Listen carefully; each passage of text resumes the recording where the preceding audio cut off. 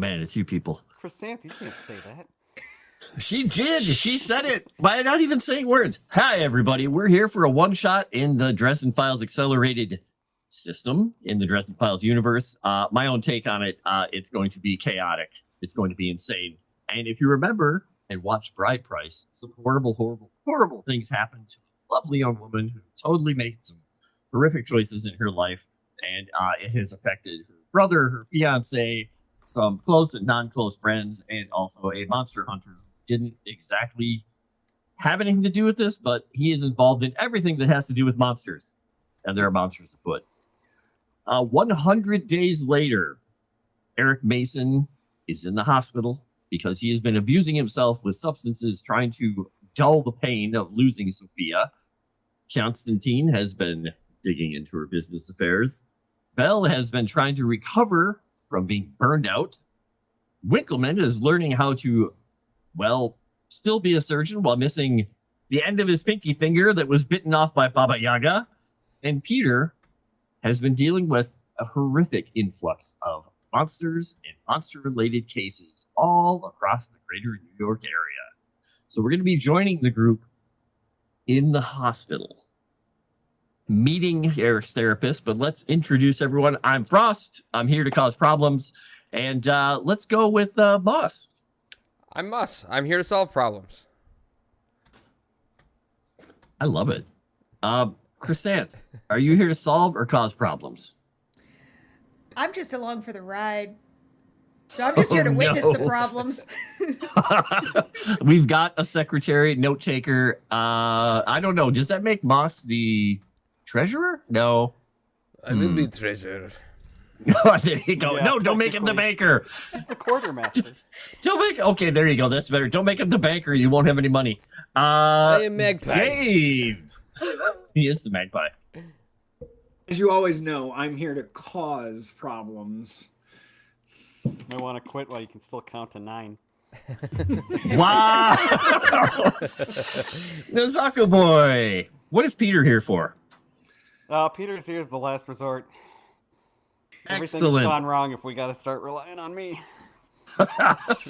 Well, in case of glass, I was going to say in case of glass, break Peter. No, I think we'll say in case of. Careful, you might be able to. He's getting up there. There we go. He's getting a little old. So, one of the things I'm going to let you guys know is I'll be introducing a mechanic that will go with the super chats and whatnot in a little bit. Normally, you can give $20, you get somebody a fate token.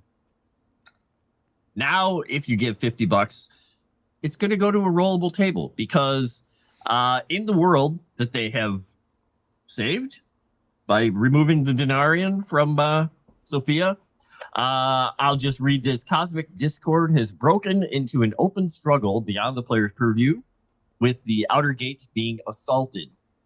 The gate's chaotic and ever-changing harmonics repel outsiders. Increasing the stasis means that the outsiders have basically been picking the lock to the outer gates. So stasis low, good for the players. Stasis high, bad for the players. Rolling on this table can increase, more likely will increase the stasis, but it can also get bonuses to the players or to some of the things in the world and cause horrible events to happen. In addition, you can just give a $50 donation to just increase or decrease stasis without a roll. You can just say, nope, make it higher. And when we hit certain thresholds, things are going to happen. And they may or may not involve a dragon. No spoilers. I'm just saying. Oh dear. Yes, exactly. And if you know Dresden Files, you know what a dragon represents.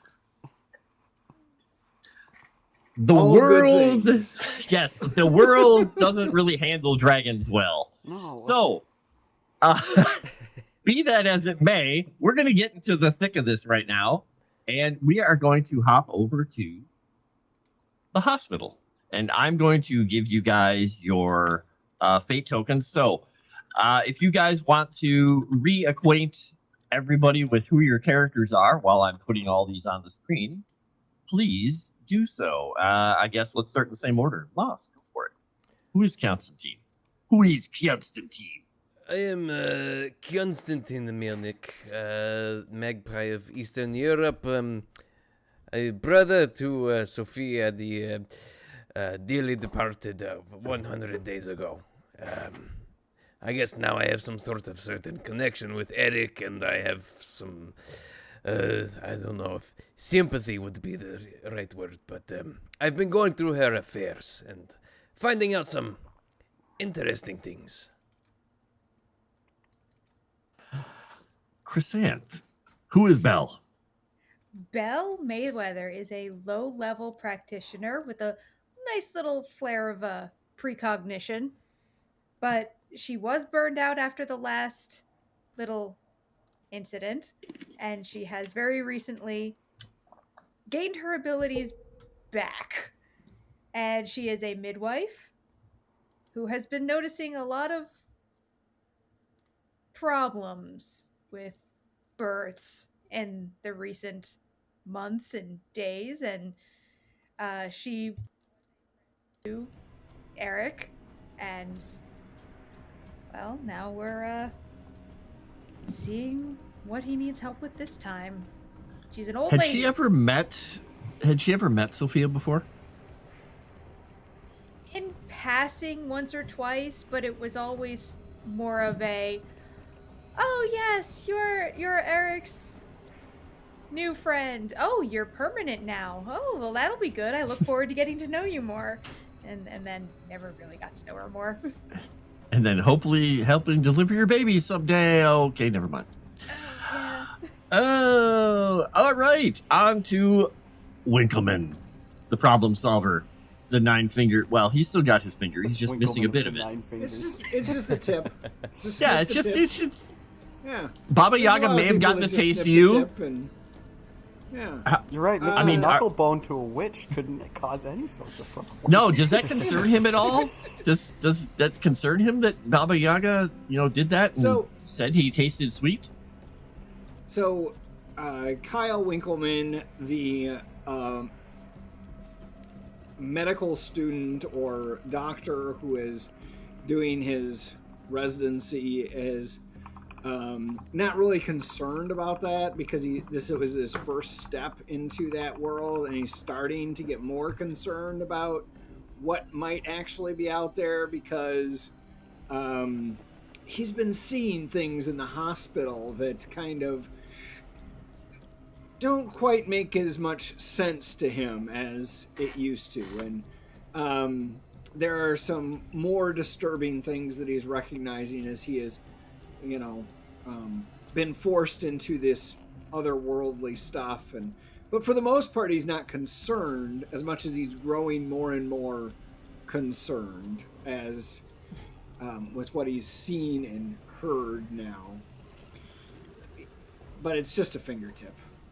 Has People it lose changed the body way parts all he's... the time. Has seeing all this stuff changed the way he's been treating certain people? Yeah, I think when he deals with psychotic patients, he's been taking it a little more seriously, as if they've actually seen monsters and demons instead of just being like, "Brah, you obviously have been doing way too many mushrooms," or there's so many street drugs out there that can cause you so much problems, but you know your system. And so he's maybe been drug testing a little less frequently. Not everybody got a drug test. What's going on? We have somebody in the back. We keep ordering extra, and he's not using them as fast as normal.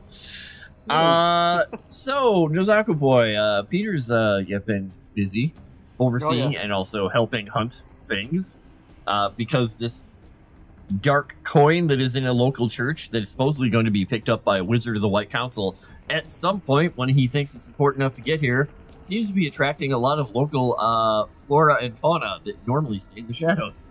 Who would have ever guessed, huh? Mm-hmm. How is that going for him? Is he now, since he's a little older, has this been reinvigorating, or is it just making him realize that he probably should have retired? He's become Danny Glover. I'm too old for this shit. Excellent. And putting in mind that all that's been going on, being asked to come here to attend to this young man and talk to his therapist to try and help him figure out things. Has that, I don't know, what does he think about this? Waste of time? Great idea? No. Cushing's family and Peter's family have been connected for a long time, so he's known Eric for a long time. So it's helping a friend out. And that's how it was in this story last time. So. All right. No, it's like nothing to me. Then we're going to head on into this place. You guys are in the hospital. For some of you, this is a second home. 2 of you specifically. Kyonstantyn, I don't know what your feeling is in about hospitals. This one has quite warm lighting. The other aspects are it is sterile. It is very sterile. Very clean. Very sterile. And one of the things that Belle will notice is the wards are weak because, well, it's a hospital. It's not a home. And Peter, I don't know how often. You probably come to the hospital somewhat often. Mm-hmm. Just another one of those scenes, you know? Exactly. Oh, here again. Yeah. So, you are all in this waiting room that is on the 6th floor, which is the top part of this hospital, where Eric has his private room because, well, his family is fabulously wealthy, and of course, they have their own wing and their private room in that wing. And you're awaiting this therapist. All you know is her last name is Thibodeau. I mean, that is literally about all you know. From what you've heard, she has been doing a great job in helping him. He hasn't had any drugs lately, and he's been in the hospital for this last week, and it seems like he has stabilized somewhat. But she really wants to talk to you all about what has happened. So, without further ado, I am going to drag her onto this scene. I'll put her down in the center here. Frost, And I am going to a chart on file at the hospital. Oh, yes. You have access to all of that. So I would know all of the charting that she's done, all of the therapy sessions, and if she would have charted anything in there. Do the charts seem like they're exhaustive, or do they seem like they're kind of she's giving you enough detail to make it legal, but not enough detail to actually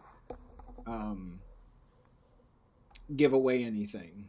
Right. Professionally, these things are as redacted and sterile as they can be. Like, oh, mix up with medications and this and that. All the traditional stuff you do when somebody has overdosed, but they don't want people to know that they've overdosed more than once and possibly tried to commit suicide. It is mix up with medications, accidental this, blah, blah, blah. And her notes are in this beautiful penmanship. Like, astounding. It looks like a font, but her notes are all about how he feels, how he's thinking, how she can get him to go into these different things. It is not the way you normally think of a therapist. It is the most unclinical approach to therapy you've ever seen. Okay. Yep, that's what I was looking for.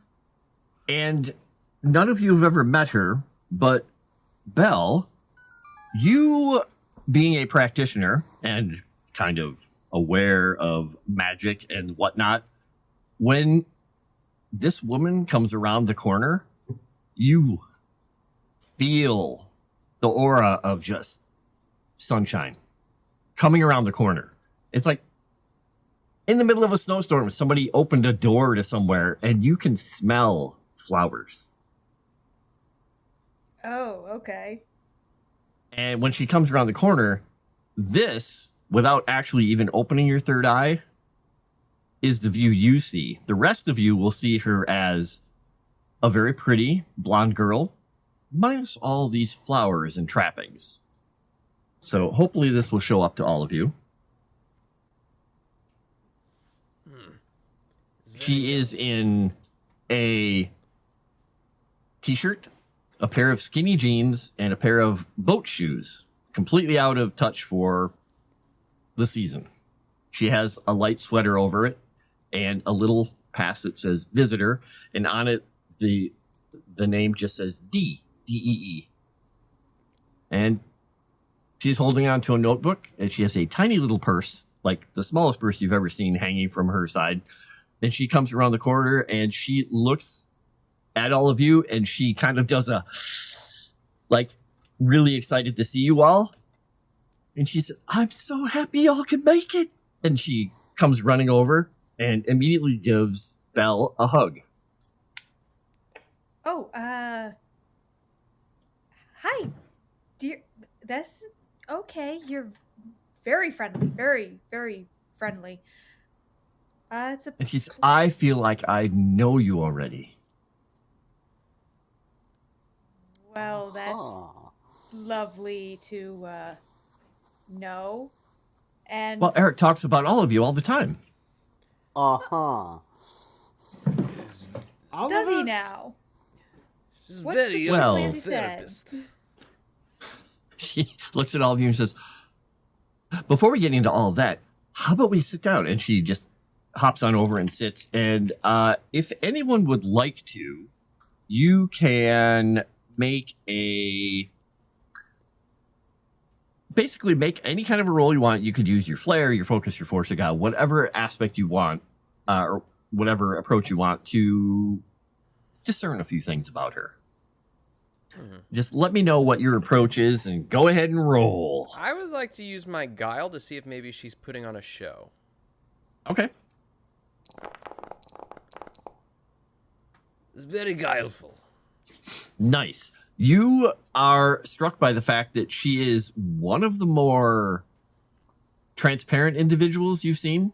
She seems to be wearing her heart on her sleeve. She has a wedding ring on her left hand that looks very unadorned, very unassuming. Like, if she has a lot of money or anything, it's like she's not showing it there. If she doesn't have a lot of money, you'd expect this little golden wedding ring to be it.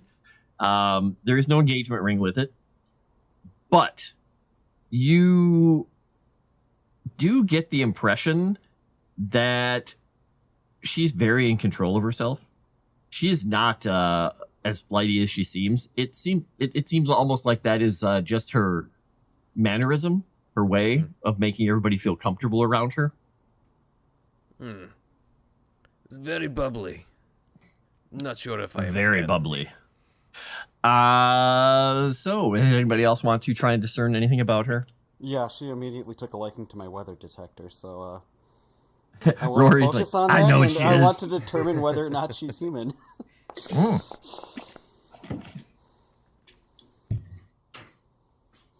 No, checks out to me. It's a nice young lady. You are pretty sure she's human. She definitely has an air of otherworldliness around her. You would immediately have suspected Fae, but the fact that she is near things that are made of iron in this room and does not seem to be flinching is, like, specifically the old radiators and things that are right nearby, means that she probably isn't, as far as you can tell.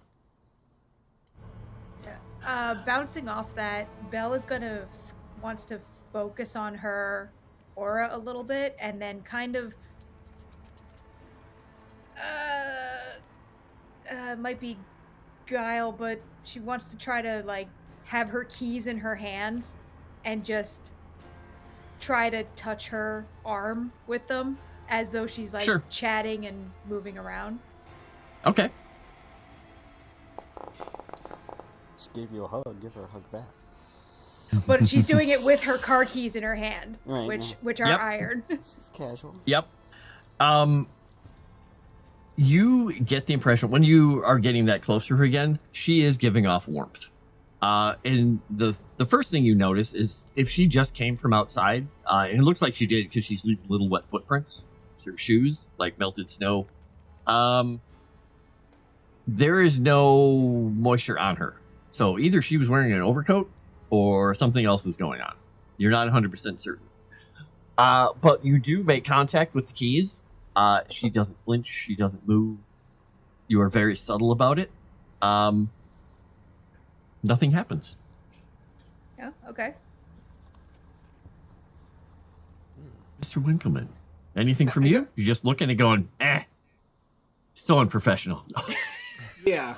I mean, that was the biggest thing that I thought of is to be able to recognize the professionalism aspect. I mean, I don't know that I need a roll for them to discover anything. You've already discerned that she does not seem like a typical professional therapist in any sense of the word. And I already kind of discerned that from her files. Exactly. So she sits down, crosses her legs, and those of you who got the +4s, you're both struck by her posture because it is not a simple, like, modern woman walks in, boom, flops down, does that. She walks over with a very specific kind of grace. She doesn't touch the sides of the chair when she sits down. She pushes her legs in a very specific pose with her knee on top of the other and her hands in a very specific pose. Her toes pointing a certain way. She has done this a lot. This mannerism, this etiquette has been drilled into her for a long time. She's not that old, but it sounds like it's probably from childhood, more than likely. Is an ingrained habit. And she looks perfectly elegant when she does it. And when she puts her hands together, she says, "So, let's talk about Eric." He hints at things and talks around the subject and feels a little concerned, I think, that he's going to sound insane because we've gotten close to some of the things that happened with whatever happened with Sofia. And I want to let you all know that, how do I put this? You know the wizard that's coming from New Orleans to get the coin? And she holds up her hand. She's like, "That's my husband, Peter." And she just goes, "He's been very busy, but I decided to come, and I just kind of felt like I needed to talk to Eric about this." And she kind of looks down at the badge and she's like, "I may or may not have been mistaken for his therapist. So I've been chatting with him, trying to find out what's going on, and I'm concerned that there's more going on with your sister," looks over at Kyonstantyn, "than any one of you knew about." What could you possibly have found out with her? Well, that she died some time ago, the Denarii was puppeting her, and that she's wandering. She's lost. So she is... She's still alive? I thought she died. She did. Her soul was separated from her body, but her soul is wandering, which isn't a good thing. Can we Does bring that it mean back? we can get it back in the body? Oh, That's no, not... no, No. no, dear, Okay. no. Well, Keep you in know, mind, Winkleman is. you got mystical stuff going on here that I'm not aware of. You know, when we see something wandering and a organ that's moved, we just put it back where it's supposed to be. So soul coming back to body is not good. No. That's been severed. That's not... No, that's bad. Is It's it very I would- bad. I would I mean, have to when be people more have involved a if that were to happen. severed ligament, we can kind of sew it back together. Maybe it's like the shadow thing in Peter Pan. Except Yes, for but your ligaments don't tend to try to kill you when you sew them back on. And even you know this. Even organ transplants, there is an expiration. There is a timeline before you can't Okay. So we put it back passed. in. We Yes, passed the yes, time. Okay. exactly. Yeah. So if we would have done it sooner and not waited the 100 days, then we might have had a chance. But now, okay. Imagine it but- more immediate, but yes. Oh, wait, do you know someone who can do that? Me? No. I know nothing. Oh, okay. I was concerned for a moment there, because that's kind of not a good idea. My father tried that once. Who's your father? Oh, Mr. Thibodeau.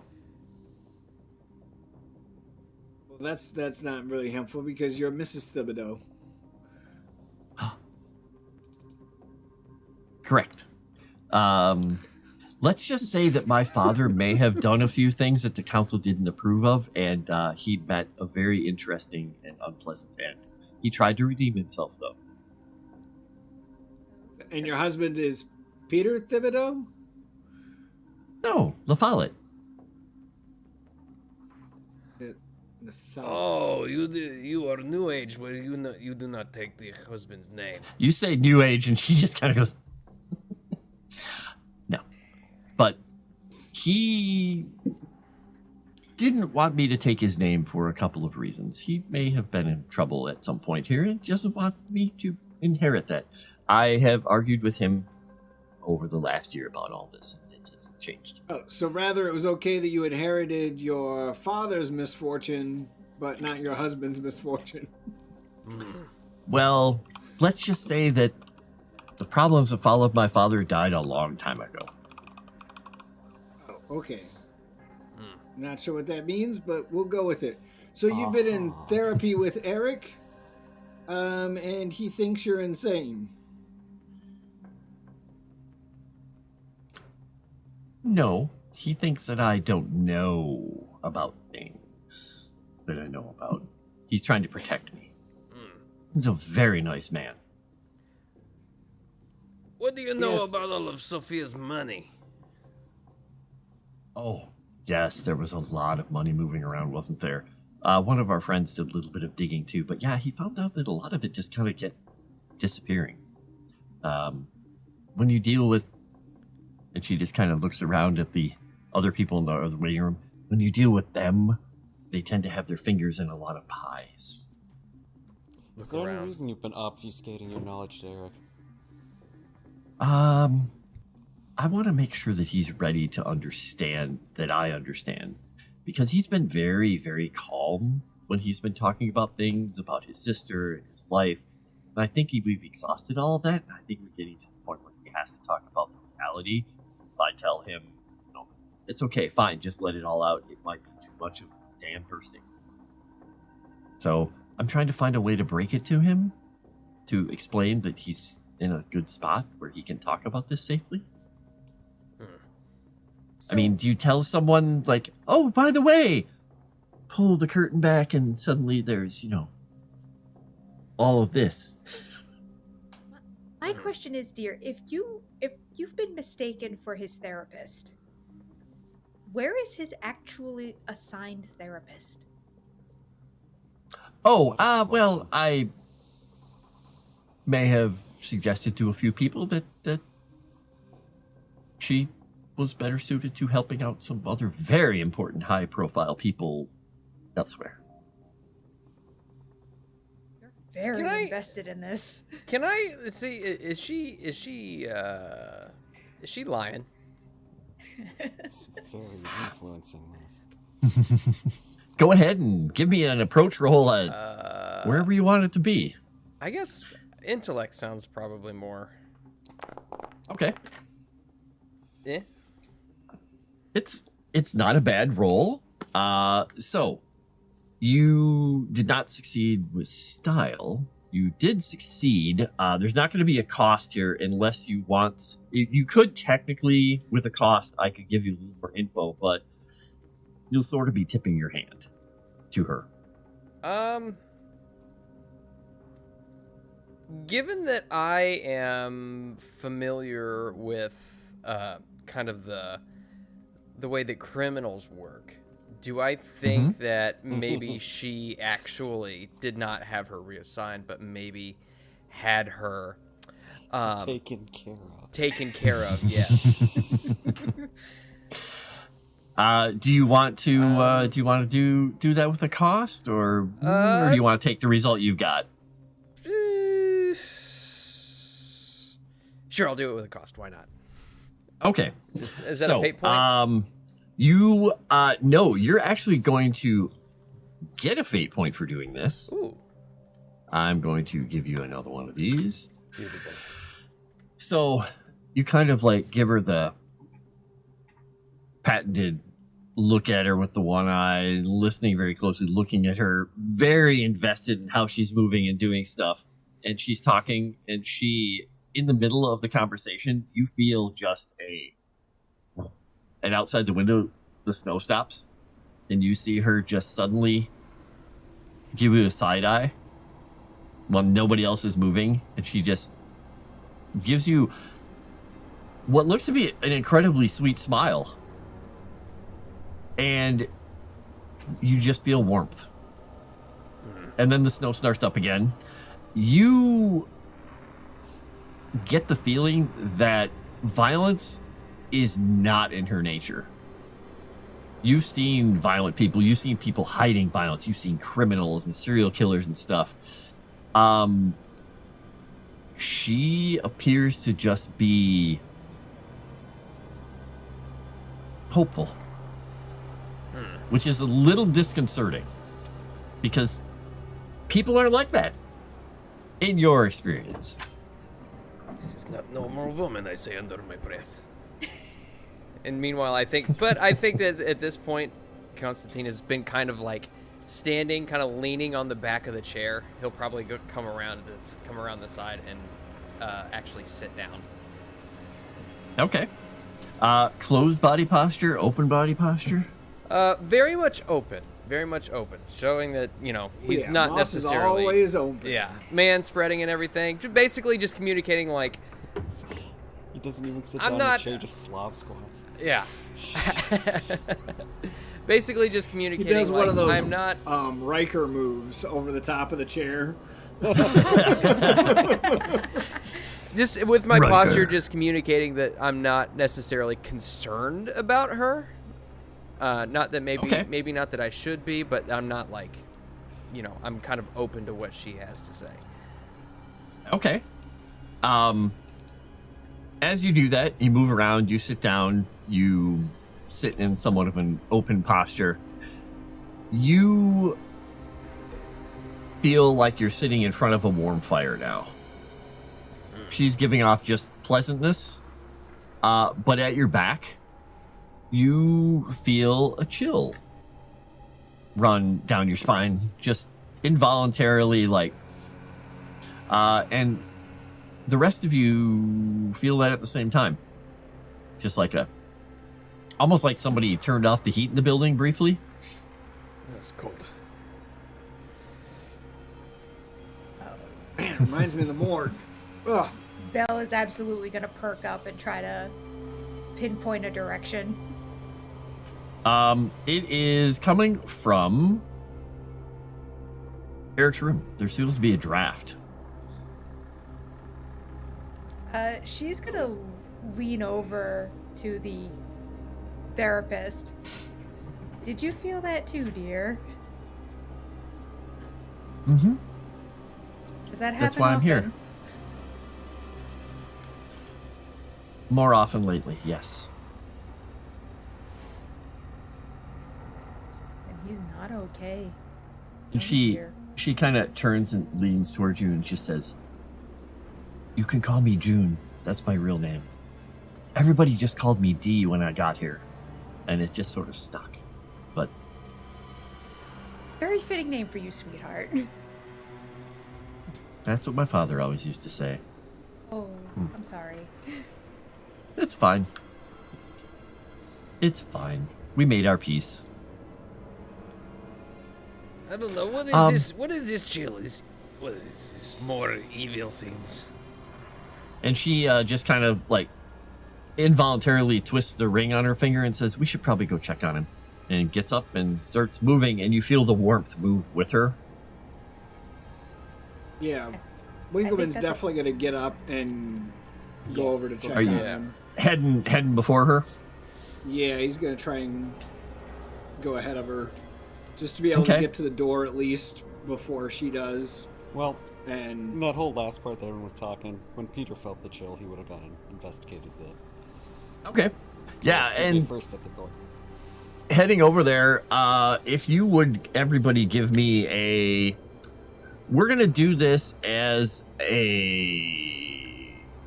Everybody use your intellect. Just make me an intellect roll. I am dumb. Yeah, you got +2. Nice, +2, +3, +3. All right. So, Kyonstantyn is a bit focused, just a bit on other things.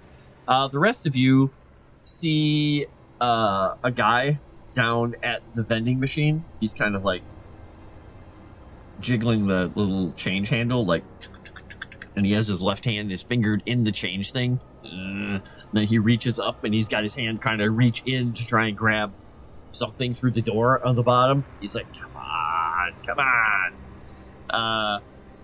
But there's nobody else out in this hallway. When you get to the door, you can definitely feel cool air coming from it.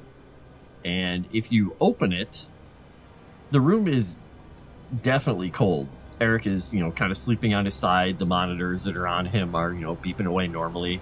But you see that the window that is not openable, because you don't have openable windows in hospital rooms, especially in here, it is open. And the blinds that are normally sitting there are kind of going clunk, clunk. It's like the piece of glass is just gone. And there's cold air and snow coming into the room. All right, we need to get him out of this room ASAP. Is he like sleeping right now? Passed out? Yeah, he's sleeping on his side. Okay. He's in a medical bed in his room. He's sleeping on his side. Is he hooked up to anything? Just the one monitor. He doesn't have IVs or any of that stuff. They have one simple monitor with some leads on his chest. Does the monitor have its portable stand? It's actually attached to the bed. It's just Attached to literally the a bed. tiny little one attached to the bed, so he can be Is moved the bed around. plugged into the wall, Yeah. or is the bed independent? It's plugged into the wall, but it can be unplugged. It has a battery unit, as you know. They have a battery unit, so you unplug, it'll keep things going, and you can actually move it. So Winkleman's going to go to unplug the bed to set the bed up to basically move it out of the room. Okay. And Dee is just going to go over and stand in front of the window. How's his face? How's Eric's face? He is sunken, like he has been for quite some time. He's lost a lot of weight. He's probably lost 30 pounds. They're slowly getting him better, but he looks like he's probably having a very bad dream right now. He's got that frown on his face and his eyes are moving around like he's in deep sleep. Can I use focus to see if there's any kind of subtle energy surrounding him that might Sure, be you just external? kind of be feeling over him using your hands and just kind of doing it. Yeah, go ahead. She's gonna try to mask it as him tucking in his blankets and things like that and making sure that he's comfortable. Excellent.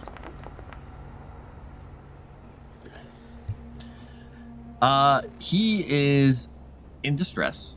You can definitely feel that he's in distress because normally, his heartbeat is pretty good, normal, rhythmic. But he is sweating despite the cold, and he definitely is making small micro movements, like under the blankets, like he's kind of almost like he's moving or trying to get away from something in his dream. It's like a cat or dog when they're sleeping and they start running. Sort of. But yeah, he's so tucked in, it's kind of hard for him to move. I want to investigate the window. Where'd it go? Anything broken? Dee is standing there, and she's kind of got her hand outside, just catching snowflakes. The seals and everything are there. The pane of glass is just gone. There's no breakage. There's no bits. There's no pieces. And when you're looking, the thing that you notice on the little metal ledge that's out there below the window, about 3 or 4 inches, is there are 2 footprints, wet with snow around them. Really? As if something was there. They look like they're actually boot prints. Like somebody wearing normal modern boots. Okay, so it's not being a 'cause hunter. you said I'd that be able to her- tell possible height and weight on that individual, Yeah, given this, how deep they are in the snow. from all what you can tell, this would definitely have been made by probably a good-sized human in boots. But you're on the 6th floor, and there are no other footprints on this ledge. And this person, whatever they are, they're only half footprints because the ledge is only about 4 feet deep or 4 inches deep. So they were on the balls of their feet at this window. So I don't really recall the rules on it so well, but how does thresholding work exactly on a hospital? As I mentioned earlier at the very beginning, the hospital has weak barriers, like very weak barriers, because it's not a place where people live. It's a place where Right. people usually are healing and or die. So the barriers are especially weak, and yeah, it's evidently not enough to keep something from being here. Okay, then Peter turns to D, and he's very no-nonsense and very stern. He says, okay, what's really going on here? Nice. She looks at you, and she just kind of reaches her hand up and just does this to your mustache to trying to get it even. She's like, like I told you, really bad things are happening. And you hear the sound of a train whistle out the window, but it's not a train whistle.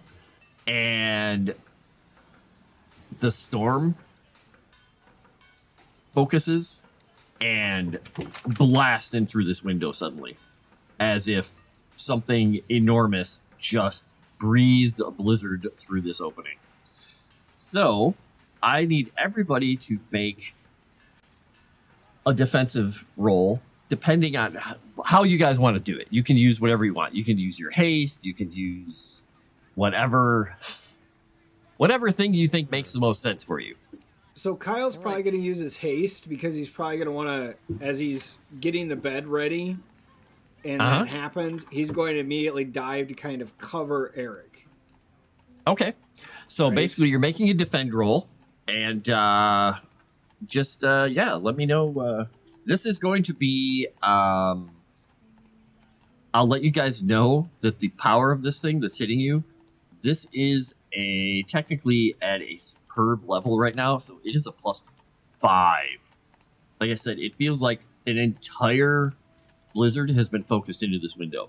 So it's up to you if you want to use any special stunts, if you want to get yourself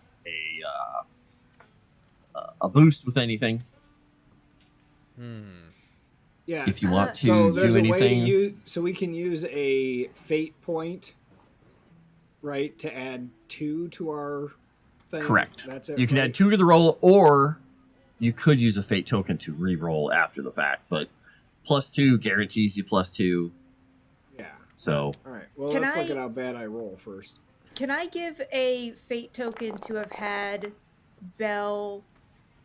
I mean, it's not going to be much help to Peter, but can she have opened a closet door to kind of block as much of the wind as? yeah, Okay. you can spend a fate point because that is part of your magical talent. So I will nuke that. And you did spend one, Yes.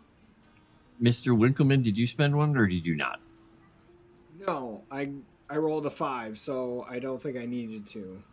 And I put that in the wrong spot. That's supposed to be Constantine's extra point. I put it in the wrong That's what spot. I was just noticing. I was like, wait a minute, I put it on the wrong person. Cheating you. So now for the rest of you who make your roll, if you are trying to help, you're specifically creating an advantage for Peter, you're saying, Belle? No, Well, it he's- won't help me. It probably won't help him because he's I'm right standing in right front in of front the of Oh, it. I see what you're saying. So who technically would you like to create that advantage for? Do you think that would be more something that would help out It would probably. Kyonstantyn or It would probably help. or yourself? It would probably help Constantine, Belle, and maybe. I don't think it's going to Winkleman help Winkleman. Because He's really trying to put his body in between that wind and Eric. Okay, so Right, it'll Okay. and he's Yep. at the wall with the bed. So so it'll probably just be for Belle and Kyonstantyn. Okay. So Belle and Constantine are both going to get a +2 to this. they're both going to go in the closet together, and we know what happens at parties when you Woohoo! 7 minutes and a half. Yeah. And yeah, she'll have to force to keep it up. There we go. Nice. So- So did you add +2 onto that? No, but there we go. Yeah, there you go.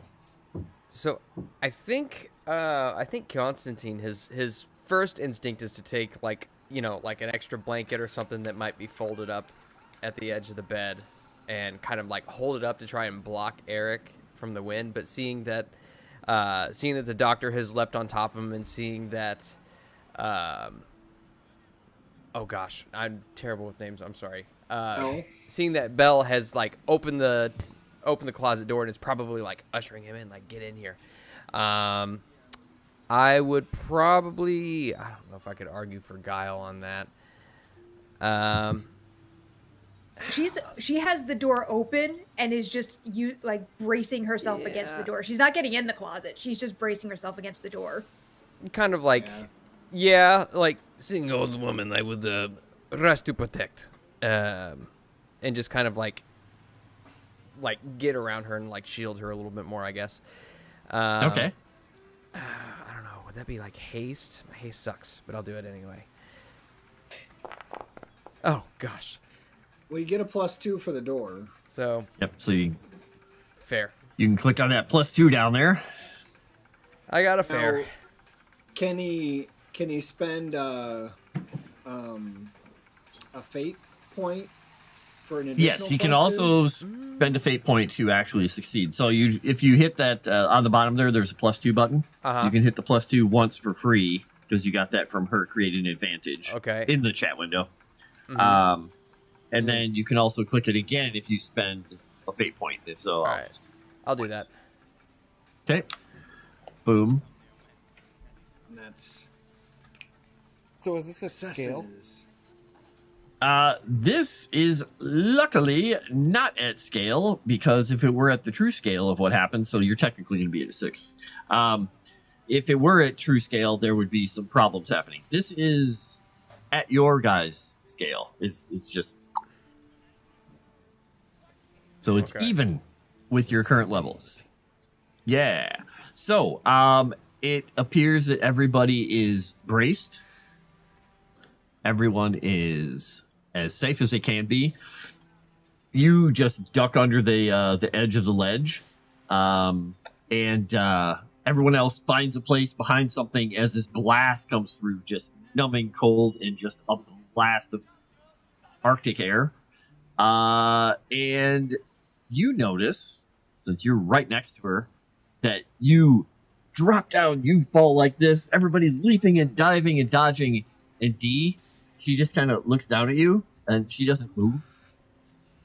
And this thing just completely just around her as if she was like a massive stone in a stream, and the water passes around her in every direction.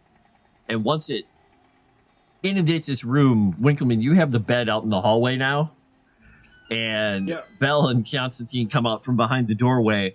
There's no snow in the room, but it is freezing cold. Dee just kind of turns and looks at you all and says, "Run." I'm running. All right, so I'll take the bed. It's on rollers, and I'll call for a nurse to help me, and bring warm blankets. I think I would jump in on that too and try to help and at least steer it or something. Okay. And You guys are we're like, we're gonna head to the elevator. okay. And at that point, the lights in the building go boom, and the emergency lights go click. So now the aspect in this place is dim lighting and backup Okay, power. we're not heading are to the two of the elevator things. anymore. Yeah, you kind of stop, like the little rubber wheels on the bed go as The you light's stop. red, so technically it's still warm. There you go.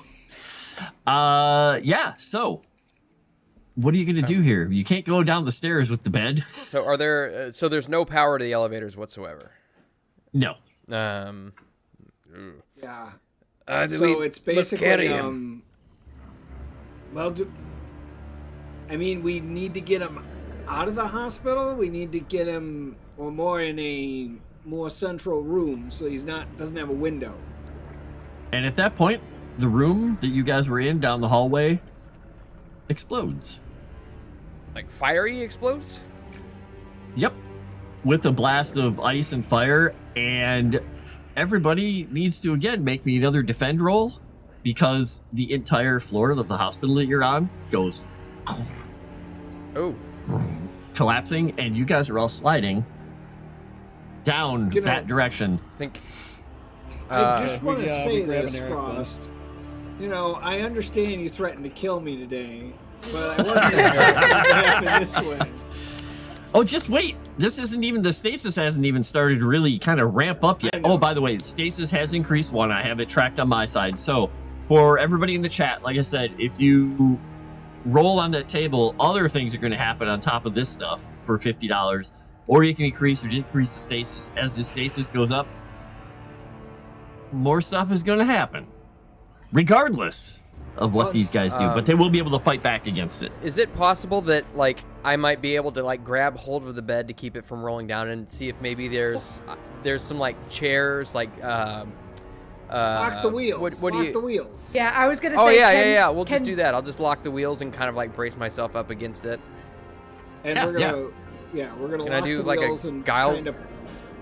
Actually, because there's probably little outlets in the hospital Mm-hmm. so we're gonna kind of basically try and wedge the bed towards one of those, because Okay. even if we're at a slope, even the brakes on the aren't gonna stop it. I think what you guys are doing here is you're doing a challenge. So everybody give me your role to contribute to this whole thing of stopping the bed and yourselves from sliding too far. I will use use I'm And gonna we'll say see how you do.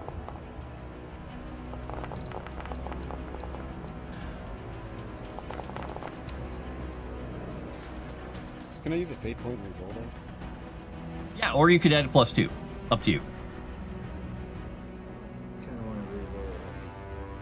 Roll. All right. Boom. It's still not taken. Better. Kyle, did you re-roll one? Yeah. All right, I'll delete that fate point. All right. So, what you guys have is 2, a 1, and a 1. Those are you got Kyonstantyn had a 3, and Belle got a 1, and then you two both got a 2 and a 1. Okay. All right. You guys have managed to stop this bed from sliding down towards this broken part of the floor where there are sparking conduits that of things that just got shorted out from the emergency power system, and water. Now you hear screaming everywhere. You have no idea what happened with Dee. You don't have any clue what happened to the side of this hospital, but you're all right now technically affected with tinnitus because of the strength of that blast. Eric is still completely asleep. It's too still. What? I can shoot shotguns in the middle of a room and. We need to get him out Son, of here. That ringing is like a lullaby to me at this point. I just imagine that's what you hear all the time.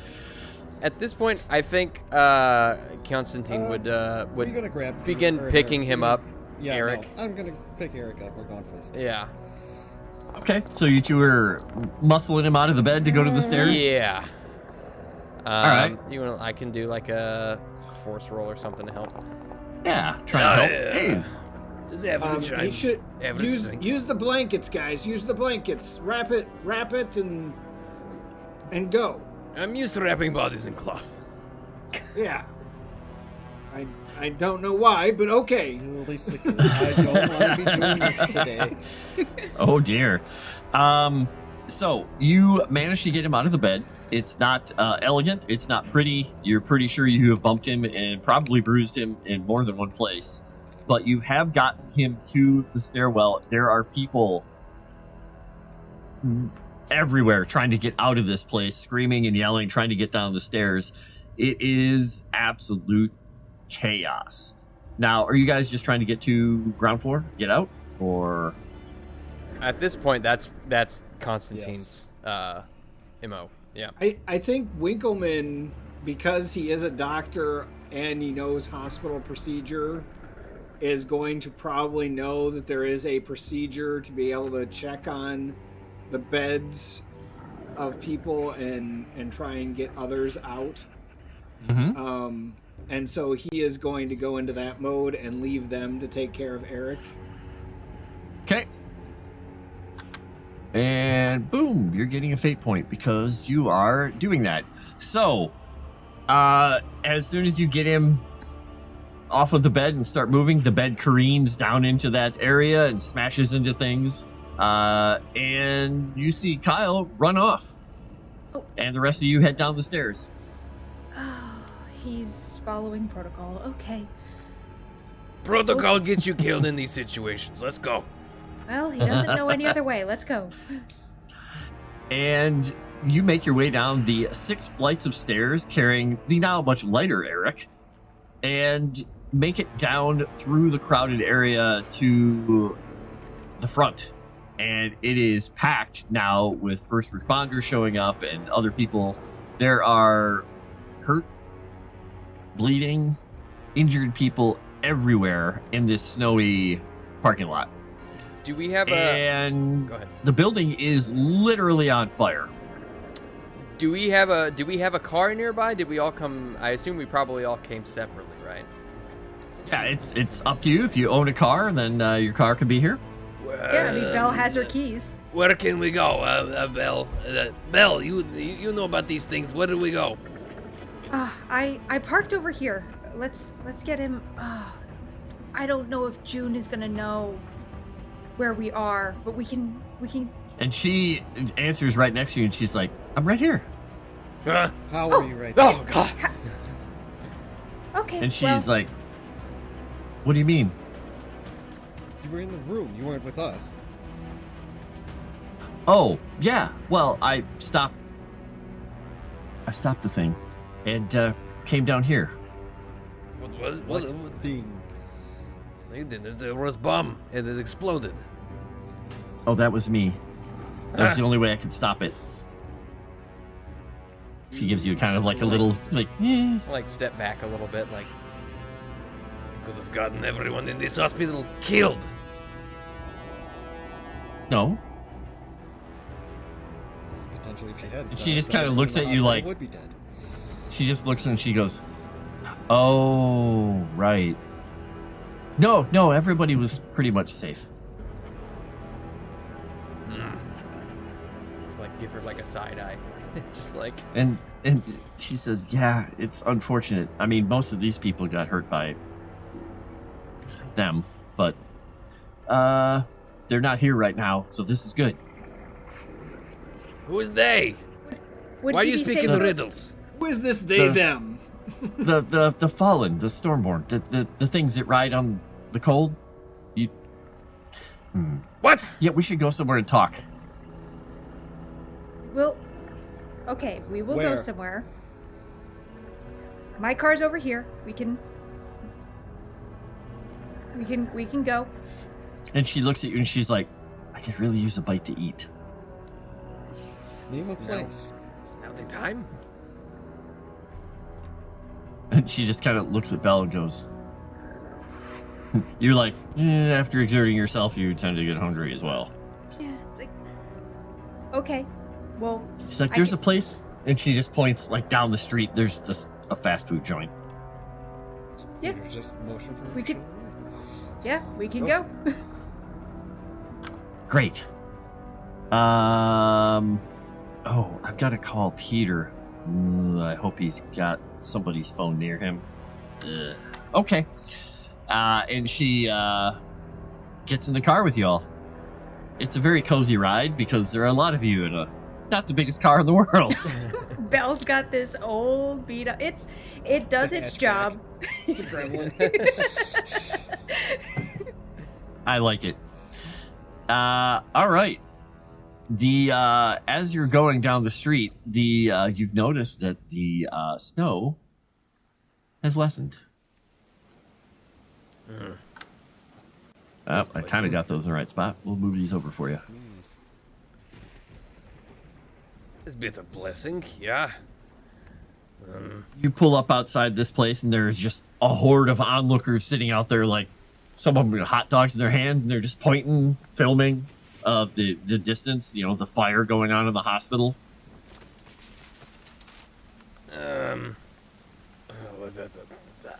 What do we do with him? And I assume that Eric's just like laying across our laps.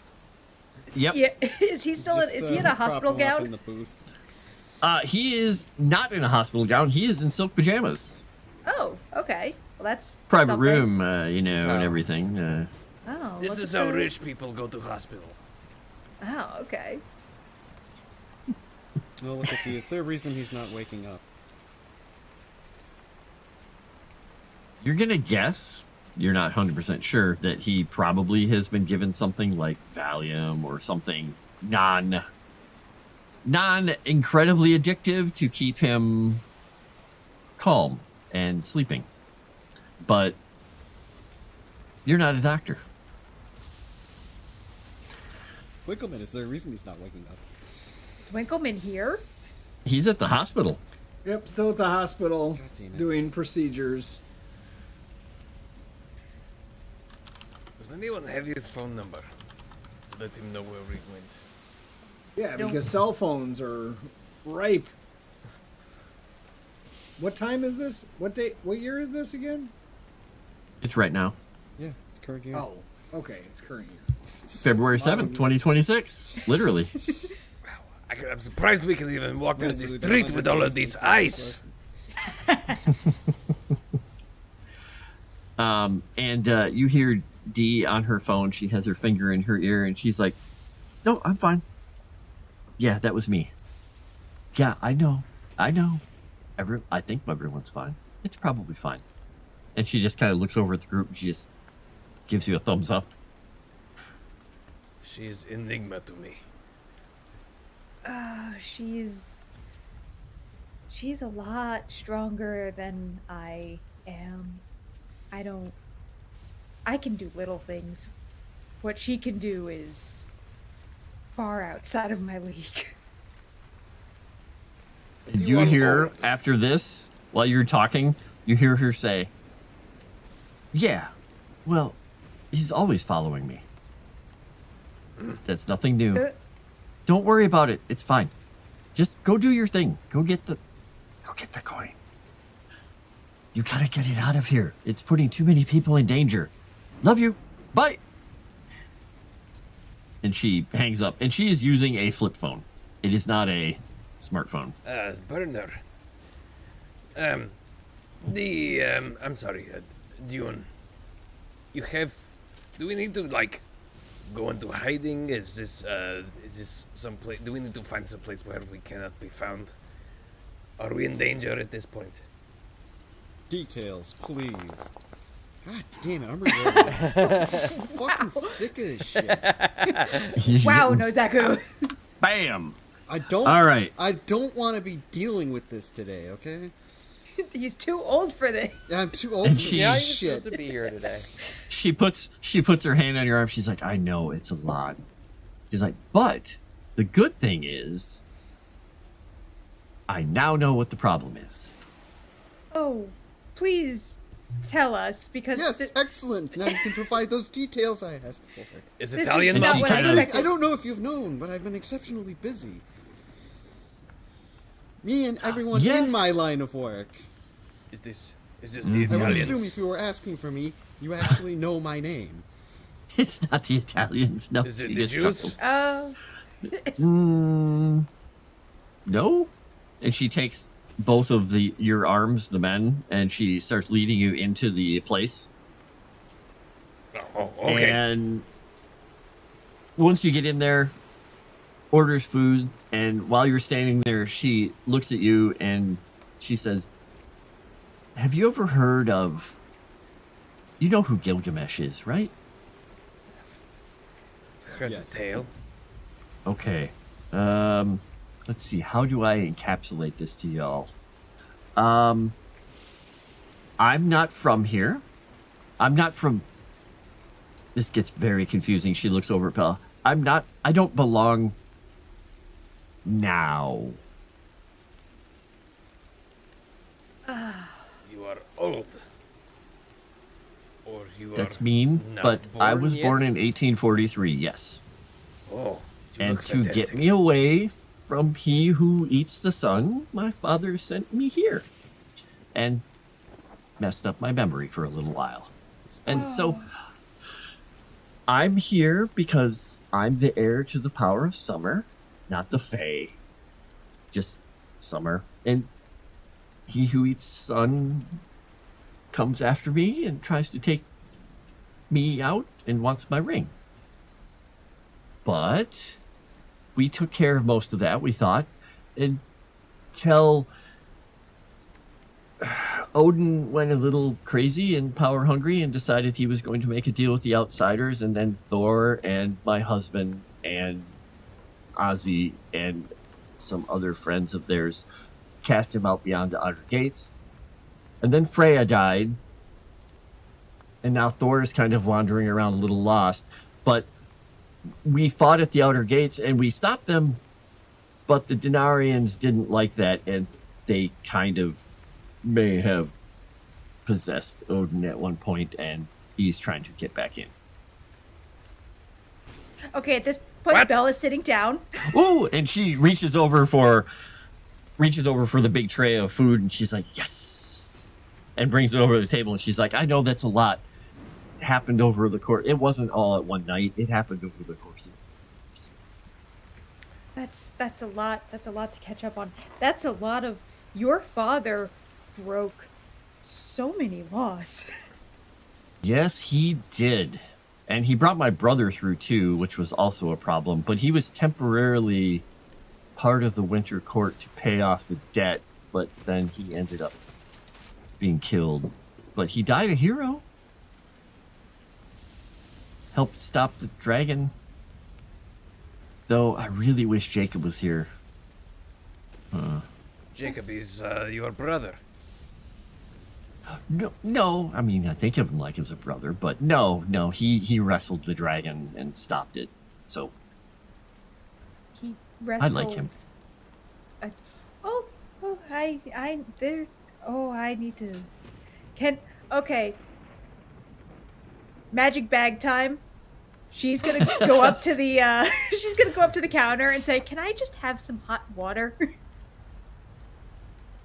And the lady is actually sitting there, and pushes the hot water in the cup over to you with a spoon and honey next to it, and says, "Mm-hmm," and like she had it ready for you. And she's just gonna give you a thumbs up. Yeah, she's gonna look over at Dee and just be like, "Oh, this is what it's like to be on the other end of this. Okay." Make a quick, everybody just, I guess use your intellect, or your haste, either way, just a quick scan of this room and this place to see if you notice something.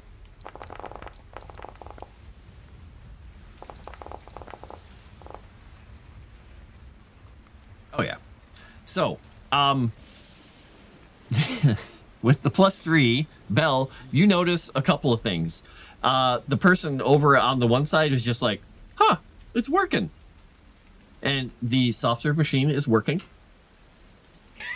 Incredible. The orders seem to be going through. People are seeming to be getting their food quickly and getting in and out. The place seems to be running, unlike a normal fast food restaurant, rather efficiently, and people seem to almost be in a good mood. And you're just kind of like, when we came in here, there were people yelling at each other, and then things just seem to be going a little more smoothly since you guys arrived. And that doesn't normally happen around this group. The rest of you do notice that the place seems like people are enjoying themselves in a fast food restaurant on a busy New York street, and there's no arguing. Well, of which course, is the ray of strange. sunshine just walked in. Yeah, Explain to us who she was. Ryan Kittle The needs to rest of visit you this have place. problems with that, maybe, but I actually understood most of what she said. Yeah. Is D garnering a bunch of attention from the people around? Like, are they just? No, weirdly enough, everyone is just kind of like doing about their own thing. She's inconspicuous. Yeah, Belle's gonna sit back down and It's an pull aura, Constantine. a tea bag out of her purse and dip it in the hot water, and then just look at D and just say, "Does this happen a lot around you?" I would assume Hmm. I'm a muse. Well, in training, supposedly. I so. guess. It'll be a frightfully irritating day. Peter, I agree with you wholeheartedly. I am only and utterly confused. Don't worry about it. And you hear outside, sirens going past as more responders are heading towards the hospital. Does anybody give Winkelman a call? Ryan would still be yelling about getting his order too quickly. Yeah. Yes. At this point, No, at this that would point, be we serene can. for him, though, so... At this point, Yes, give exactly. Winkelman a call. Yeah, just like step Okay. away from the table. Hello. Hello. Winkelman. We're still dealing with stuff over here. There's a lot of patients. There's a lot of triage. Where you guys at? I'll probably be there at about, give me an hour. We are at quick food restaurant down street. I do not know if we will be here, but everyone is in strange good mood. Well, that's good, because everybody's pissed off here. Gotta go. Bye. He'll hang up. With the assumption that he'll call back in about an hour. Hopefully, most of the triage work will be done that he needs to Yeah, do. so what you're finding is that it looked way worse than it did. The majority of everybody who's bleeding and been hurt have been hurt by like nicks and cuts of glass and bits and pieces of things. And the more you're looking into it, the astounding amount of people who avoided serious injury by happenstance, like things breaking and something snapping in the way or blocking and bracing something as they fell. You're pretty sure that there should have been a lot more people hurt with that portion of the building exploding, imploding, and crashing the way it was. So something is afoot. Yeah, I'm assuming that we still have to get people to other rooms because, like you said, the floor collapsed, and so there's still other structural issues. We're probably actually getting people down to the ICU and down to emergency to ship them off. The to good other thing hospitals, is, so. most of the stuff in that room, in that area, were all the private rooms, so they take up a great deal of space. And moving those patients into the other available rooms is not as difficult as it could have been. Yeah, so about an hour, and I should be able to be back. That makes sense. So, what do you guys want to do while you're sitting here with Dee eating a tray of hamburgers and french fries and a hot dog? What do we do with him? Because And the I'll explanation is motion still out. forthcoming. Motion out to the car. Well, you left him in the car. Mm-hmm. Can't really take him into the restaurant. We could have. Um, him up in the booth. Yeah. Weekend at Eric's. Yeah. I mean, actually, yeah. it's cold I think in the maybe car. we would have. It's I probably don't think I warmer would in have wanted to there. leave him anywhere alone. It's up to you guys if you have Pajama Boy in the booth with you. Yeah. If it becomes evident that we're going to be sitting for a while, Belle will tell the boys, like, can you go get him? It's a little cold for him to be staying out in the car. No. Didn't even just say that crack we a brought him window. in with Wait. us. Oh, okay. Yeah, we No. cracked a window. No, he's been here. He's fine. He's been here the entire time. Very nice. So, as you are doing that, everybody inside make me, this will be a haste check because it's going to be a quick fleeting thing. I'm I'm slow. Man, I don't want to roll anything today. Particularly since haste is my only, like, my +1. Like, God help me if I have to roll guile at any point. There you go. Oh my God, it's so trash. Oh no! All right. Look, so I've had exactly 4 hours of sleep in the last 72. There's a lot of problems in the city right now. Belle is the only one who actually kind of catches this, and it is very difficult to really make out what it was. But you could have sworn that, you know, the cop cars are going by, there's flashing lights, there's all this stuff. You could have sworn that you saw something very bright move past the window that was like moving at a walking pace, not a car pace. But as you peek out the window looking, you do not catch what it was. It's just like, it's almost like somebody shined a flashlight across the window or was flashing something when they went by. But everything on the street looks normal. How does D look? Does she look like she noticed it? No, she doesn't seem to have paid attention to or noticed it at all. Can I try to... If it walked past, probably not, but can I try to pinpoint the direction it came from, the direction it was going? It came from the opposite direction. It was heading down hospital direction.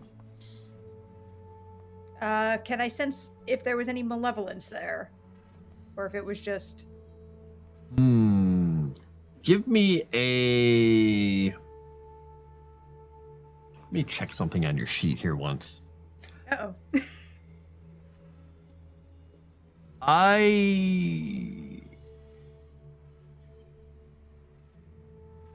Yeah. All right. You... If you spend a fate point, something is going to occur to you. Oh. Okay. All right. So, as you're making heads or tails of this, you're just like,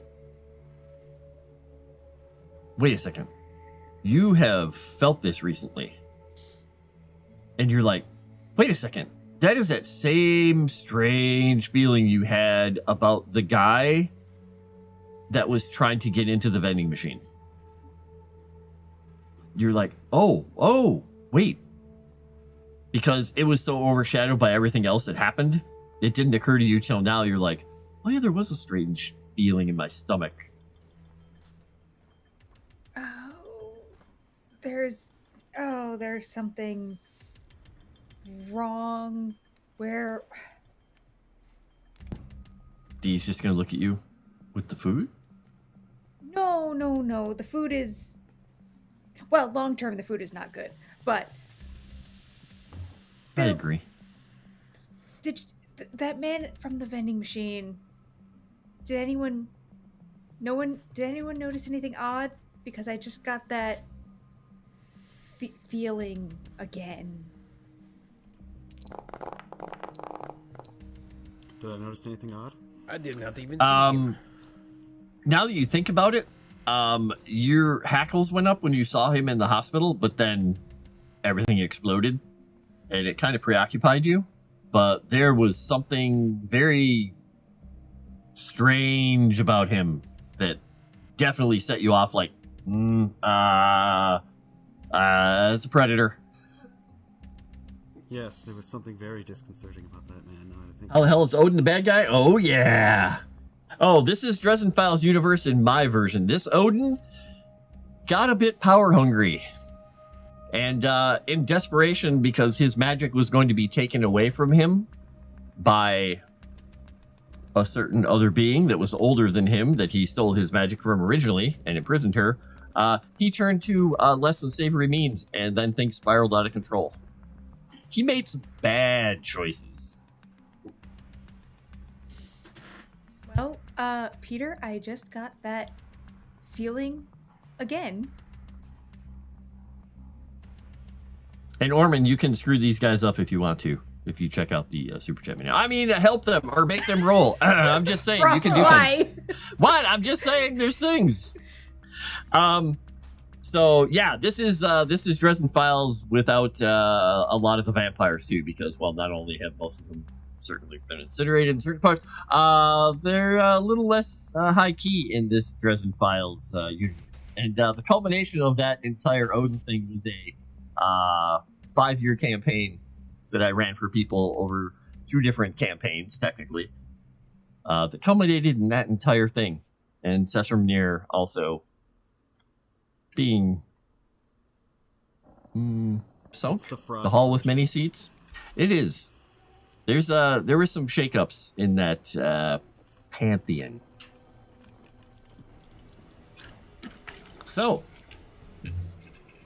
Dee has finished her food after about a half an hour of talking and chit chat, and you're all kind of shocked when Eric just suddenly goes and looks at you all, and he just says, "Mayweather." Oh, sweetie, come here. And she's gonna kind of take him and lean his head on her shoulder and just start petting at his hair. And then he just says, Mary. I'm right And he here, kind of sweetie. like sort of falls back asleep, and you're like, wait, my last name isn't Mayweather. Does Mayweather close. mean Is that a anything? proposal? Does Mayweather mean anything to me? Mayweather does mean something to you.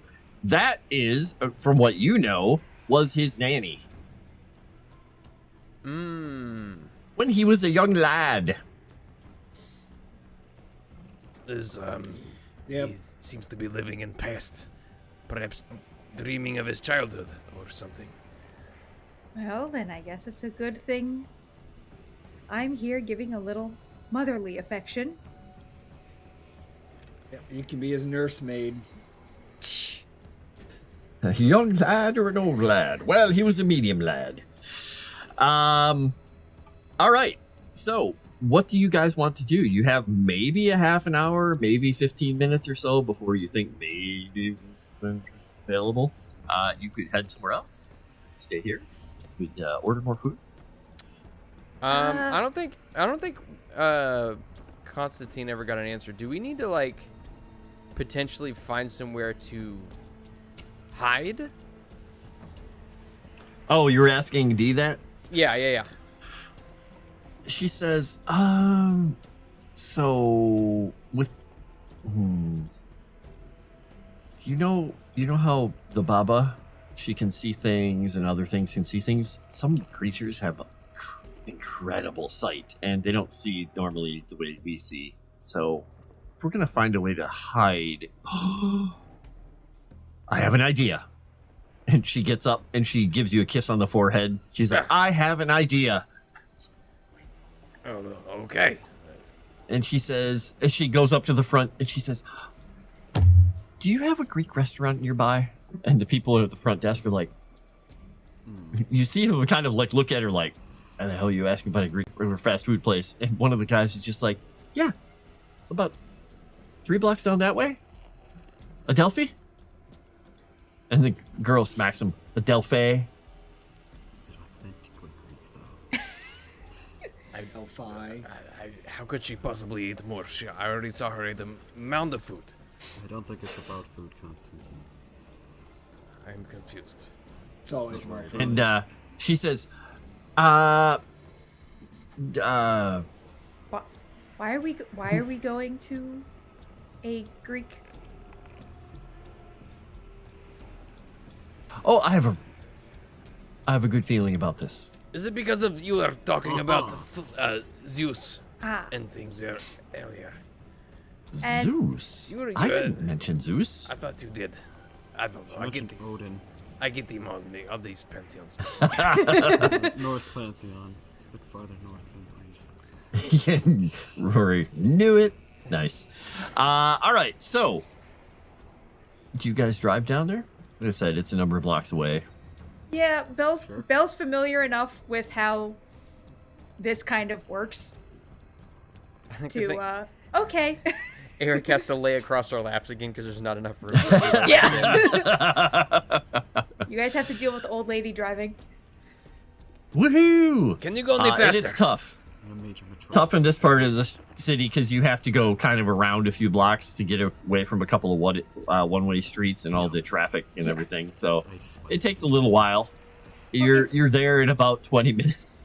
Yeah, if I went any faster, there would be potholes and I could do damage to old Bessie Would here. have been faster to walk. Well, I'm not as leaving my you, car in the middle of the road, Peter. As you Just leave pull it up, parked in the middle of the road. Don't use a parking spot at all.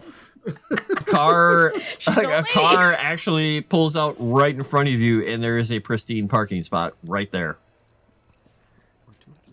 Perfect. Shining right under the streetlights. And to top it off, when you get out, there's time on the meter. It's fortuitous. Oh, she's good. She's better than me. And Dee just gets out, and she's like, looks at specifically at Kyonstantyn, and also kind of side glance over to Peter. Is like, I think you're gonna love them. I think. Maybe. And she goes up. The door says closed, but she opens the door and walks in. I will follow, but also helping Eric grab his arm and help him walk if he needs assistance. Yep, he's kind of walking, and he's just looking at you. Is he like barefoot? A little. No, he's got slippers on. He's just a little like kind of hazy. Like, Probably hospital socks. were we out drinking, or? No, we just had fast food. Has similar effect. He looks down at his pajamas. They're like this maroon silk pajamas. He's like, why am I in my pajamas? Well, you see, Eric, you were in the hospital, and the hospital blew up, and we run from a hospital. And now there is a woman who was your therapist, I think. Or not therapist, I don't know. She is doing something with Greek people. Ugh. When you say He it just out kind of loud, like, it makes me realize it's gonna be a long Saturday. Very nice. So yeah, you head into this room, and there is indeed a Greek restaurant. There are no people in here. All the tables have chairs up on them, but there are 3 young women sitting on the counter in what looked to be like nice summer outfits with their hair pulled back in hair bands, and they are all 3 of them looking at a cell phone and pulling it back and forth between the 3 of them like no, and speaking in Greek and arguing with one another until one of them just goes and they stop, and she's now looking at the cell phone, and she says, hello. There's 3 of them. It's like, and she just says, take a number. Is there anybody else in here? No. Why?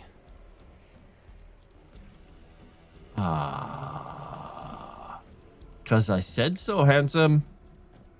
You are Number. patronizing me. I take number. I wagged the number at her. I do not like being patronized. All right, let me do something really quickly here. I thought you were a patron. I'm doing the patronizing. Nope. You're a patron. Why won't it show this? You don't have access to the extras right now, right? I. Oh, sorry, have- Moss specifically. I have one specifically. Okay, I am trying to get this piece of. Here we go. It's. All right, it was just taking its own sweet time. All right, this is they. And the girl in blue in the center is the one who currently has a hold of the phone. And you pull the number off, and the number is 8. Look around. And she's just sitting there looking and ignoring and ignoring and ignoring. And then she just says, 8. Oh, that's me. Hello. Why am I And she's taking still. number? looking at the cell phone, and the other two girls are just kind of looking a little morose and annoyed. Where is It D? says, D is standing off to the side. She's like, go, ask. Ask about what? What am I asking about? I thought you had questions. I just, young Greek woman, we, do you offer services outside of food? Oh, dear. Kyonstantyn. You see her raise her sunglass face to you, and she kind of tilts her head, and she's like, looks you up and down. No.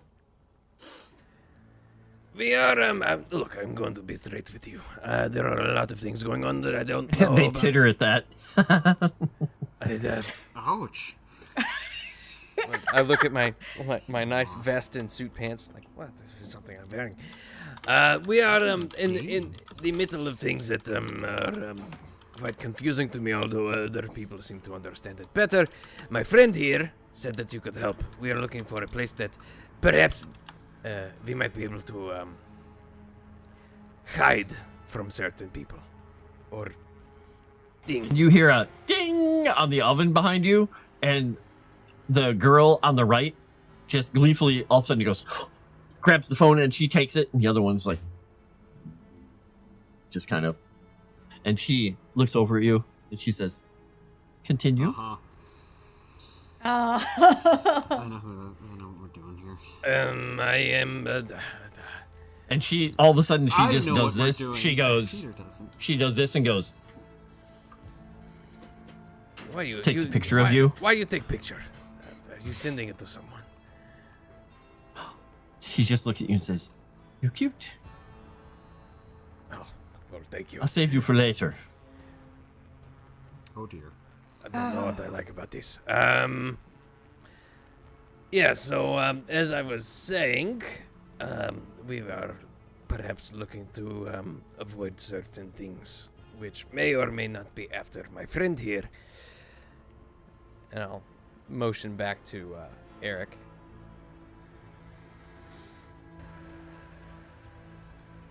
And she just kind of like, hopefully just raises her eyebrows around the sunglasses. More? I look back at the rest of the group like, What does she want from me? And D just kind of looks and goes, You would I pull out my wallet and start fumbling through some cash. be like, this is Yes, I hand her like 100. you do that. She like hops off with the phone. She's just looking at the phone. You hand her the 100, and she kind of like moves really close to you, so your arms almost like past her and around her, and she kind of just sniffs you.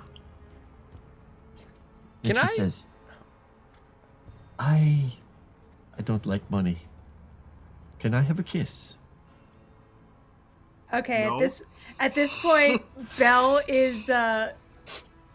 I'm gonna roll focus to see if I can pick up on any energies around them, and if it is malevolent or not. Okay, Please and you hear the do. other sister who hasn't had the phone and hasn't talked, and she just over there kind of goes, like she's got something in her teeth, and she just says, Oh, not no. allowed. God. She just says, not allowed. And she just goes, I look back at he Dia wants as to if kiss me, say- he can kiss me. I look back at Dia and I'm just like, What the hell did you get me into? Constantine. She just says, No. well, you're not in danger. You might like it. just a little. And she just whispers and she looks at you, and you almost hear in your mind when she just kind of mouths these words at you, you hear her say, she's the frisky one. Saying that about D? No, the D is saying that about this girl. Oh, She's okay. the frisky one. Just like a quick, like right on the cheek. All right. Okay. I really need boobo And she- right about now. She bites her lower lip, and you see her just do this around him, like she's doing something, and then she flicks a cobweb away or in the air or something, and she pats you on the cheek. She says, "Nice," and goes back and sits down, and then you hear the dinger on the thing go, and she just literally sits down and goes, and holds the phone out that way to the other sister, who takes it gleefully, and then starts just scrolling. And then swipes left a whole bunch of times and scrolls and swipes left. And she says, "Continue. You want to hide?"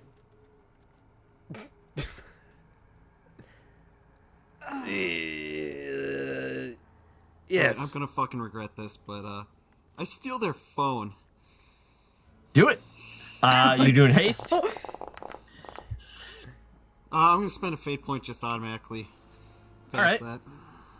Do it. So, you've added +2, and you succeed with style. And as soon as the phone is out of their hands, all three of them go, and they get like pouty lipped, and they're just kind of like looking around, like no, that's no fair, no. And D is just like looking up at the ceiling, kind of like, and they haven't moved off of the thing. They're like, "What do you want? We're helping." Helping yourselves, particularly to my friend. But he's so tasty. Well, he's not on the menu, I hate to tell you. He does need his answers, his questions answered, however. How do we hide Eric from Odin's Riders? Well, and they kind of like all, And be straight with me if you want to see again. they titter at that word again.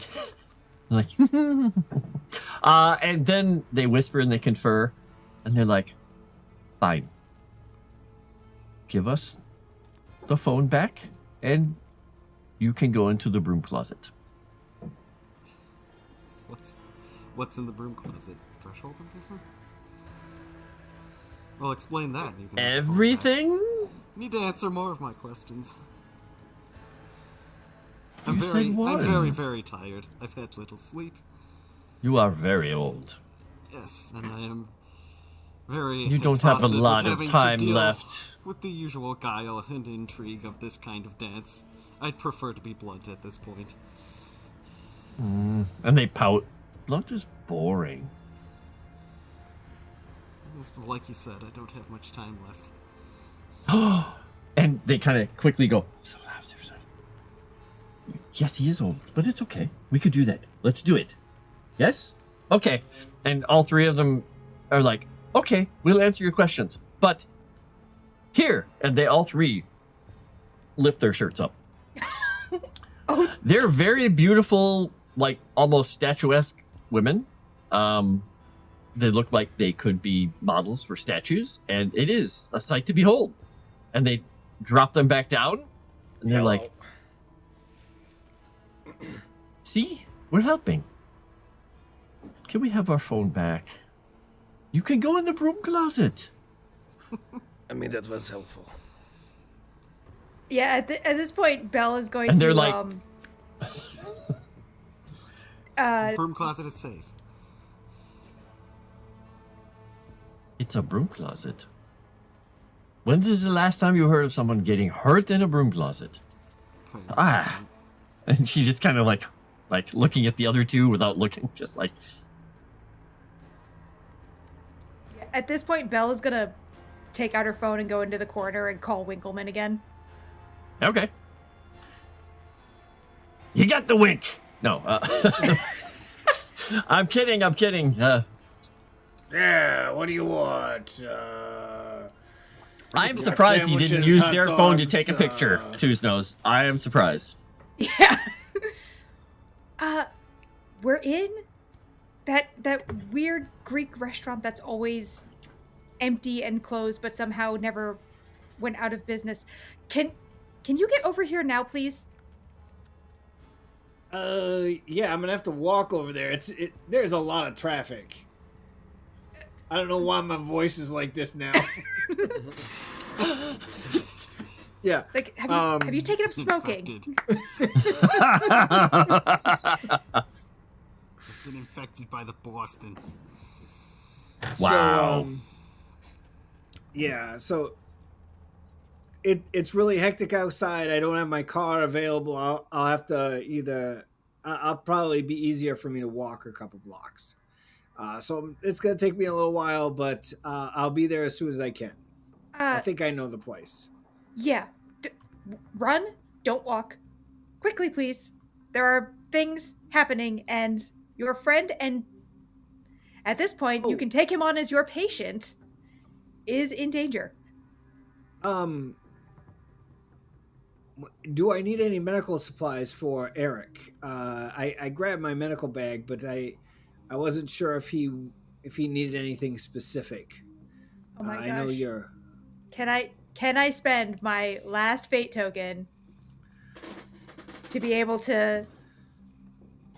You would know the basics that he would probably need are the same things that anybody else in this kind of a situation would need. Possibly something to calm his nerves and possibly painkillers or something because he's still going through slightly withdrawal. But basically, he's fine. He just needs rest and therapy. Okay. Yeah. Okay, and all that stuff would be in my go bag. So yeah, so she'll rattle all that off to you and just be like, quickly, please. All right. I'm grabbing my bag. I'll be on my way. And they're like doing this to the phone, and the one in the blue dress in the center, and she's just like, if you give me back the phone, I'll tell you a secret. I have one more question. How do I stop the riders? And just looks over at Dean. Like, well, she stopped them for now. No. Permanent solution for my friend Eric. Oh, you just have to make sure the gates stay closed. Simple as that. Where are these gates? All three of them point that direction. Mm-hmm. And then kind of up a little bit. And their hands are moving slightly. And then they stop. Okay, give him the phone back. Corner of the room. They almost give a little squeeze of delight when they get it back. And they're like, no. Whose turn was it? It's my turn. And she starts flipping. And she's like, and you see her flipping her finger like faster than you've ever seen somebody flipping through things. You have no idea what she's doing on the phone. She's like, oh, okay. I'm almost caught up. I'm going to use all my time to be caught up. And the girl who said, I can tell you a secret, she's like, only take what you need when you go in the broom closet. Don't be greedy, okay? Understood, madam. Oh, madam. And she just kind of looks pleased, and one of the other one just goes,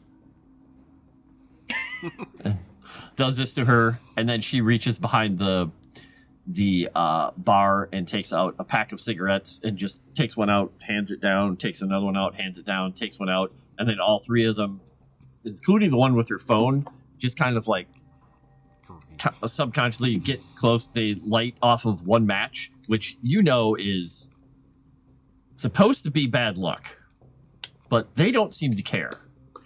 And then they're just kind of like, and then you hear a ding and the phone changes hands again. And then by the time that they are done with this and you guys have talked, Winkleman is out of breath and comes up to the door. Do you knock on the door? Do you go in? It says closed, but you can see them standing inside. Yeah, I'd probably check the door. Go in. It's open. Hey. Where's Eric? Where is he? Is he okay? He's sitting in a chair there. All right. I'm gonna go through, pull out the stigmometer and stethoscope and gonna basically check his vitals. And Bill, I'm trying to remember. Did you spend your last? Yeah, to tell him. Oh no, we didn't. Because she didn't I need told to. you your medical. That's right. Yeah. So the as he's messing around, looking at him, you hear all three of them in unison say, "You don't have time for this." Check out the broom closet. And one of them Closet. just goes,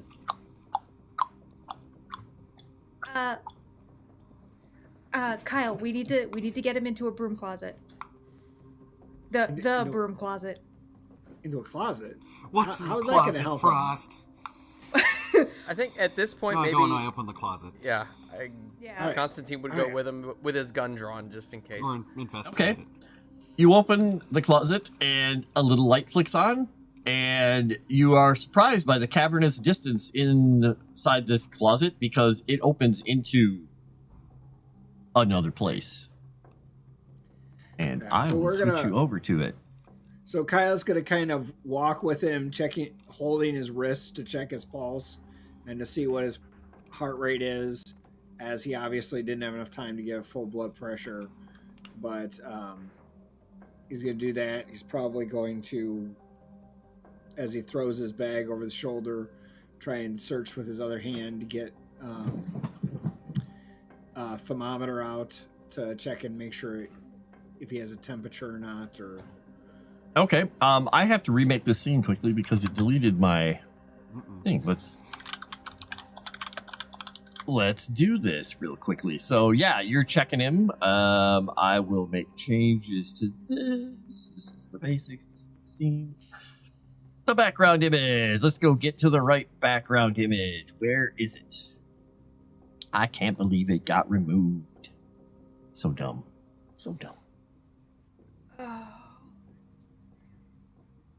All right, let's hope that this actually did it, and I will copy you all and bring you over. At this, I think we're kind of looking in there, and Constantine and Peter are just kind of standing next to each other. Constantine will look over at him and just be like, "Who were they? Those women."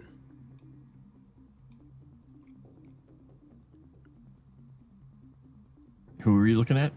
Peter. What did you say, Peter? You seem to know more about them than I did. I don't know. They were not ordinary. I've been around floozies. They were not floozies.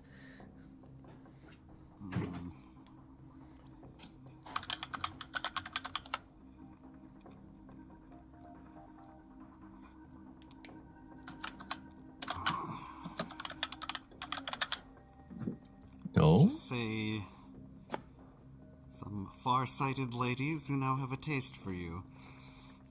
Was it a mistake for me to give her peck on cheek? Probably. Oh no.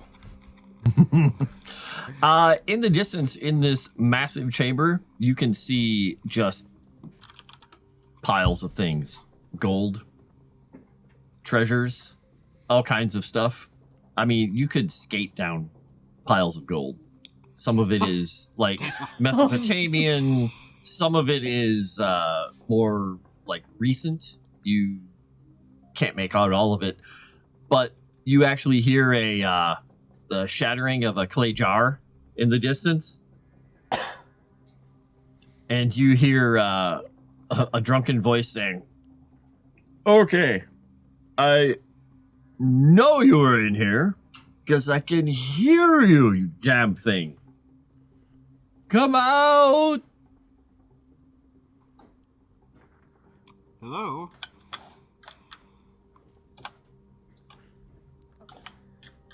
You see a figure moving in the distance. is there a place where I can sit Eric down and do a full check? Yeah, I mean, pile of gold. Yeah. You see blades and swords and weapons and things and suits of armor like scattered in. Yeah, so I no, see no I bodies see in a any of bunch that stuff. swords lying down, and I sit them down in that. You know, that sounds good. I'm joking. So, out of that other room, as soon as you say, hello, you see a man who's maybe close to 6 feet tall, but he's broad-shouldered. He's got lots of tattoos on his arms. His sides of his head are shaved, and he has kind of a rough mustache and beard. You can see there's wine staining his beard. He kind of like steps out and then slides down a pile of gold and boom, bumps into the pillar and catches himself. You see the pillar goes a little bit with his impact, and he just goes, "Sister!" And he starts walking across the room towards D, and she's like, "He's drunk." And as he kind of stumbles through everything, he's got a wine jug in one hand. He just kind of comes up to all of you, and he looks down at her and goes, "Hello." And she turns and goes, "This is Thor. Yeah. Why are you still looking for the ring?" He's like, "Yep. Mine, and it should never have been given away. It was unfair of your husband to make me do that. So I love him very much." And he starts looking around, and you hear a ting, ting, ting, ting, ting, ting, ting of things moving, and he goes, "Ah!" And he throws the jar, and he runs over and starts digging in a pile of treasure and gold and stuff. And he's like, "Nah." Turns around, he's like, "Nope. Why are you here?" "This is my room." We were hiding. "I found you." This is your room. "I'm in it. I was alone. It's mine." But It's definitely not like Norse in structure. This looks maybe ancient Greek, if you were to guess. Maybe. Oh, I'm not gonna argue with the god of thunder. Yeah. Eric is fine, by the way. He's completely fine. He's just needs food, but he doesn't look like he's up for eating right now. Can I look and see, just like, I just want to take a quick glance around and see if I see any rings. And I'll just ask him, like, this ring, are you, what does it look like? What is this ring you are looking for? He just goes like this. It's It's a ring. The ring looks like a ring. I'll just, He's like,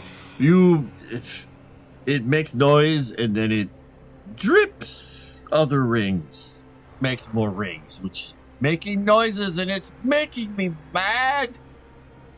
can I, look around and maybe kind of like listen in to see if maybe I can pinpoint it? Yeah, go ahead.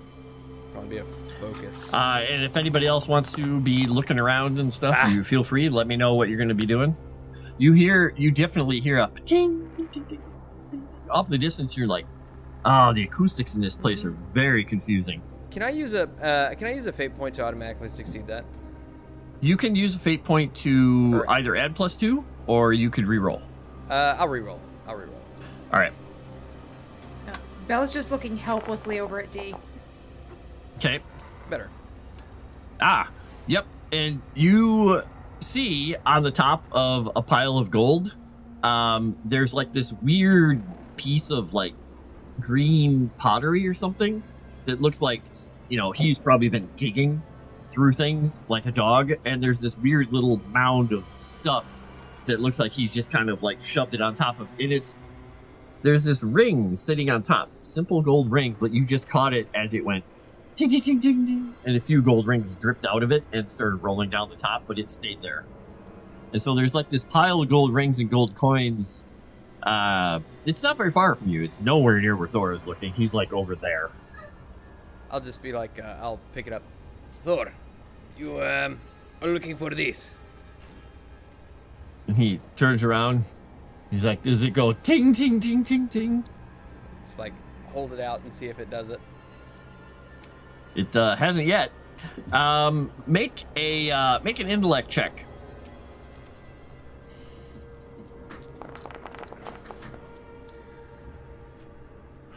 There's something a little weird and disturbing about that green piece of pottery or whatever is sticking up out of that thing. I'll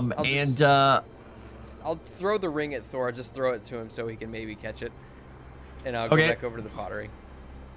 And he misses and falls into a pile of swords and gold and stuff. And he's like, "Damn it!" Rah! And he's getting up, trying to look for it. Now he's looking for it on the floor of everything. And what were you doing after that? You were looking at the piece of green pottery. Okay. So let me make sure that I give you the right info here. He as you're looking and you're moving that stuff aside to kind of peek at it, you can see it and you're like, that's weird. And you start going down and it's kind of pointy and you pull more of it away and you're just like, oh God. You just expose more of it and you're just like kind of back away. It is it's a nuclear warhead. It's a Soviet nuclear warhead. It's a MIRV. And it's sitting in a pile of gold. And as you hear him in the background go, ha! He's like, oh yeah, don't touch that. That's mine. I took it from some people who were running around. They were screaming and yelling, and I took it. It's mine. Why do you have nuclear warhead? It's mine. They didn't. I had to find a way to stop things, and I thought this was a good way because they go. Yes. But Peter said no. So it's here now. That's probably a good idea to not do that. Stop. Yeah. But it's warm. Kyle will reach into his bag and pull out his radiation badge and check it. It's just the dosimeter is going off, but it's not like dangerous levels. No. It's still intact. That stuff's He safe just until it's activated, you know? yeah. He just comes over and he goes boom and smacks it with his fist. He's like, fine. Not even flinching at that. What did you need Nope. the nuclear warhead? Stop what? Well, you see, my father made bad choices, and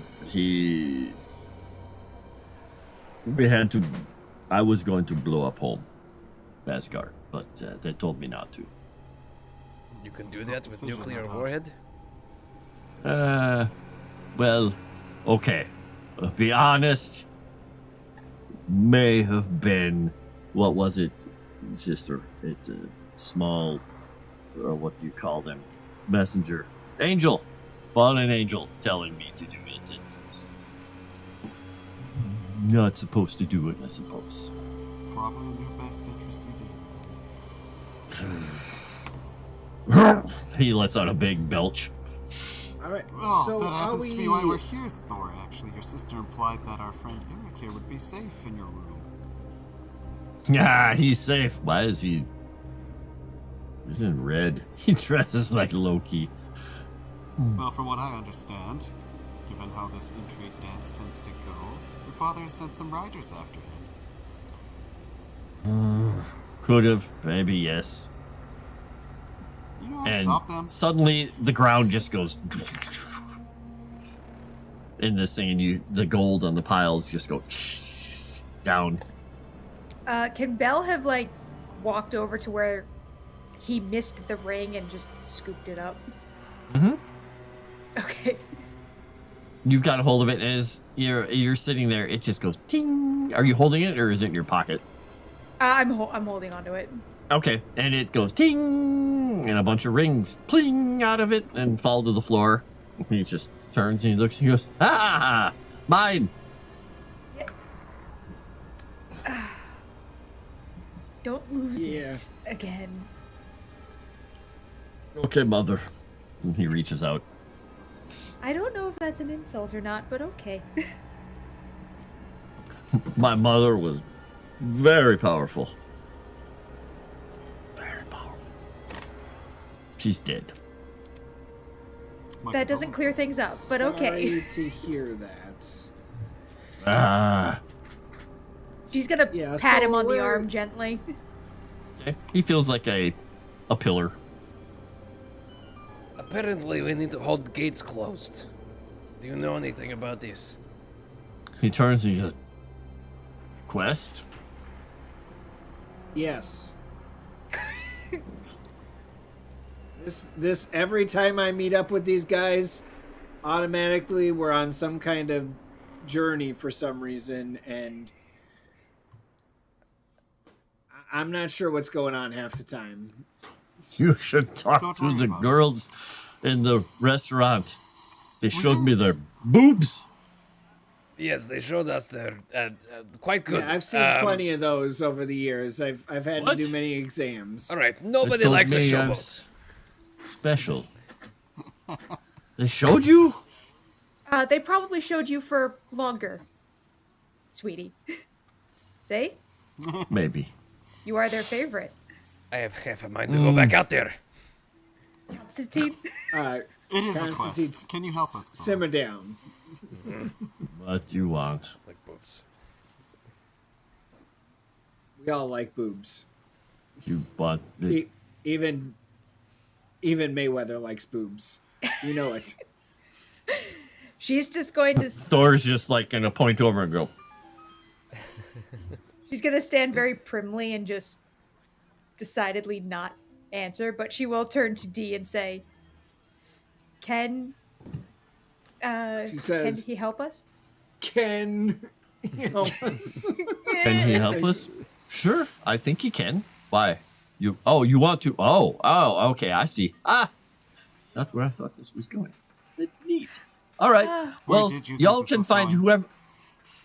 I don't always know. I kind of thought maybe I guess this makes sense. It kind of started. None with of his this makes father. sense. I'm so tired of riddles. Where does your sense to you? your husband fit into this? And the coin? Oh, yeah, where's Oh. Peter? Well, I think he's probably. I can't call him. He's probably getting the coin right now. But if things go sideways at the gates, he'll be out at the gates. He's a warden. Oh, I'm Ukrainian. that sounds good.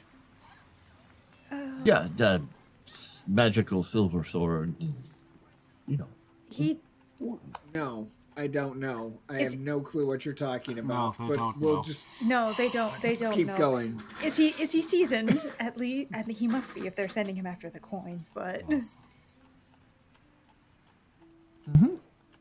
well, you don't seem concerned. Wardens are very powerful. They're like. Oh, I'll be polite and say they're like Wardens magical are those policemen. people that that's what I was take care of prisoners, right? They run a And prison. this whole place shakes again, and more coins down. That's disconcerting. And What is that? Thor Yeah. just says, "Somebody is knocking. I'll get the door." Maybe not. And he just kind of goes like this, and you hear a smash from up above, and his hammer flies into his hand. He's like, "Be fine." All right, And he I'm gonna just go yells over out as he and walks sit away, with- "God of Thunder!" True. I mean, I go over and sit with the Eric. God of Thunder can't and handle it, protect and it's a him. problem, then we're done We for aren't- anyways, Mayweather. Oh, I feel like I should have probably added a little bit of whiskey to that tea earlier. Yeah, Constantine takes like a little, what are they called? A hip flask. A hip Yes, flask, he takes yeah. like a flask out of like his. Oh, got Hands it. over to her. Oh, thank you. Nice. It's been a very long week. And you see Eric kind of eyeing that as it goes past, but he just doesn't say anything. And not 2 minutes later, Thor comes back and he just kind of drops his hammer on the ground and it shakes the place a bit. And he leans against the wall and he goes, You know this man? What? I don't like him. And he just kind of wrinkles his nose. And you see that person that was... You've seen him at the hospital before. He came in for an x-ray and then disappeared. He seemed very interested in talking to you, Winkleman. But then he was gone. And you've seen him at a vending machine. And you saw him possibly as the person who walked across in front of the thing. He's a man with kind of long, somewhat scraggly hair, an untucked shirt, an orange vest, khaki pants, and a pair of pink plastic sandals on. And he walks in. I don't like him either. And you notice that the sandals don't match. One is a pink flamingo sandal, and the other one looks like it's a... You think it's a Patrick from SpongeBob? Kind of like croc sandal? You can't quite tell from a distance. And he's got his hands in his pockets. He just kind of raises his eyebrows and starts walking forward. The stasis level right now with this just went up again. It is now... Technically, if we're going DEF CON right now, it is at DEF CON 3. Oh, that's not horrible at all. Oh. Wait until it gets to 1. Yeah. Can When it Belle gets to 2 feel, and 1, that's bad. Can Belle feel the power, any power from him over... I'm assuming this place is just a hotbed. The place is a hotbed. He feels powerful-ish. But, I mean, nothing that's making you, like, go, ooh, like when Dee was, like, all sunny. And you're kind of looking and focusing, and you hear Dee, who's right by your ear. And she just says, yeah, don't trust him. Well, Hey, sir. yeah, don't I trust want him. to sit down. I think I should give you a look over. You missed your X-ray that you needed to look at your lungs. So. And he You just were at kind of the holds up hospital. his... Who are you? Holds up his left foot. He's like, Your lungs aren't in your foot. but I hurt my foot. It's what I was in there for. Oh. He looks at you and he goes, what do you mean, who am I? You were at the hospital before. Who are you? I'm affiliated with the church.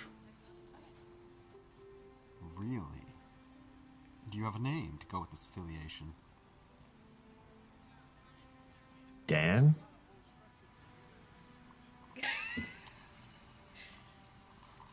All right, Dan. And he holds out, he reaches in his pocket, he pulls out like a police scanner, and he just, you hear it, it's like making just hissing noises right now. He's like, a lot of people on the street, they call me Scanner Dan. Scammer Dan. Okay. He just kind of gives you a wry look. And just, How did you find this place? Yes, can we help you? Armin, you decide, because that roll can lower or raise stasis, but it also affects the world. So depending on what you get on the rollable table, it could do something really cool for everybody, or it could do bad things. But, you know, trigger fate. Let's go. Sorry, what were you saying? How did you find this room? Why are you here? He's just gonna point. Just like, room is easy to find. I mean, the big drunk, whatever he thinks he is, god of thunder, is not exactly difficult. And he just also points over to the Merv and he just... Also, I've been here before. You've been following us, sir. What do you Care know to of explain Eric? why? Oh, sorry. Go. It's okay, dear. Care to explain why? Yeah, old married couple indeed. I could tell you. if you really want to know. Yeah, Okay. I'm always intrigued. Please do. If That sounds like it comes with a price tag, sir. I need one thing from you. what is that? Please do not say kiss. He just kind of puckers up and goes, you see he's got a cold sore right here. And he Yeah, here just I got kind a of takes cream his, for that. takes a step forward, and he looks around and he says, do something for me. Walk around this room and find the thing that you would like the most. Pick it up. No. Oh. And the music swells at the right time. Yeah. The thing that I would like. I was the warned by most. the ladies up front to take only what we need from this room, not what we want. Yeah. They said do not be greedy. I said nothing about taking anything. I want you to pick up the thing you want the most. How's And, D looking? D is like, she had said, don't trust him, and she's just looks at you and goes. And then she leans in and whispers in your ear, and says, Jacob wrestled him too. He's not what he seems. And she's going to just nod a bit. And then she leans in even closer to your ear and says, do not gaze upon him. Oh, Mm-hmm. I tend to not do that as a rule. And she leans even closer and says, he's the morning star. Even at that, she's going to stiffen and just Kyle, why don't you see if Eric needs something? Oh, Away yeah, from of here. Of course. Yeah, I'll definitely do that. Gonna go grab Eric and grab my bag, and we're gonna head off away. Get him nice and comfortable and warm, and don't touch anything. And this guy says, if you want the answer, he has to pick as well. And the whole place, you feel the place kind of like do a little bit of a and things shudder a little bit more. And he raises his hand and he says, that's not me knocking. I think Constantine at this point would kind of just like look around and find just like a really kind of an ornate shield. Okay. If there's one around. There is. And just kind of pick that up.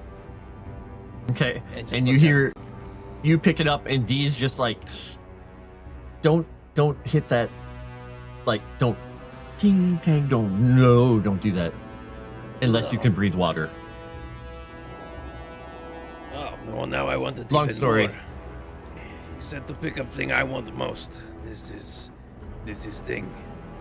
And he, the guy in the orange vest looks over at you and he just says, honest. Look back at the rest of you guys. Go pick thing. Belle's not actually going to pick anything up, but she is going to attempt to organize some of the treasure. Okay. And you're getting a fate token for that. Yes. As you start stacking, moving, coordinating, you hear him just chuckle and say, that's 2. I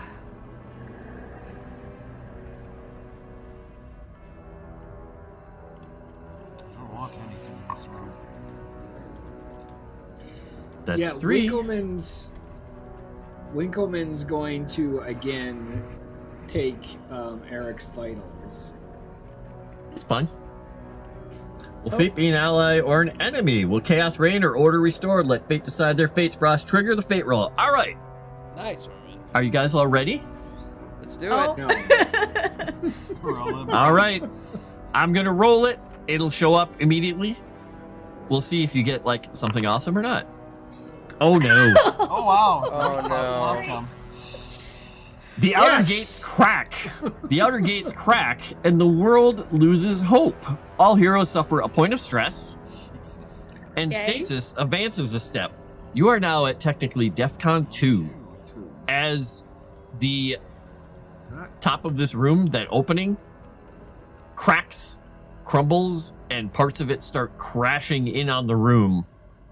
I hold the shield And up above my head. everybody make a fate or a stress. Check a stress box, please. Oh noes. Yes. Exactly. So, as that happens, you see a grin on his face, and Eric's vitals are fine. He just looks like he's kind of nonplussed by what's going on, not really paying a lot of attention and just kind of drowsing. And stuff starts raining down.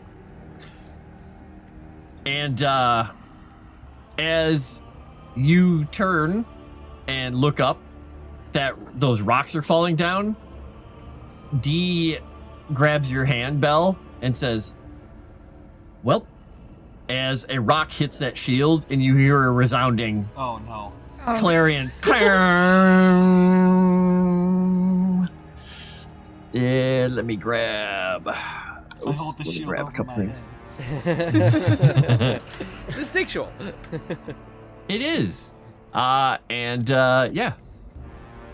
Let's go to.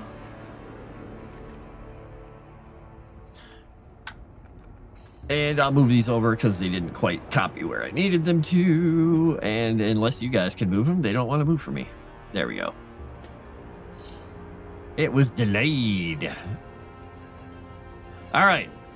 So, Kyonstantyn, you are underwater, just in a cold, wine-dark sea with roiling waves. Everyone else has landed on the shoals right nearby, and you can see a figure of a glowing female kind of on top of the waves, and you can see a figure struggling right now down in the depths, trying to come up out of it. I will swim down to try to help him out. It's you. Oh, me! I will try to help myself out. Yes, you are in some peril at the moment. So if you would like to tell me what focus you are using or what approach you're using to get yourself up and out of the water. At this point, this is one of my worst rolls, but I think haste would be appropriate. Okay. Can Belle spend a fate token to have grabbed a long pole or something to kind of... How about a wonderfully, beautifully made rope? Will it sink to him? The end of it would. Okay. So yeah, she will have done that to drop a rope down there to help Kyonstantyn out. Okay. So you will have an advantage on this. Okay. You'll have a +2 to your roll. Okay.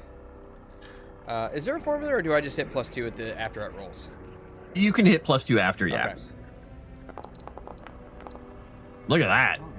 Okay.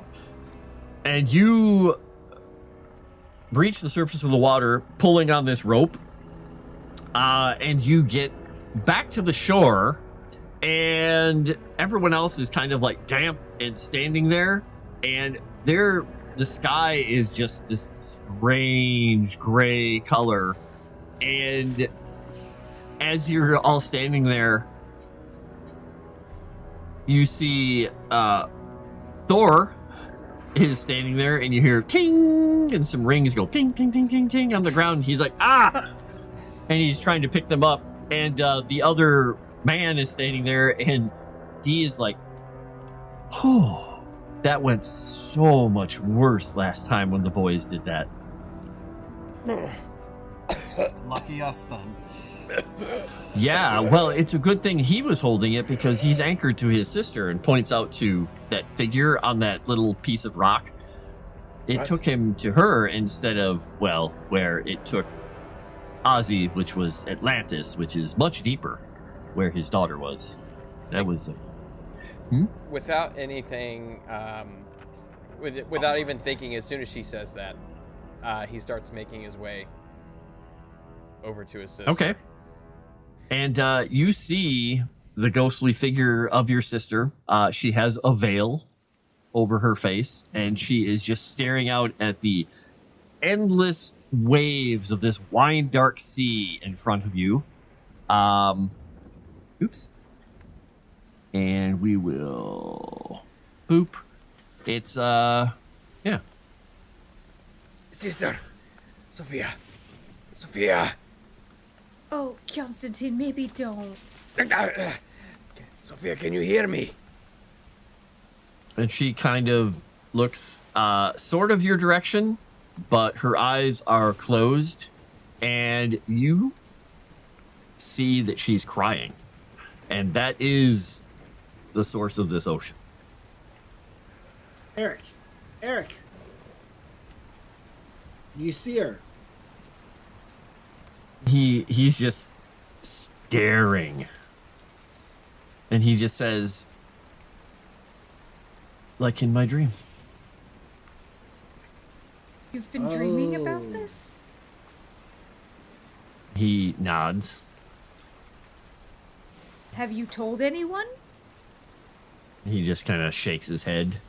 Oh, sweetie, you should be telling people these things, even if it's just us. Why have you been keeping this secret? He just kind of is staring like she's the only thing that is feeding him right now. Don't you trust doctor-patient confidentiality? Come on. No. And she, like I said, is just weeping. And D just kind of like squeezes your arm, Belle, in reassurance after what you said to Eric. Call to her, Eric. When did you start getting sentimental? What?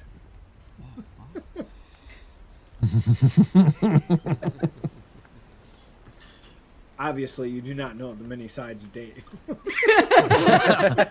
There's two sides. There's the front and there's the back. This is... Never mind. Let us not go there, my friends. That is a dark place. I don't know. The outer gates crack again, and everybody's no.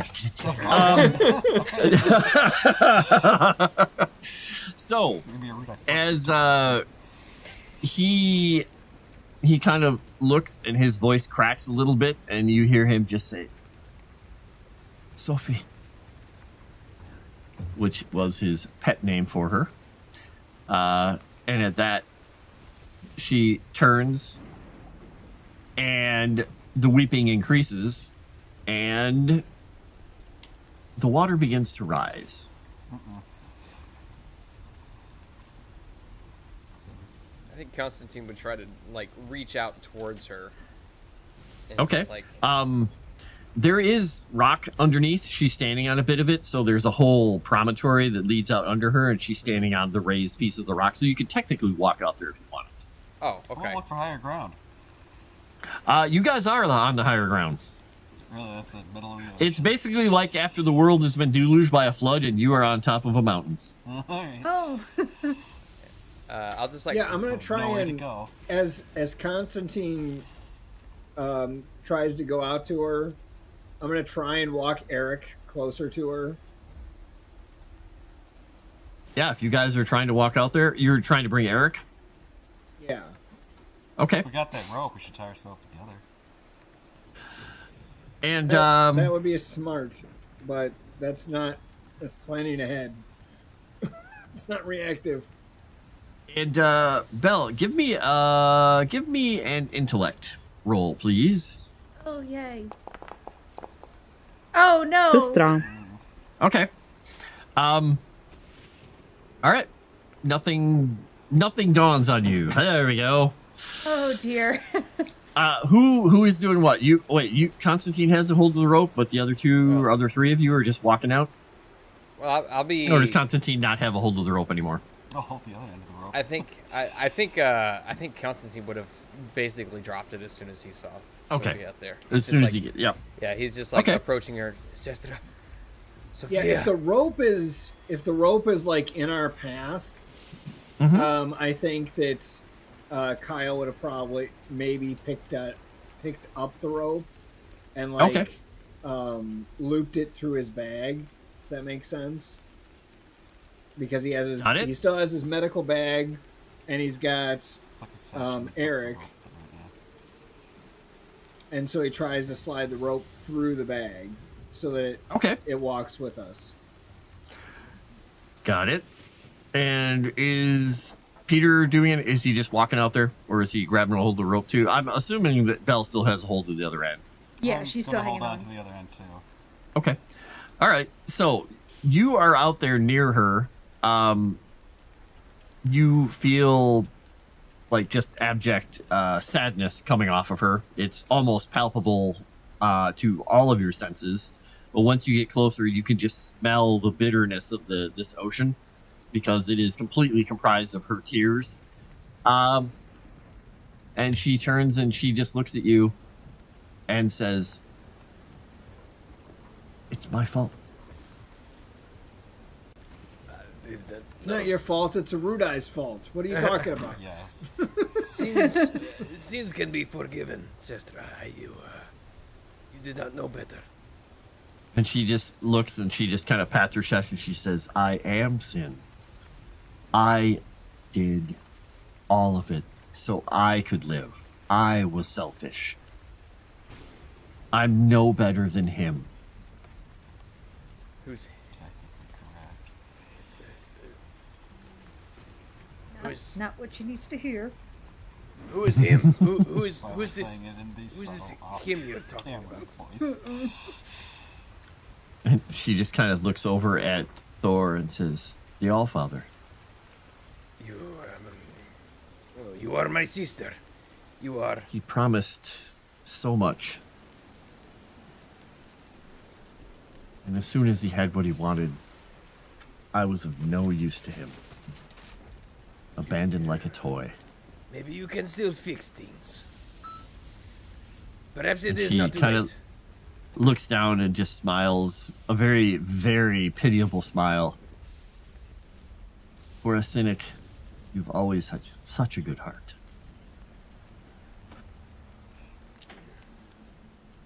look back at the rest of the group, and then Power of forgiveness that is found in the ones you love.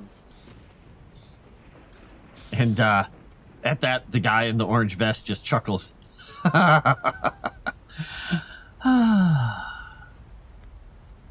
Right.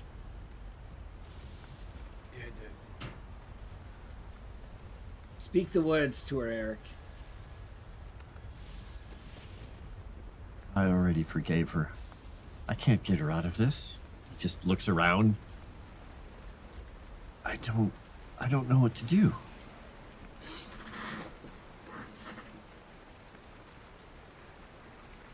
He just stares at her from like a foot or so away, and she's just staring at him, you know, the tears still dripping down her face. And you hear it back behind you, another ting, ting, ting, ting, ting, ting, of rings just playing all over the ground.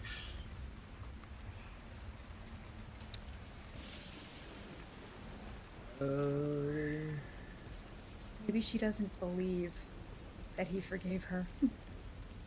Yeah. Well, I mean, that's why I said speak the words again. You know that no one here holds you in blame for anything that has happened. And she kind of gives a sort of a smile to everyone and says, That's sweet. You very weak, But though. it's...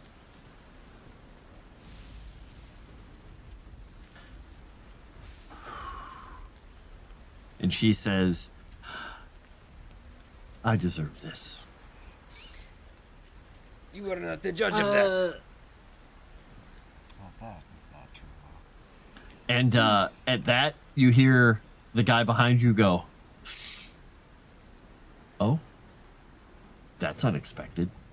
And you hear a resounding clang of metal as something smashes to the ground next to you, almost like like somebody dropped a bell from a great height. And it causes you all to react instinctively, just like, oh my god. The only person who doesn't cover his ears instinctively, even Thor does, is this person. And you see that where your sister's shade was standing, there is a very strange looking girl who looks a little bemused, a little confused, and completely out of place. Let's see. Where is her? Oh, did it delete her too? No. All right, I'll add her quickly. We'll just have to duplicate this. Oh, that sucks because it took her sheet off too. All right, well, we're gonna use Dee's sheet because you're gonna meet. You're gonna meet Claire. Let's see, where is she? There she is. We're gonna set that there. We're going to fix her token so it actually says her name. And we will make sure that it's got the right token to it because it lost it. And we'll update that. All right. Always doing things live. Boy, can know. Yeah, it's always Auto fun. At this point, huh? Yeah. It is. All right. Well, luckily, I've already done this a few times. Claire is here, and we will show you this odd-looking girl who is now standing there, and her feet are getting soaked, and she's like, looks, and she turns mutely at everyone, just like with wonder and absolute terror in her eyes. And you hear that man just go, huh. Welcome to the world, Claire. And he disappears. Just unceremoniously. And you feel this whole place just go shake, shake, shake, shake, shake a little bit more. I don't know if it's a comfort that he's gone or that he left. Well, it would be in his Is this best a interest good if thing things. or a bad thing? And Dee just says, define good and define bad. Yeah, that's kind of what I was How I thinking define too, lady. bad depends on where he went. I don't know where he went. That's a good question. Where did he go? But I think the thing we need to do is find out where Sofia went. And she kind of looks and raises an eyebrow at this girl. Oh, okay. So who the hell is she? And she steps down into the water, trying to walk towards everybody. Really unsure steps, kind of like, whoa, because, you know, mossy rocks and all that.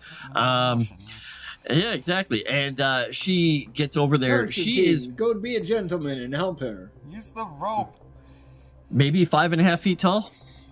She's here's the not a rope. tall girl. She's not a short girl. say, who's She's in the middle. Who's the closest to her? You are. Oh, I'll go down. I'll go down to her. Okay. And Go down for as you her? get close to her, she just kind of like holds her hands to her chest, a little like June, can you looking explain at any you of like, this? Who are you? and she does this, and she just goes and looks at all of you when that happens, and then she says, "I'm Claire."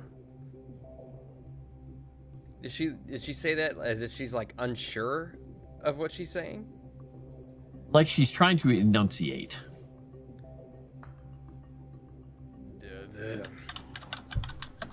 Here, come. And I'll just like grab her by the wrist and like begin leading her back towards the shore. Okay. That's Okay. a girl. And she nods at you, and she says, Shiam. And just kind of pats your arm. And then she says, my Goya, and points at you. It's like, Claire. Kyonstantyn. She kind of smiles at that, just Kyonstantyn. Basically in a perfect mimicry of your voice, which is a little unsettling because she's a girl. I'll just like back up away from her. Where is Sofia?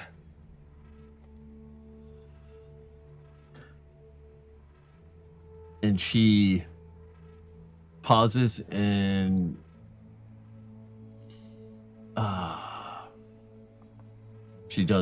she makes a couple of gestures, and she says,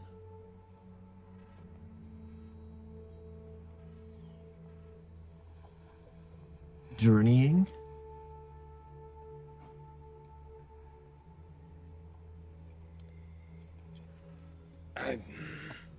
What does Where did you I- come from? Riddles.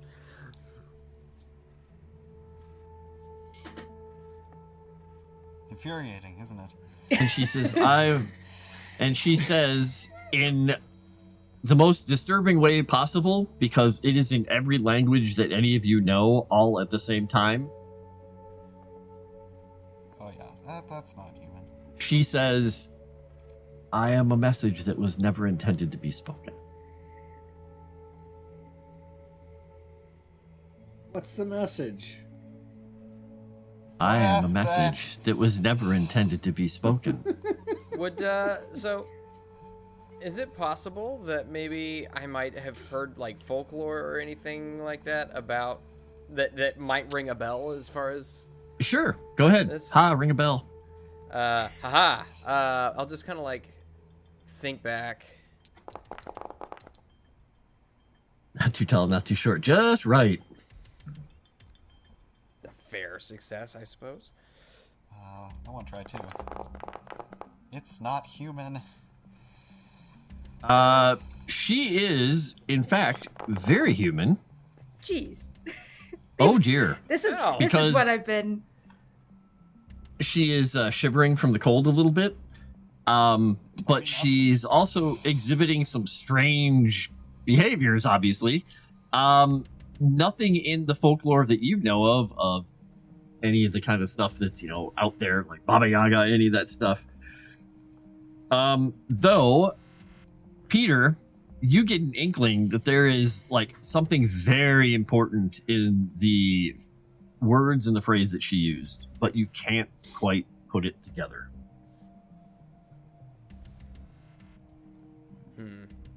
She's a message that wasn't intended to be spoken. Correct. And with that, And you hear was it behind intended, you, or did she say never intended, meant to be? you hear an influx of air as a gate to the ways opens.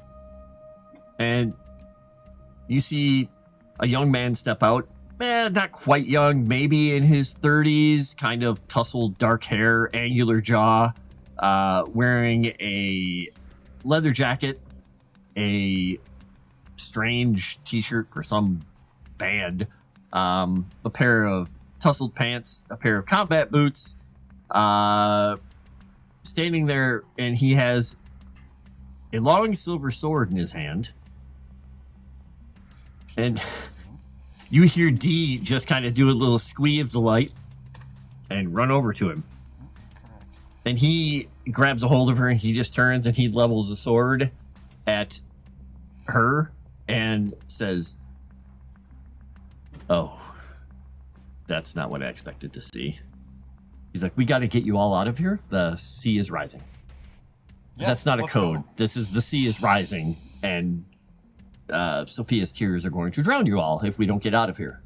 Thank I'm God, just like- someone who speaks English. I'll just point back to Claire like, do we bring her with us? Yes. And he says, Obviously, "Oh, she's undoubtedly, All right. we have to bring her with us because she is basically defenseless now. Oh, and grab that." And points over to that big piece of metal that's on the ground that looks like it was kind of battered and broken. I'll grab her Okay, by the wrist I again grabbed and the big piece of metal. Okay.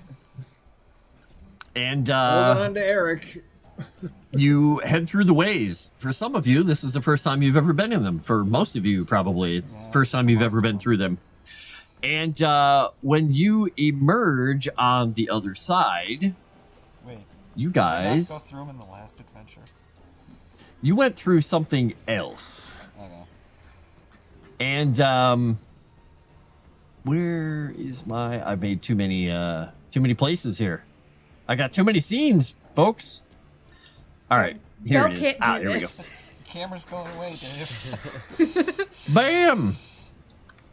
All right, so you guys step out into a bookshop, and there's a whole bunch of ladies in here, all sitting in chairs facing towards a podium, and there's a man reading, and you hear him at the end say, "And she's never stopped crying," and closes it, and they're all like tissues, and it's like the most horrific, stupid romance novel cover you've ever seen on a book. And it basically said, and it's literally called, "And she never stopped crying, ... with a woman in a red dress on the front weeping. And the women are like, and he used the title as the end of it, and they're all like enraptured by it. And Peter you guys appear around the outside and knock over a whole bunch of books, and he just is like, "I really hate literal magic." And he steps around the corner and just nods to people. And everyone's like, You know, I think "Where the hell did all these wet people come from?" And he leads you out into the street. You guys are back in New York, on a street pretty far away from where you were before. And he turns and looks, and he doesn't have the sword in his hand anymore. He says, "I have what I came for, if you know what I mean. Things are moving apace. This isn't good. And I'm really uncomfortable with you being here.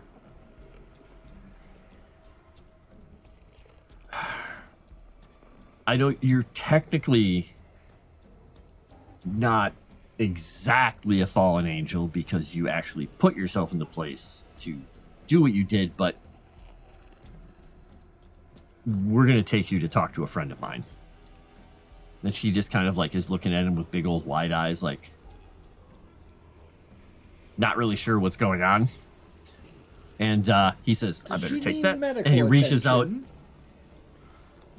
and this guy, Peter, looks at you and goes, "She's a perfect physical specimen." Well, I mean, we're all wet and it's cold outside. I don't want anyone to catch anything. He just kind of claps you on the shoulder. He's like, he pinches your shoulder, flesh, right? Literal word of God made flesh by her own hand. Not exactly what the message is supposed to do. They're not supposed to interfere, and she interfered. So free will, angel, doesn't work. Oh. Armor of God, crushed. So I better take that off your hand. And he reaches over for the bronze breastplate. Oh, What These is, are the Bible stories that I remember. is it the literal armor of God? Yeah. Okay. It's destroyed and burned because she basically gave up her place to displace Sofia from where her wanderings have taken her. But I think that technically makes her a fallen angel. Wait, if I'm On the That's what other he side said, of yep. that line. if I am putting these Yep. things together, you sent my sister to dwell in the kingdom of God. At this point, Claire says in that weird, confusing all languages, she has a long road, and there are things trying to stop her. I said, Ah, "Be she's in not purgatory. What was it? I said she's in purgatory. Right. No, I was asking what Nozaku Boy said. Oh, I was just thinking back. I remember we were in like church when I was really younger. And they did like a play of like the Three Kings going to Bethlehem kind of thing, and there was that part where the shepherds are visited by the angel. And so it appears before them and says, "Be not afraid," but then they all start screaming. They go, "Oh my God!" I said, "Be not afraid." Too late. That popped in my head when you said she's using like the tongues kind of thing. So Yep. And yeah, and Peter just says, as long as we can find her something to do, because she's mortal now, that will all pass. It will fall away. It's just residual. And he just looks at Claire and says, "You're now subject to death. Good or ill, you're one of us." One of us. One of. oh no. wait a minute. The associate of the church? He lied to me. Oh, he's associated with the church. Did you say that out loud? Yeah. And Claire says, "Well, he is." Not really. You know who he He's is. the Who enemy. is he? Yeah, so not Yeah. really. He is Satan. He's Do you associated. people not understand what association means? Is this Does Lucifer? the word mean something different now? He has a relationship with the church. It's just not a positive relationship. Typically, it's used in the context where it is a positive one, though. Are you telling me that this was the devil? Satan himself. And I'm not Peter saying and Claire he wasn't. both at the same time. Actually, Claire, Peter, and D all at the same time. 3 go. And just shrug. Yeah. I always thought he dragon. just taught people how to play guitar. I mean, Does if he you do want to that? get technical, and Peter says if you want to get technical, he's kind of on our side in this whole thing because he's trying to gather. And he points down to his pouch. Well, He's that's trying to very gather disconcerting. wayward children because, well, would you want them running around causing problems when you're supposed to be the one in charge and causing problems? I don't know. I've been answered with riddles this entire time. Every time I go, "What's going on? Why am I here?" And everyone's like, Oh, because your mind would actually probably fry if anyone actually explained it to you properly, or if Claire had been talking to you in the normal language. It's just it's a wizardly and otherworldly way of sparing most people from their I brains figured, melting. which is kind of why I'm just going along with it right now. It's like that film, Indiana Being a Jones, mortal when man, they look though, at the you're going ark. to have to forgive me being disconcerted working with the devil. I Wait, feel you like worked my with him? brain hurts anyway, and it's kind of, melting away. Just from. Just smelling antidepressant. Very nice lingering, yes. Associated. It's an association.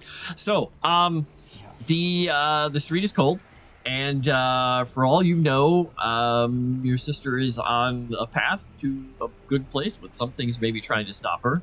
But Peter has also said, the Peter LaFollette, he's also said that things are getting bad at the gates. What do we need to do? Do we need to go to the gates? First and foremost, we probably need to get out of the snow. I'm too old for this shit. Yes, we need to get out of the snow. And he looks over at D and says, "I'd rather you didn't come with us, but I know you're going to argue and you're going to come with us anyway, so come with us." He kind of smiles. And you just see then Claire just kind of raises her hand. And a couple people just, turn their head towards her. And she says, I'm in pain.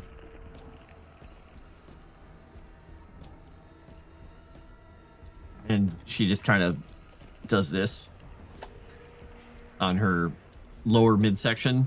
And Peter's like, oh, yeah, you should probably eat something. Oh yeah, I think Eric probably needs some food too.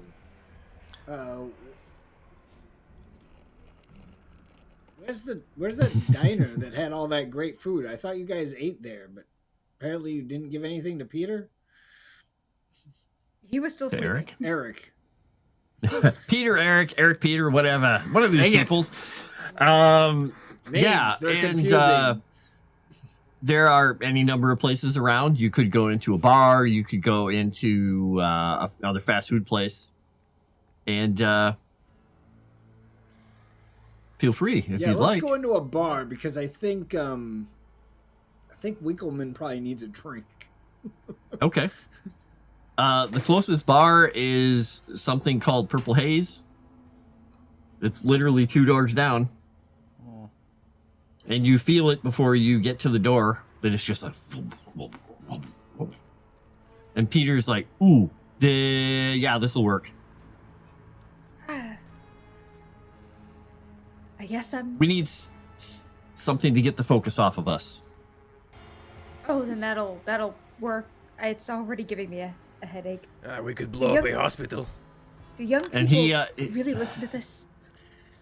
Oh, I don't care about the music. It's the fact that there's a lot of people in here having sex. And he opens the door and heads on in. And Dee just kind of like dragged in with him.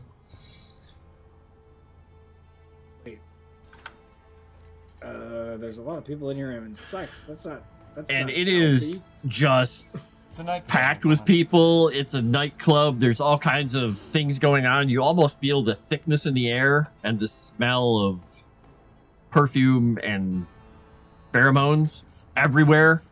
And yeah, the ladies get in free. The men each pay $5 and you're in. And it is ridiculously loud, but you get off into a side area where you can be a bit alone, and Thor is standing there just kind of going, docking his head, and you hear just a ting as more rings spill out onto the floor, because he hasn't put it in his pocket yet. He's still holding it between his fingers. And He might you wanna hear- tie that off to himself. you really faintly hear a girl saying, "You drop this," and like pick it up and hand it to him, and he just looks at her, and he chuffs her under the chin and says, "Keep it." And she just looks at him like a little crazy and just walks away with the ring in her hand. He's like, "I like this place." Oh. You would. Okay, He so... turns and looks at you. I just said I did. Yes, I'm agreeing with you. Thank you, Mother. I still don't know if that's a compliment or not, but okay. And she's gonna My turn... mother was a very powerful woman. It's a compliment. She's also dead. Mother Winkleman will Mayweather. He gets a will little try and signal morose a at that. Like, waitress. yeah, waitress comes over and she's wearing almost nothing. The top that she has on looks like it's made out of plastic. It's a plasticky sort of bikini. Hello. And she has a name tag that's just stuck on her skin, and it says her name is Jasmine. And right below it, it says, the bra. It says bra $20, panties $50, and you realize, oh, they're edible. And she is holding a tray, and she looks at you all and says, Says what? She doesn't say Nothing, anything. she She just- just looks at it. All right. because No, it's so we damn could loud use in some- here, she's just like, Belle's just gonna shake her head. Food, menus. And she looks at you and she just looks up and down like. And she just points over to the table where there's like a little standy thing in plastic. And it has like the 4 main drinks the place has. And then the food it has, which is just Pretty much nothing. bar food. Yeah, Chicken fingers. pretty much. Yup. Yeah. But are they edibles? Oh, God. Oh no. I have Yeah. my eyes. Winkleman will just point one of each. And she just nods. And she Going gives from the drinks down to the food. So one of everything. she looks and then she kind of raises an eyebrow and points at her tag as well. No. Not tonight. Can I use my family above all aspect to determine whether or not she has daddy issues? You want to You succeed that role. yes, if you want to spend a fate point, you can find that out really quickly. Let's do Up it. to you. I'll spend it. All right. So, in addition, I am going to Kyle. As she's moving away, you see across the way, totally not adhering to professional standards, one of the nurses you work with, on one of the dance tables, a dancer working here in a nurse outfit. And she has her hospital ID. No, it's a super like revealing nurse costume, but Yeah, she has her hospital ID around her neck.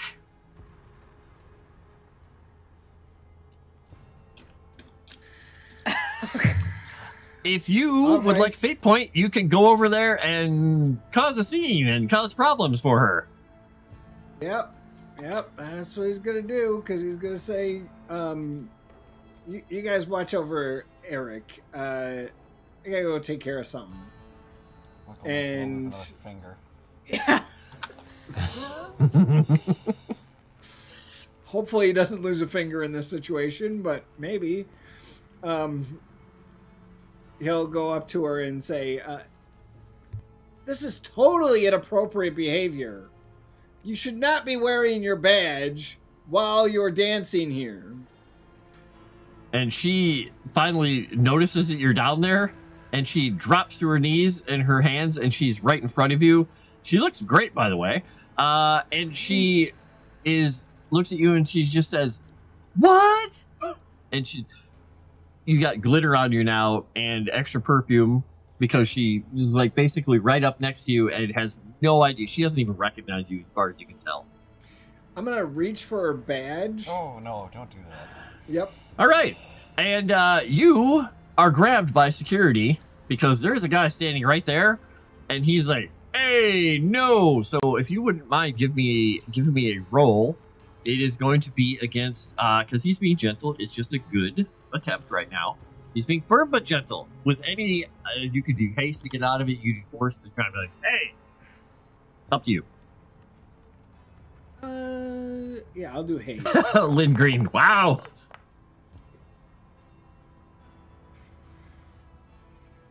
You want to spend a fate point to re-roll or add +2? Nothing was worth the cloud of glitter. Yeah, I'll re-roll it. Try and do better. Oh, I no. did worse. All right. Yep. So we're just gonna take that as it is. So he stiff arms you, and he unintentionally kind of pushes you backwards into another table, and you're gonna take. Let's see. You're gonna take technically. Since he was holding back on this, you're only going to take half of it. So it'll be 1 point of stress. But a whole bunch of other drinks and things got knocked over. And the guys at that table are like, you can hear over the din of the music. And one of them starts pushing you. And it looks like a bit of a brawl is starting here. Accidentally on purpose, possibly. Do the rest of us see this? Oh yeah. This and this place has all these aspects that you can see: the hot and heavy, the generous pores, the emotional flashpoint, the honeypot haven, and epilepsy. Ow! Because the lights are just the whole time, like Is it possible I can invoke the epilepsy owl to just kind of like take this guard unaware, or this bouncer unawares?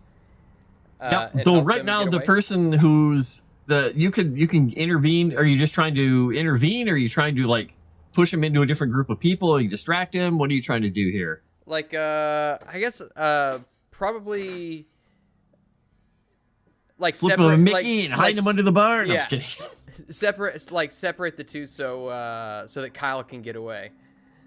Okay. All right. Yeah, you can invoke that, and that will give you. It's a free invoke. You can actually add 2 to your roll, whichever way you're Okay. doing it. If you're just like using guile to like be like Yeah, distract him. I imagine it's kind of just like, you know, I'm kind of using the crowd and using the lights and stuff like that to just kind of direct his attention elsewhere. Okay. Oh my gosh! Oh, no. I mean, it's a 3. you got a 3. It's not the worst roll in the world. I mean, you got a guile. You're guiley. So, you managed to get him ducked under the edge of a table while you tell the guys like, oh, and point and somebody's about to smash a bottle of something expensive over someone else's head, and you hear the bottle connect, and he's like, all right, you're out, guys. And he just starts doing this, and you hear a whistle, and it is now an all-out Yeah, it's a bar. brawl in this place. And Peter is looking a little concerned. He's like, oh, great. This, okay, this isn't good. We've got to get out of here now. And at that point, you feel the floor kind of go again. And you suddenly see a couple of people just go flying. And these dudes are running out of some of the back rooms, and they appear to be just body checking people and then jumping on them when they're on the ground. There are 3 of them, and they look unhuman to you guys, but most people in here can't really tell with the light and the shadow. These things are not supposed to be here. And you hear Peter just say, oh crap, outsiders, go, go, go, go, go, go, go. And he turns with his sword and starts facing him, and Dee's just like, I can help. And he's like, go. Okay, yeah. Belle is going to grab D and head for the door and say, get out, everybody out now. And she's going to start, as she's leaving, strategically be moving some chairs to block. Organizing things. Yeah, well, to block certain people while freeing a path for others. Okay.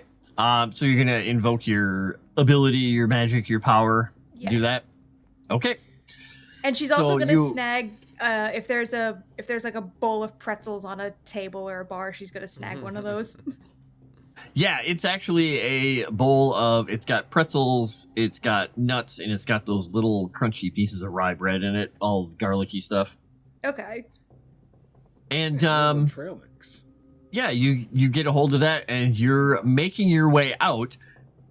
And at that point is when you see another one of these things coming through the front doors, and it basically tosses one of the bouncers like he's a baby, and he smashes into another group of people and breaks the table, and it turns and it looks at your group, and it just wordlessly opens its mouth and moves forward.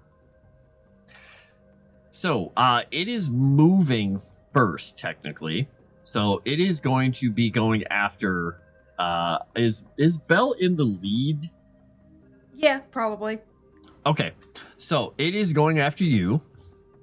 Yeah, so Kyle And- would have wanted to go back to the table to make sure he gets his bag. Yeah, that makes sense.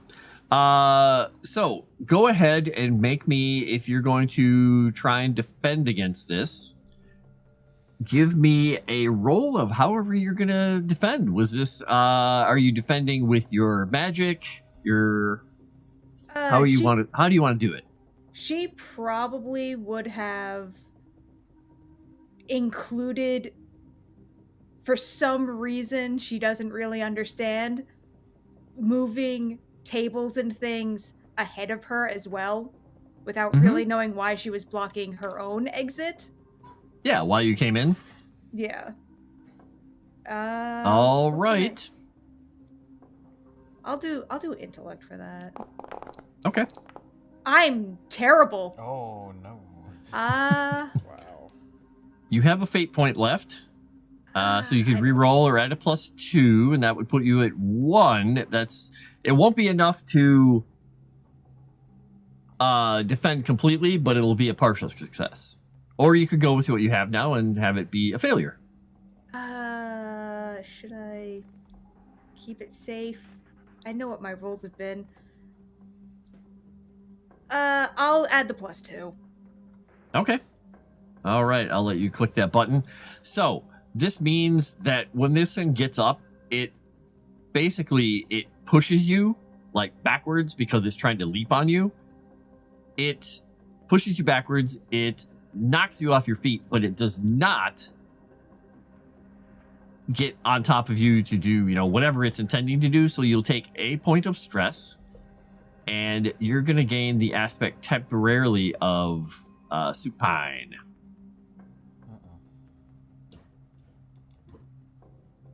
These things at scale.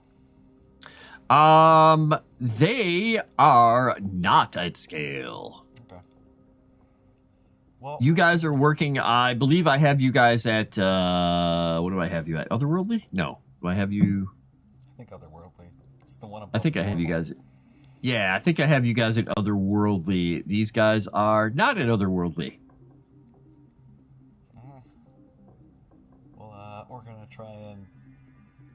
I don't know. Can I use the environment like the epilepsy owl kind of thing? The sort of darker club environment to take this thing unawares and, I don't know, shove it or something? Sure. I mean, it'll add a +2 to your, it's a free invoke, so you can get a +2 on that. Right. Yeah, you guys are at Supernatural. Right, that's it. Well, either way, Yep. we're gonna So it try goes and- mundane, supernatural, otherworldly, legendary, and godlike. So they're otherworldly. We're gonna try helping Mayweather here. Nice. Hey, There we go. that is a good roll. So what does this look like? What did you do specifically? What are you using on it? No.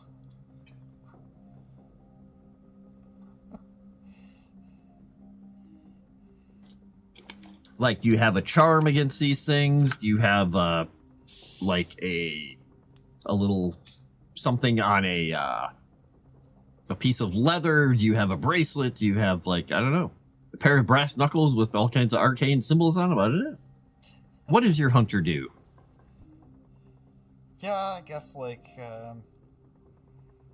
he's sort of loaded for bear, so he's kind of just got, like, the medicine bag with everything in it. So it wards him off like Dracula. I'm not sure how he would do this. Okay, Like, just so shoves him he away.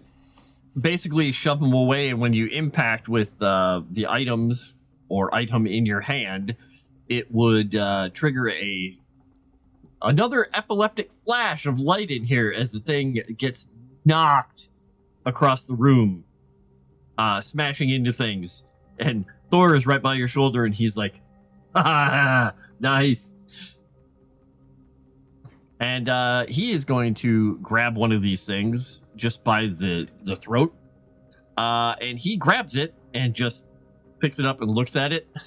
Because it's, a normal human size. He just kind of crushes it and lets it drop, and it just falls into dust and looks like bones. He just I thought they'd be tougher. 2 more if you'd like to try your luck. And he looks out the door and he goes, there's a lot more. Oh no. And you can see out there are a lot of them coming in. And you see that the source of these is not just they're running in out of nowhere. It is these people in the club all of a sudden are just become them. And there are more and more of them around you. And Peter is he turns around and he says, "New plan." Do we if we look around, do we see is there like a way out towards the back? There's the front door, there's probably a back because the bar has to get food, emergency exit, the kitchen. There has to be a way. So yeah. Okay. Is it our turn? It's required by law. Yes, Okay. technically right now you guys are in this crazy melee. So if you want to act, let me know, and then when it is turn for one of them to act, I will be interrupting you guys. I think. So let me know what you're doing. First things First thing we're first. gonna do is help Mayweather to her feet. Yeah. Okay. Yeah. And then I think that Kyonstantyn would grab Claire by the wrist again and begin making his way, trying to push through the crowd, making her way towards one of the back exits. And I'll just like wave to the rest of like, come this way, this way. Okay. Yeah, Kyle's gonna grab Eric and escort him out, and he's gonna grab some of the snack mix and try and give it to Eric as we're going out. Okay. So, do you have any aspects you want to invoke or anything, any stunts you want to use, Kyonstantyn, to try and aid you in this? Because basically what you're going to be doing is doing an overcome. Mm-hmm. And this is going to be overcome the throng and mass of people, some of whom are turning into these creatures, to get to that door. Yeah, I think I would probably use my rep, and I would imagine that maybe people might have seen my face before. Yeah, I mean, you've been in this place. You've conducted business here before. So I'll tell you what I'll do. I'll mark 2. Can I mark more than 1 box of heat for this? Just pull out the Yeah. gun. Yeah, I'll just pull out. I'll pull my gun out of my waistband with my free hand, and I'll just say, "Get the fuck out of the way!" And yeah, I'll just like force my way past people. All right, so you're gonna get some bonuses then. All right, so the way I'm reading this, it says for every box of heat you're willing to check, take +2 to intimidate. So it sounds like I can mark as many as I need to. Yeah, you right now you have +4 because you marked 2 boxes. Okay, so I'm gonna go ahead. I mean, force is my worst roll, but it sounds like. I mean, you could be the guile bar part could be like you're obviously not going to shoot anybody, but you're like, I want them to think I'm going to hurt them all. I like your explanation better. Oh God. Hey. So add 4 onto that. Boop boop. Legendary. It's off the charts. So, as soon as you do that, everybody in the vicinity around you starts screaming because gun, and they scatter and leave you quite the nice clear path through. The downside is that these creatures aren't scared by it, and they can see you quite clearly now and are moving towards you. But nobody else is in your guys' way at all to get to that exit, which is going to give everybody else basically 2 free invokes on what you just did. So they're going to be able to get +4 on whatever they're doing here because nobody is in your way. Nice. So who is acting next?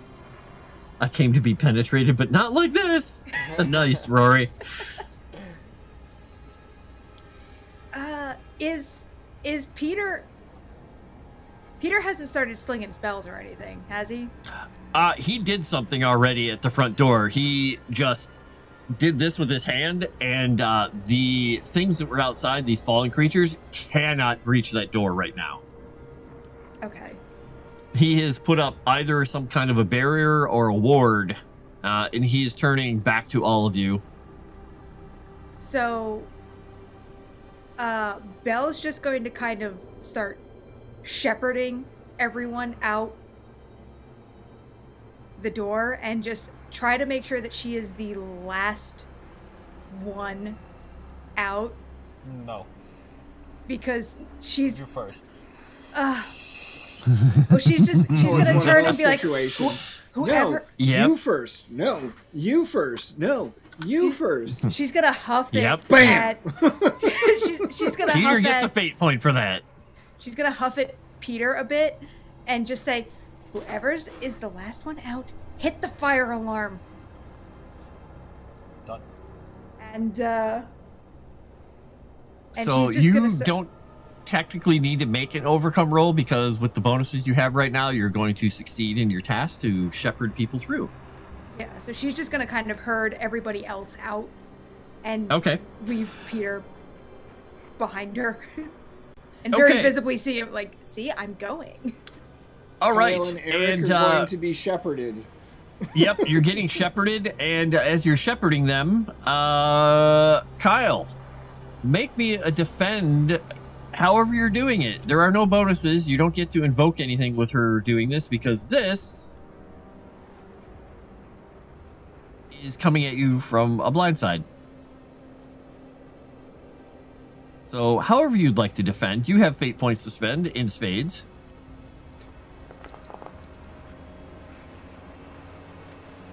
So your haste would be a 4. Now, what this means is right now you're going to defend with a cost, because this was quite a hit. You could take it. You could reroll. I don't know if you have any stunts or anything that allow you to do anything, but Nope. you have right now 3 points of stress coming at you.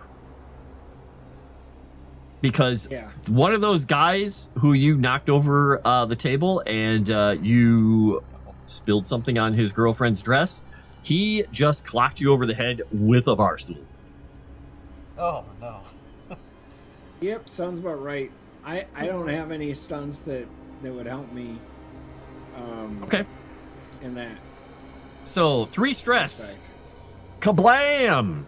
So I'm at 5 stress. Now, you could, instead of taking those 3, you could mark Imperil if you want to. And that would take up to 4 points of stress. But you'd be technically wasting one, but you will get an aspect from doing that, and it will likely be concussed.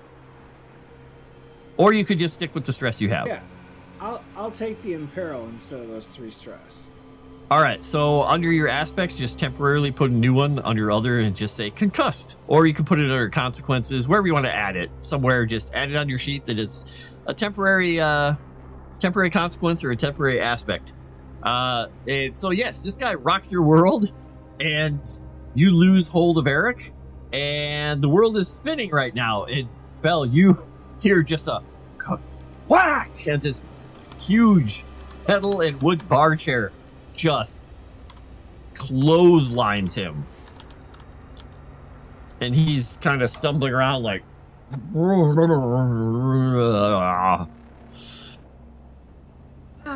no. one of your sheep got clotheslined. Oh no. So So in retaliation Oh, to that, dear. I'm gonna give the guy a taste of his own medicine, and I'm just gonna like grab a chair and throw it at him. All right, So, force or of course. all right, nice. All right, and I am going to do his roll. I'm doing my rolls separately because not all of these people have sheets. I could do it off of one of these guys' sheets, though. I guess I could just use one of the fallen guys. temporarily because they don't have a high force. Oh yeah, he is down for the count because he's already taken a hit from earlier. And yeah, you throw the chair and clothesline him in return. Nice. And he's on the ground now, and his girlfriend's like, down, looking at him. And then, of course, right then, and you can decide what to do with this because you are a hunter and a gentleman, one of those fallen things leaps on her. Okay, well, I'm going to have to help her then. All right, well, you're going to get a fate point for that because that is going to stop you from moving forward across the room. So, Belle, you have now lost 2 of your shepherdy lambs to the fight that is ensuing. And Kyonstantyn is totally like, doing this, and he's cleared a path, but nobody's quite catching up to him because Peter's behind. Thor is just like happily just pushing people out of the way, kind of backhanding him lightly, like, ha, enjoying himself, all the while dropping rings out of his ring. I'm going to point to Kyle, indicating that Mayweather should probably help him. Okay, she's gonna. Get Eric. What? Eric.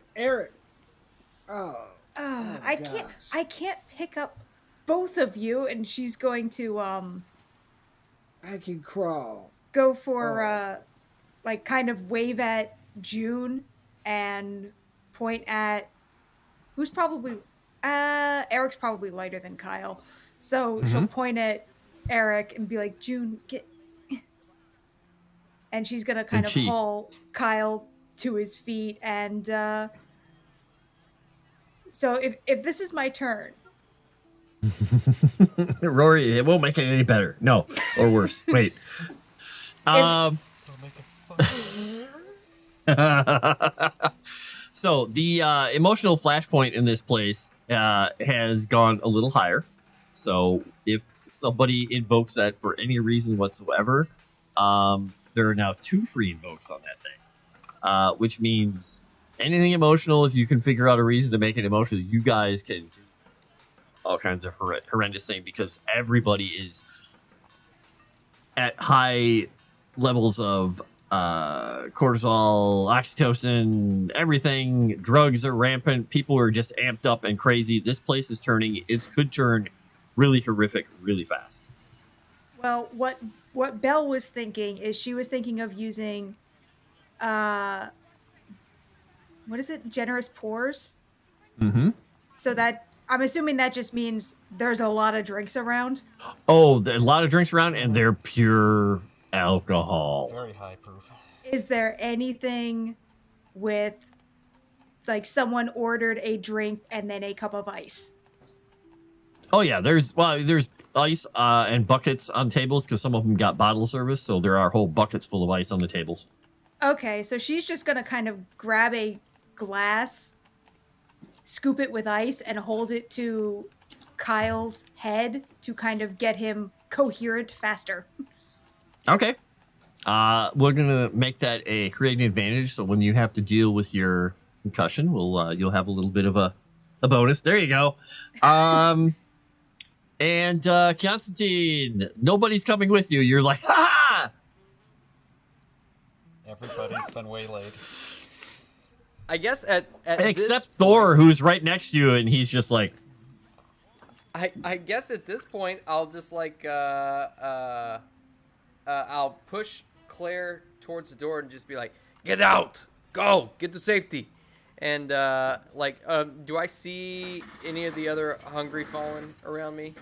Sorry, the sun's like right around in my you. window. Yeah, they're in your way, and technically would be in Claire's way. Oh, okay. Well, if that's the case, I'm just gonna blast him. Okay, go for it. Uh-oh. Make an attack. However you're doing it. I'm gonna say Haste. Focus. let's see. I wonder if there's anything. I want to see if I can figure out a way to. I don't know if I can really figure out a way to use any of the aspects of the room to shoot somebody. So, yeah, I'm just gonna like take aim, focus in, and hope for the best. All right. You've aimed. You've 3. focused. You've hit one. And it hits it, and the thing shudders, and then comes at you. Oh, shit. Yeah.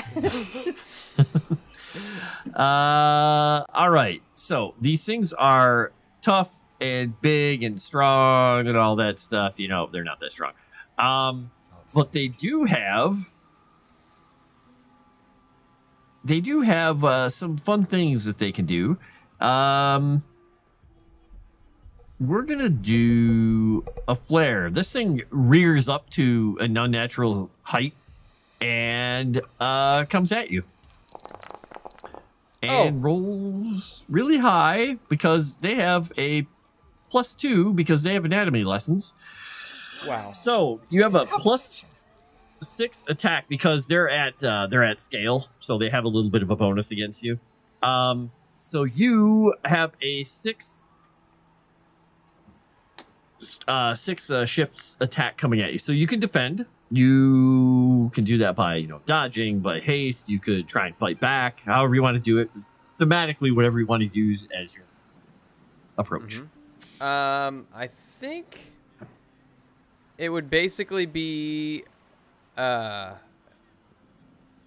I like to think that I'm pretty guileful, and so basically I just like try to remember maybe some boxing lessons that I took when I was a kid, and just dip and dodge out of the way and try to get under. The idea is for me to get above a 6. Is that what I'm looking for? You want to get a 6 or higher to take no damage. Okay. So the difference in the shifts, the difference is going to be how many stress boxes you take. Okay. Roll a guile to dip out of the way. Come on. Ooh. Yeah. There we go. Nice. So you see this thing coming for you, and you're like, just do the duck and the dodge, and the thing flies over you. And attacks nothing but air. That was beautiful. So technically, because you succeeded, and I like that you succeeded, you will have on your next attack or defend, you're going to have a boost you can use before the end of this scene, which basically you can use it on any roll you do. It's a +2. It's a free +2 without spending Nice. saving. Awesome. And so we're back to the other folks here. Peter has turned around and he says, "Sorry, Belle." And he just does this and the sprinklers turn on. And now the whole place is just inundated with running water. Oh god. And Oh god. nice. So what this is going to be is anybody using magic is going to have a severe issue at the moment. Because, yeah, bad things are happening to that. But it also does not please these fallen creatures. And if you guys want to try and make your overcome rolls to get to the door farther, you can. You'll have a, you'll have a +2 on it because of the distractions.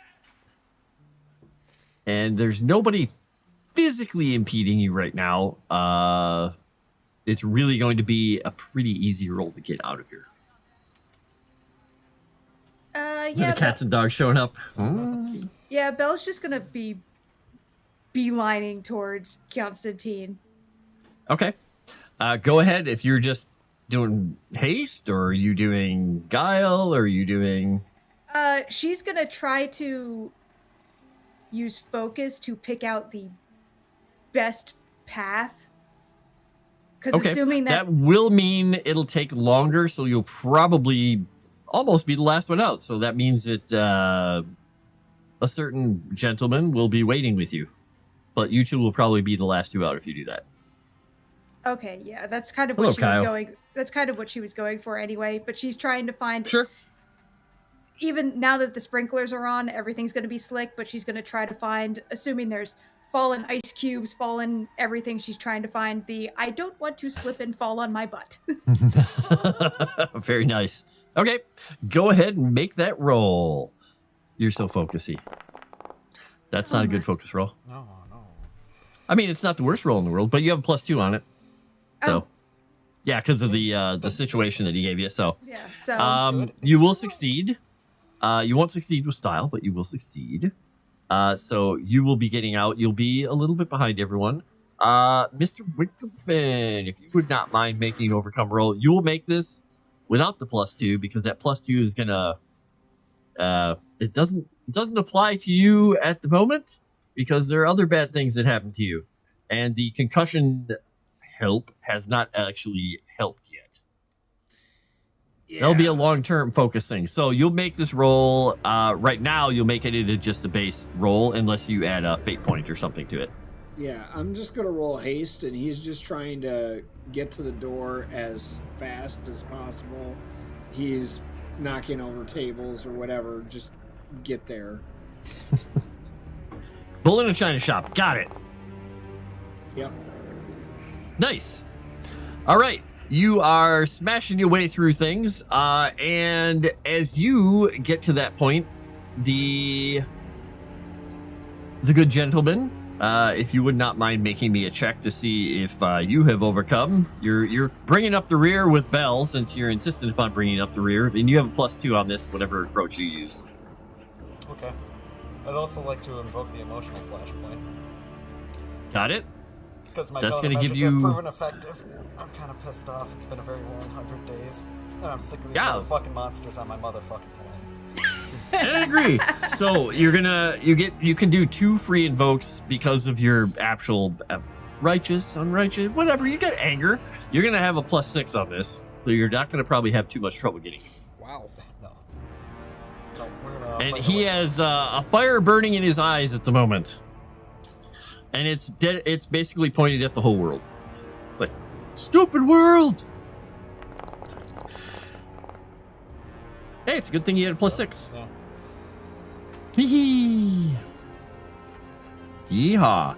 All right, so I'll add those on there so we just remember what it is. All right, so you've all made it towards this exit, and you're filtering out into the back street, and you can see there are some unconscious people out here who look like they were in a bit of a fight, and you can hear the tumult inside getting worse and worse and worse. And at that point is when you hear Peter behind you go, well, shit. And he kind of looks back in the room, and he looks back at you guys, and he says, everybody join hands. I need your help. He's like, this is gonna hurt. He is attempting to drop the stasis, or bring the stasis level up a level, because it is about to hit 1. Given the fact that this place has just opened a rift of emotional horror in the city. So if everyone could decide how you guys are going to assist with whatever thoughts, things you're channeling through your bodies and your souls while you do this, he is going to be taking all of it and using it to try and cool the emotions down and stop that stasis point from advancing. Okay, well, Belle is ironically going to think of her trouble on this one. Oh. Which is, home is where the heart is. That's what Earth is. You're home. No. That's where I keep all my stuff. And basically just also thinking of, I could have been at home with a book by the fire and just thinking of the warm comfort that will bring, and kind of just shove it as violently as she can into Peter. Okay. Go ahead and make that roll.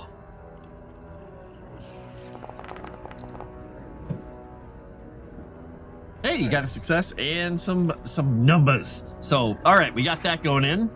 Who else is doing what? I think that Kyonstantyn would kind of focus in on his childhood with just remembering Sofia as she used to be back in Ukraine. I imagine we're just like, I don't know, maybe we're like playing with toys on the streets of Kiev or something like that. And just focusing in on that feeling and that memory and trying to channel it in to the best of his ability. Sounds good. There was that one blue swing. Hey, you've contributed. You do have that free +2 you can add as a boost if you'd like. Yes, I will do that. All right, I will nuke that for you, and you add your +2. All right, what are the other two gentlemen doing besides thinking about the boobs of the fates?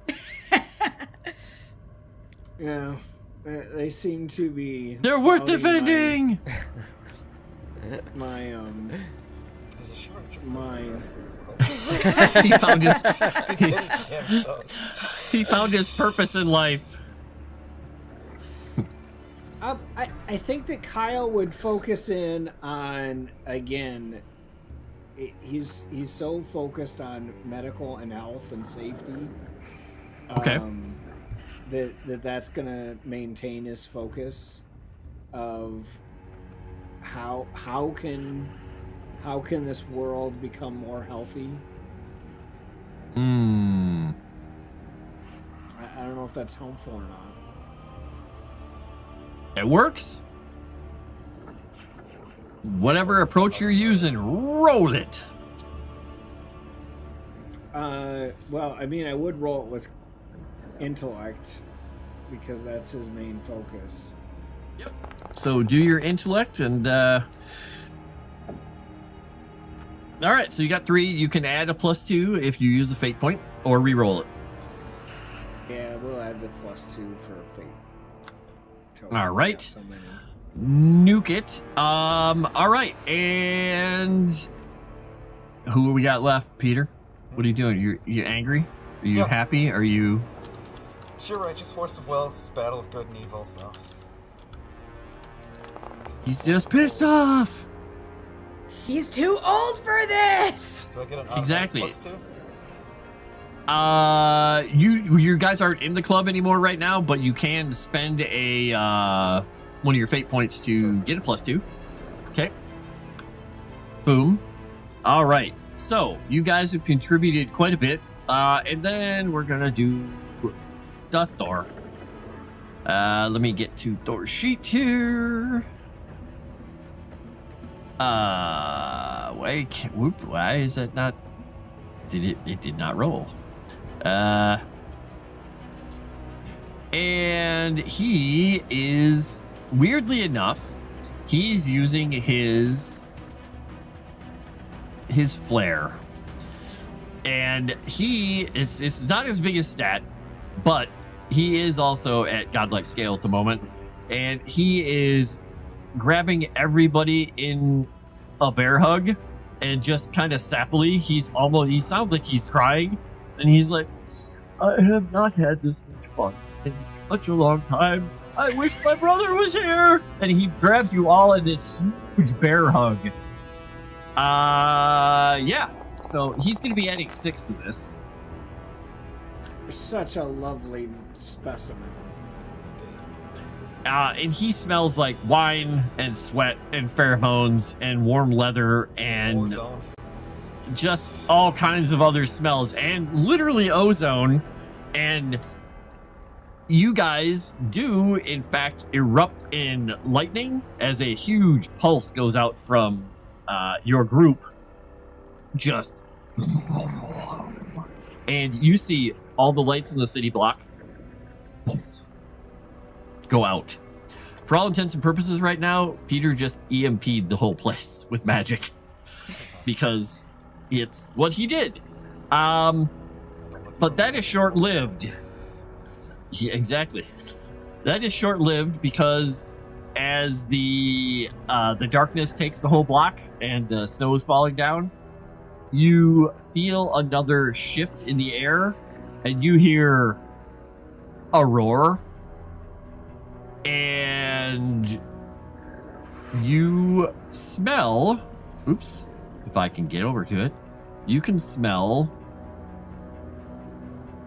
more ozone.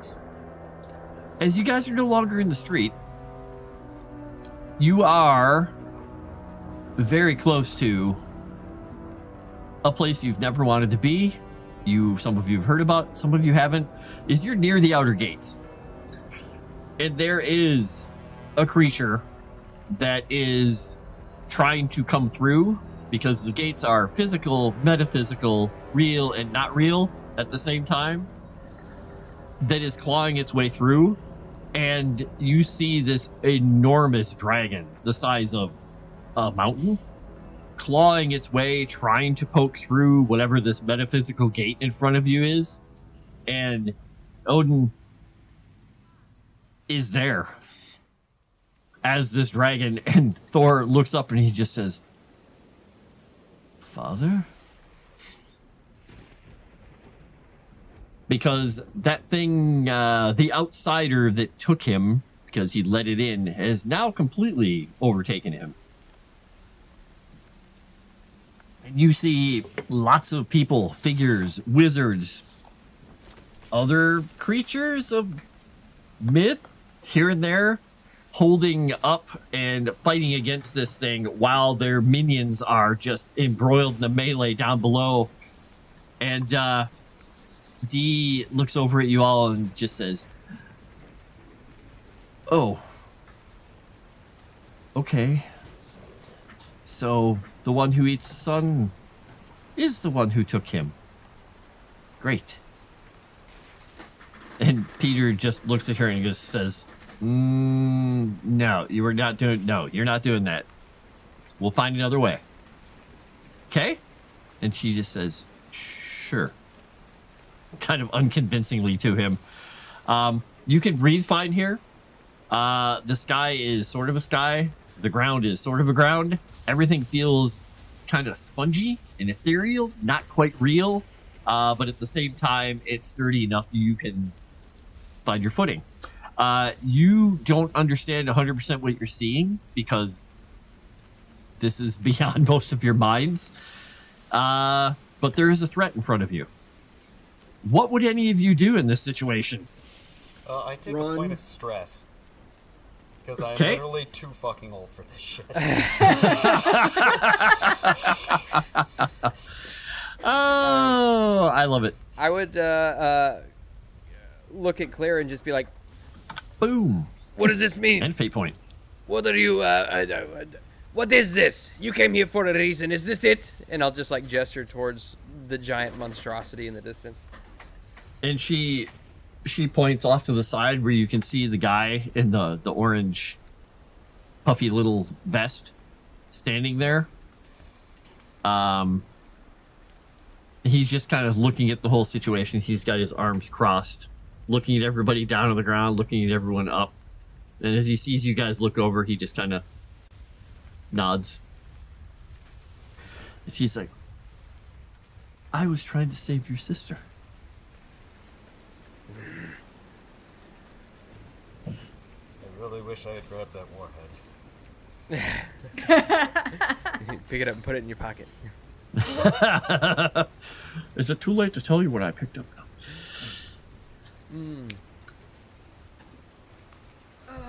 Oh, wait. Maybe I have a criminal contact that just happens to have a nuclear warhead.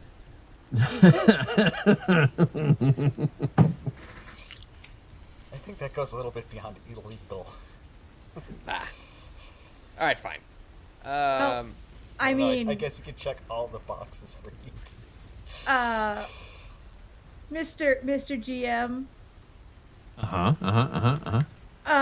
how much, knowing that everything kind of happened very quickly, can I spend my last fate token to say that I had a very bad feeling about today when I woke up this morning? What would that do? And maybe just called in a little extra help. Yes. All right. So, at that point, you are standing there thinking, what do we do? What do we do? What do we do? What do we do? What do we do? What do we do? You hear Thor all of a sudden go, brother! And behind them, you see a man who is actually taller than Thor. He looks more like a weird Viking kind of on steroids with a bunch of tattoos, perfectly, coiffed hair and mustache, wearing really nice biker clothes. And next to him, you see a dude who looks like he's probably a member of some Indian tribe in a military jacket and pants, just kind of a loose military jacket, with a sword slung over. I guess it would be on his right shoulder. It looks like just a sword of some sort. And you also see D kind of just looks over and goes, and Peter looks a little surprised. And he turns and he looks and he goes, I thought you guys were in Peru. And, Peru's a little relative. Yeah, the guy in the military jacket, he kind of just looks and he just points at the bigger, taller guy, and he looks and says, "We got word that there might be something bad happening, and you disappeared, and D disappeared." And he looks over and he sees the guy in the orange jacket, and he's like, "And this jackhole's here, so this is the place to be." And he just kind of waves over at you, Belle. Oh.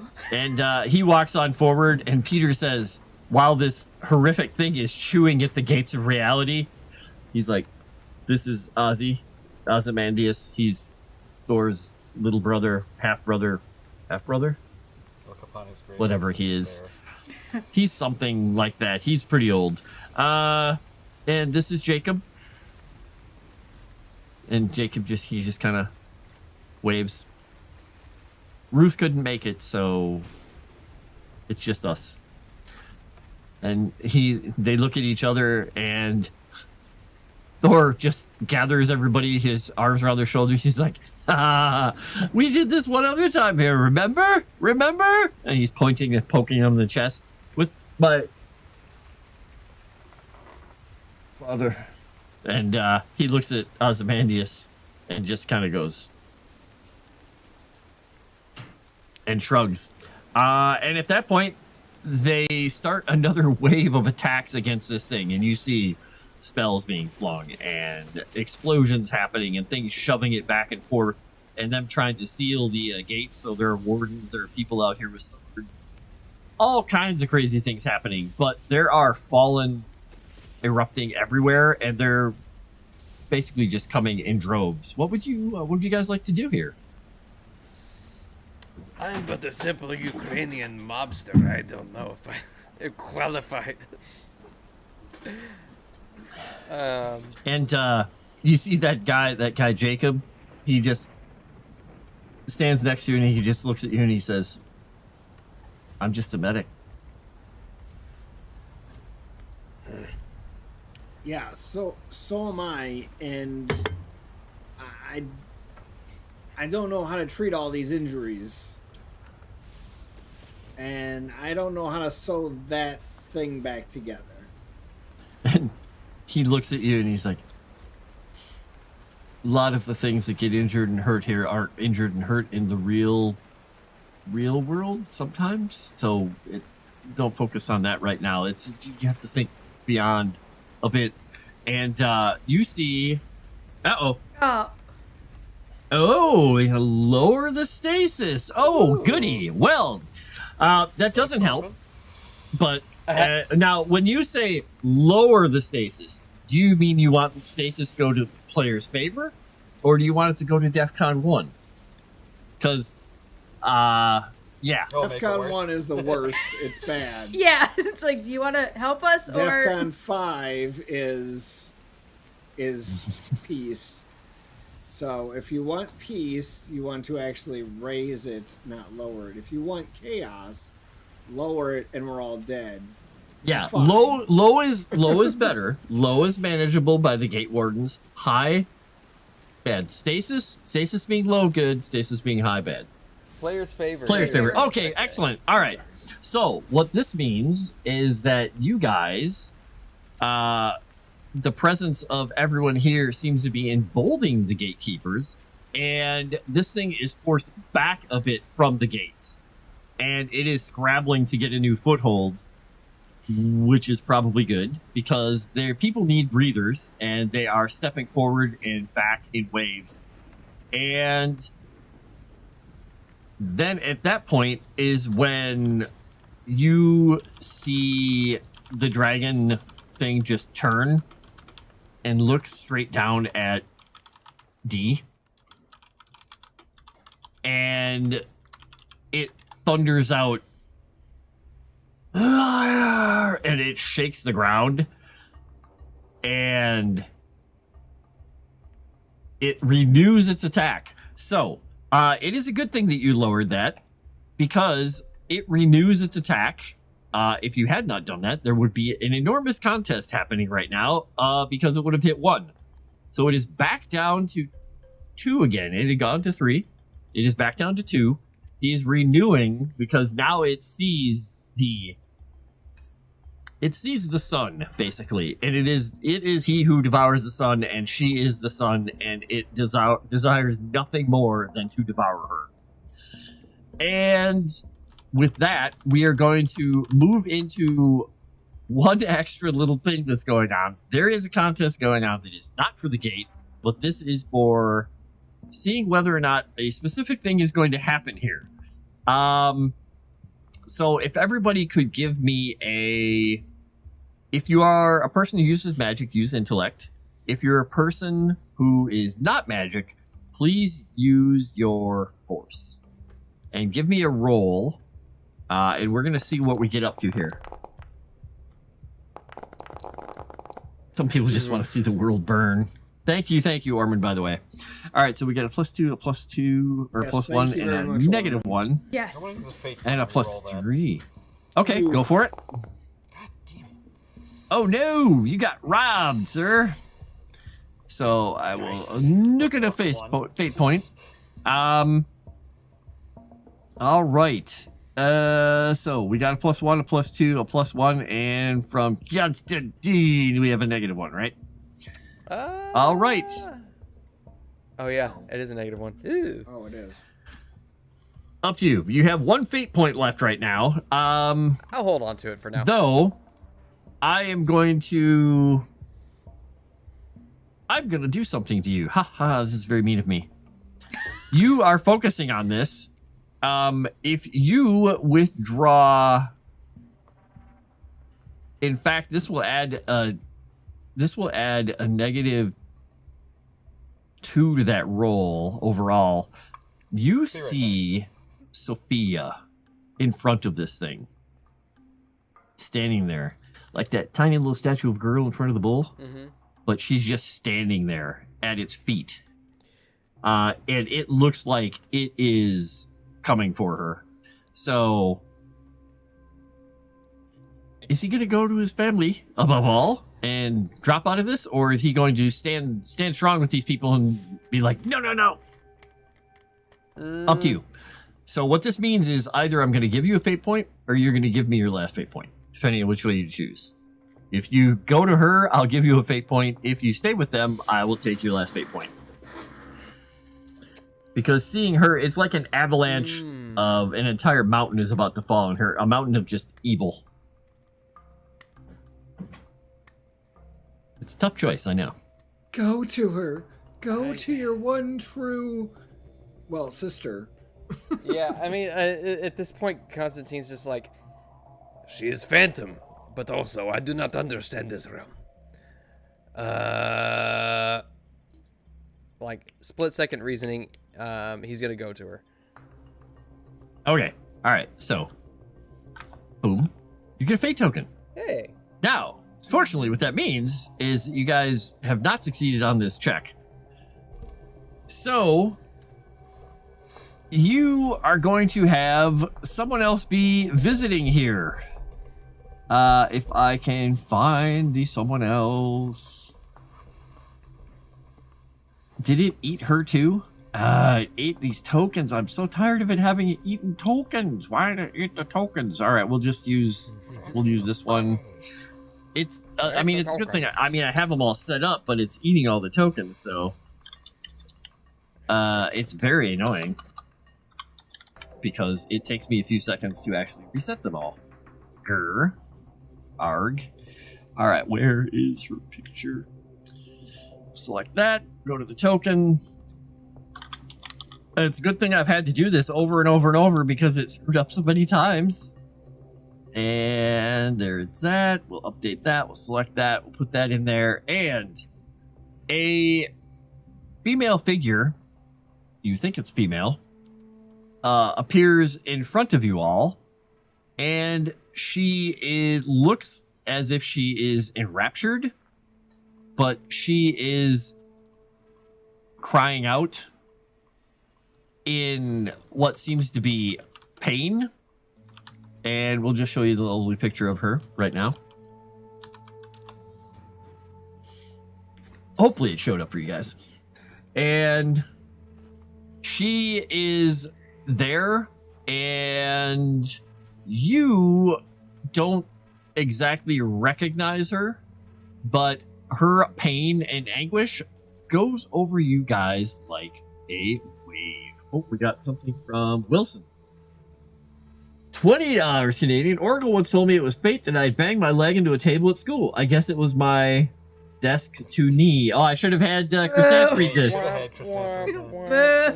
Fate point and a pun for Chrysanth. I'm sorry I stole your thunder. Would you want to read it, Chrysanth? Sure. And Oracle Give the fans what they want. An oracle once told me it was fate that I had banged my leg into a table at school. I guess it was my desk to knee. Fate point and pun for Chrysanth. Thank you, Wilson. I don't like you, but thank you. Except that jackhole grandson. Yeah, there you go.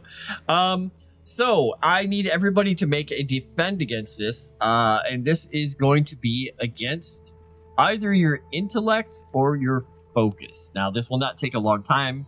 It is literally the anguish is trying to eat away at your focus and cause you guys to have a problem. It is trying to create an advantage. Is this including Kyonstantyn? No, because he went over there. Just a wash, I guess. Technically. So you've all made it. Nobody with success. So there will be, unless anybody spends a fate token on that, it is going to be at a cost, but it'll be a success. I'll spend one of mine.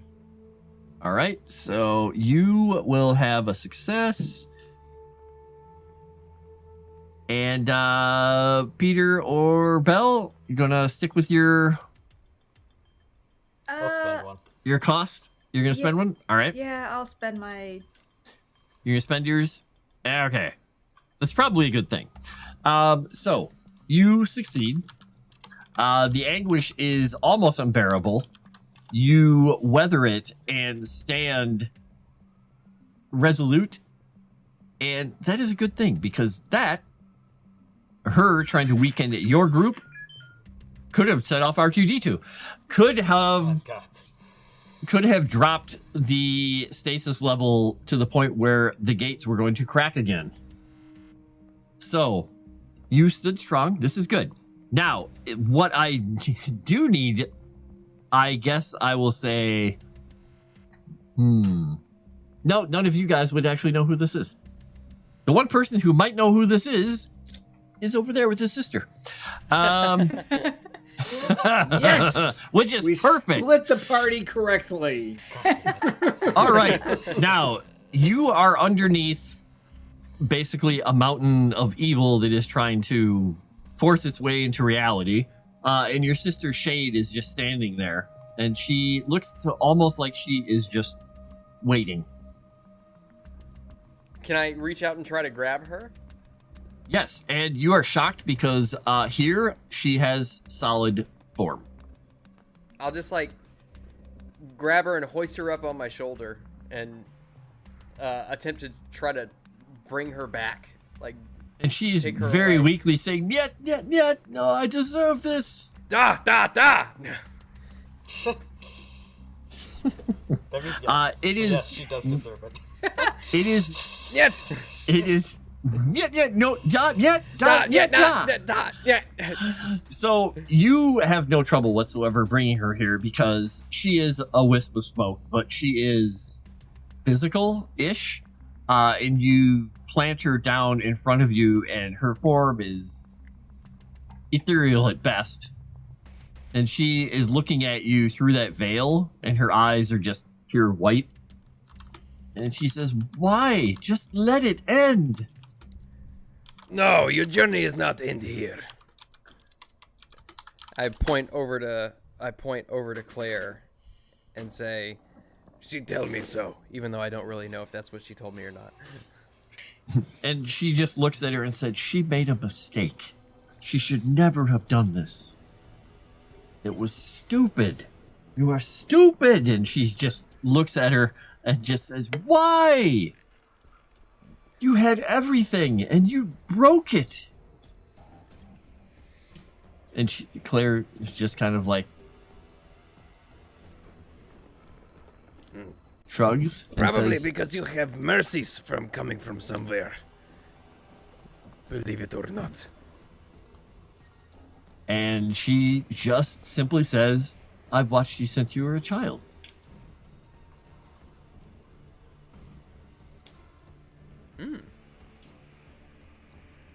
Interesting. And that kind of raises her eyebrow.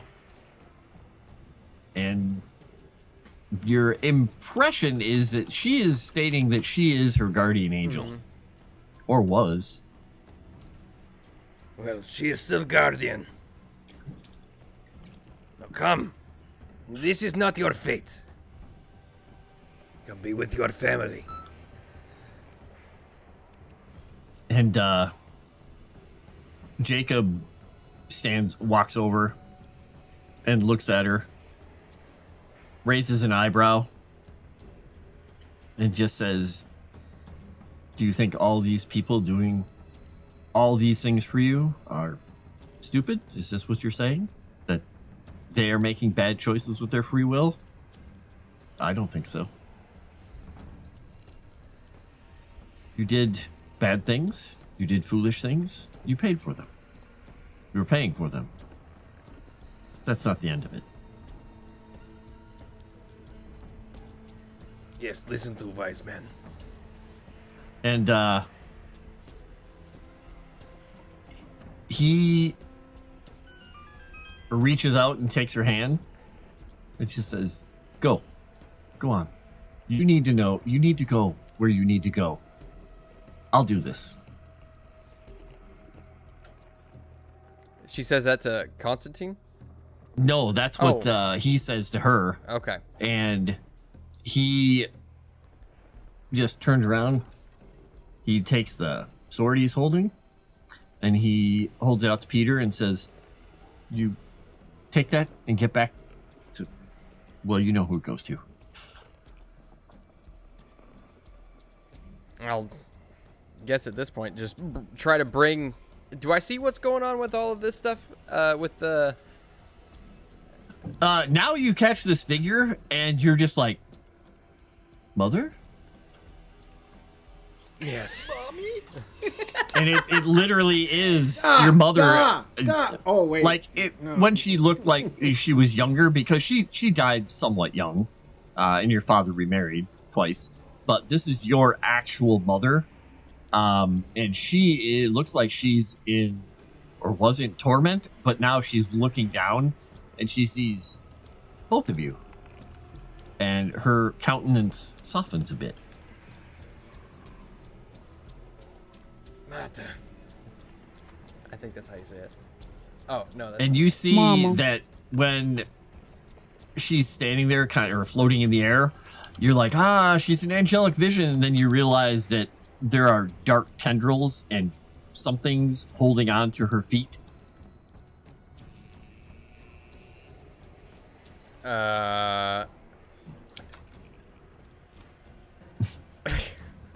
Like, just like rush forward. You know there Mama! were very, very questionable circumstances around her death.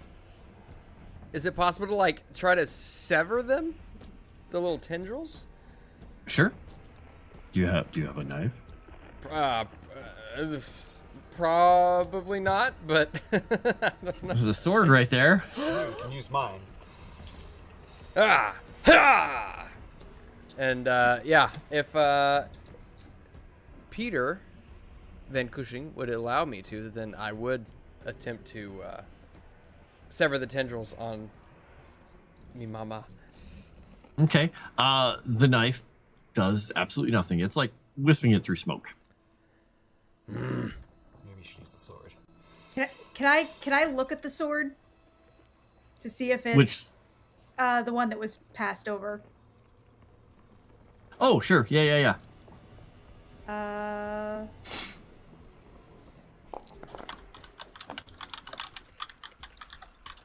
I can't do anything with that. It's got to be What that roll. are you doing? What are you doing? She's just looking to see if there's anything interesting about it. Is it a silver sword of the Wardens? Or is it anything special? Can she feel any kind of energy around it? What did you get here? You got a +2. Let's see. What would you be able to get with a +2? Let me look at my little chart here. No one wants Yeah. to see What?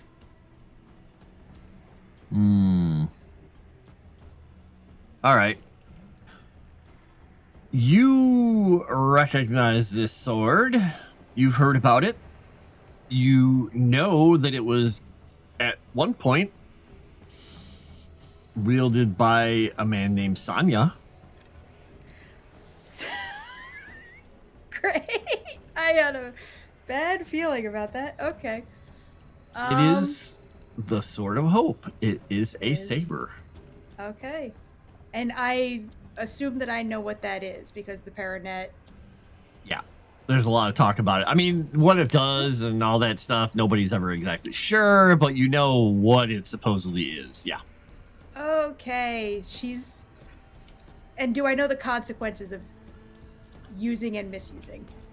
You have a good idea. What would you vocalize them as if you had to say that right now?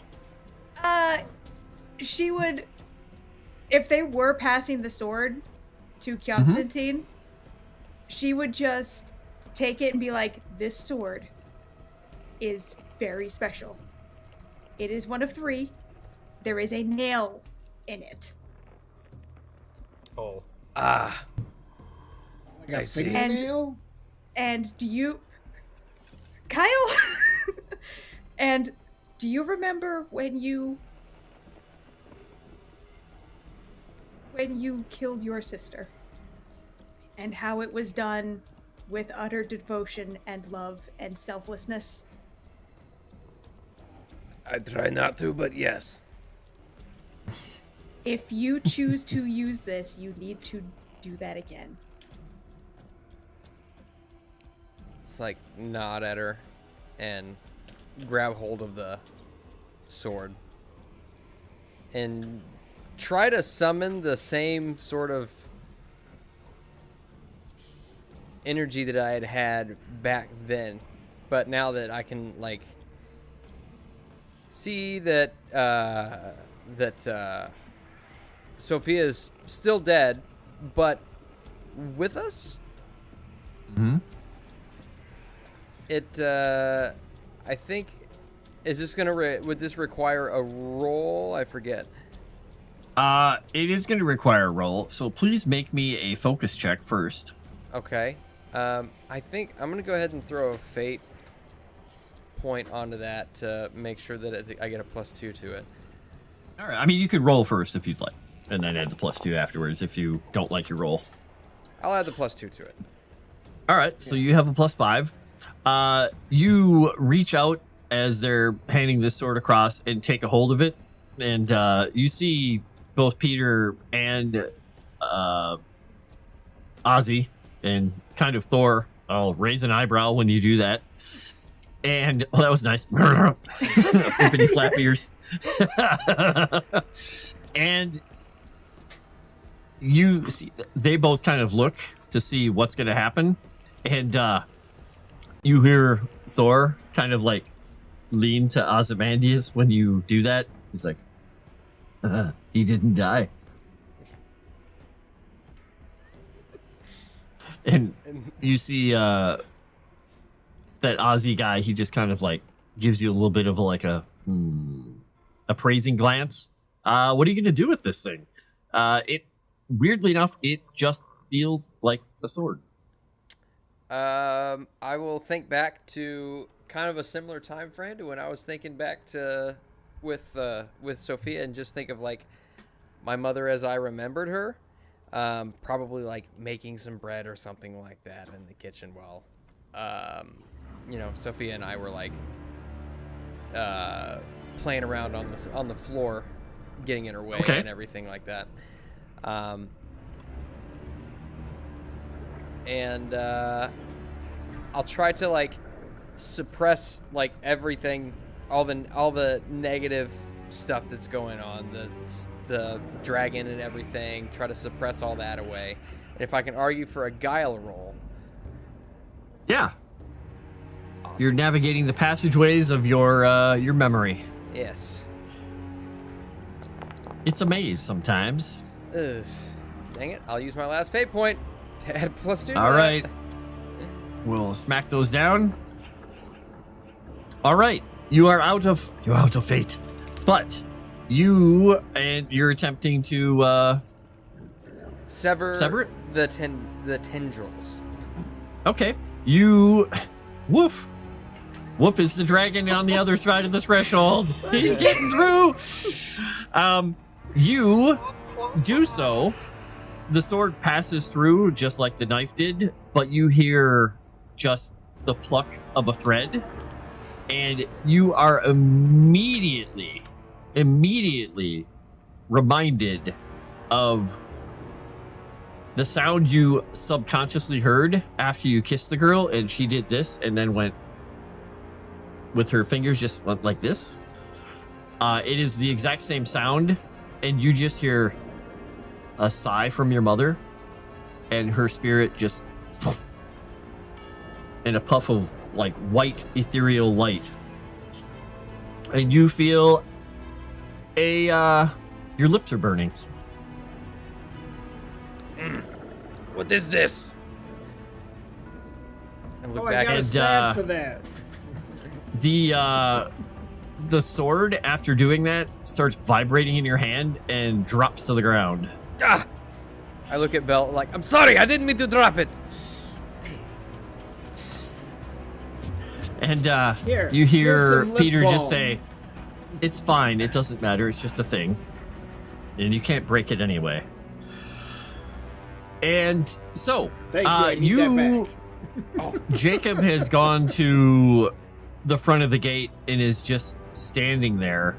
And now you see that guy in the orange next to him. And then kind of like standing there talking, looking at him, just gesturing back, making hand gestures, talking to him, walking around him in circles, has his arms behind his back. And Jacob kind of ignoring him. I want to try and pick up the sword. Okay. Good luck. I mean, make a focus. Focus. As my friend Max used to say, who's from Ukraine. Fuck yous. Can I make it with a +2? You can add a +2. Would you like me to tell you what happens when you get a +2 as opposed to a 0? I want to try and Or would you re-roll. like to re-roll? Yeah, I would. All right, we'll take the point off of there. There you go. Hey! All right. You reach down, and the thing is vibrating, almost like it tries to get away from your hand. But then you pick it up. It is hot to your touch. And it almost feels like it is kind of like when you pick up a cat that doesn't know you. It is moving and trying to find a comfortable position or a place to scratch or to push or a kick. It doesn't know which way to go right now in your hands.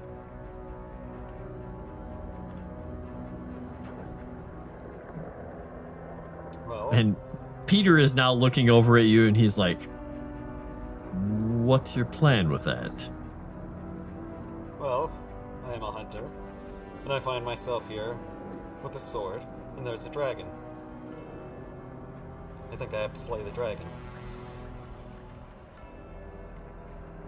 Not all dragons can be slain by swords. And what has to be And he just looks around and he's like, that though. And turns the other direction. You can see another, like, head of, it almost looks like a worm, like an actual worm of, you know, the traditional worms of the pit with beaks and things coming from the maws of hell, coming over the edge of the escarpment, because this thing is still letting its agents loose. He just says, that you could probably do something about. He just looks at that and he's like, I think that sword probably better suited to that. And he starts heading over towards Jacob and that guy. Now, Mr. Winkleman, Yeah. your pinky finger is really itchy right now. Okay. Like,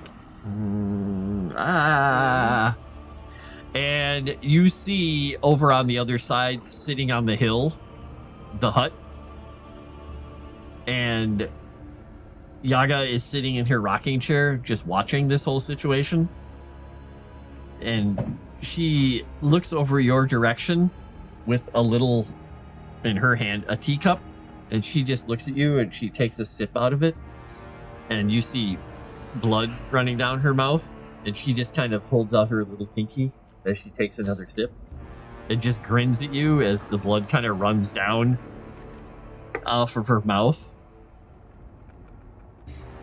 And you're like,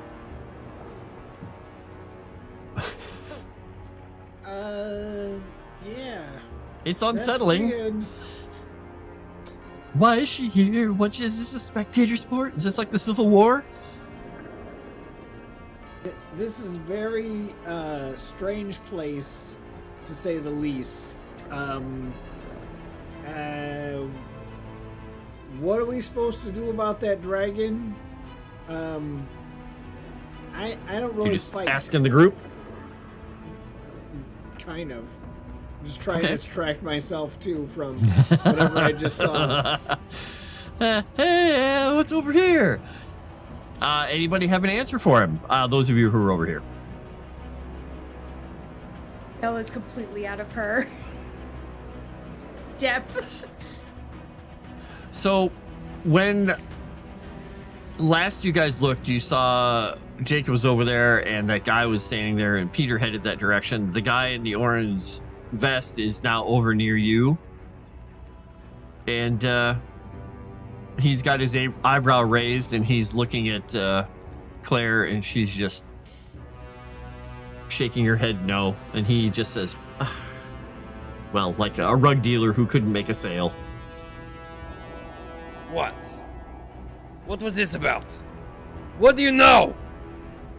He'll yell at the orange guy with the vest. Or the guy with the orange vest. He looks and he goes, I offered her a job. She didn't want it.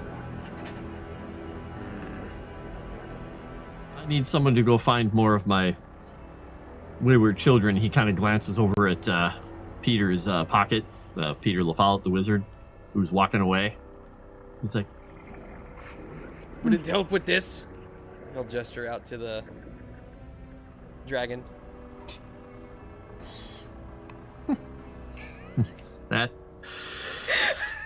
That thing is your problem. Nice. That thing is your problem. That's fine. I'm just trying to bring my children back in to heal.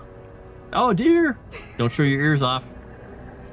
This is what I deal with at work. Yeah, exactly. And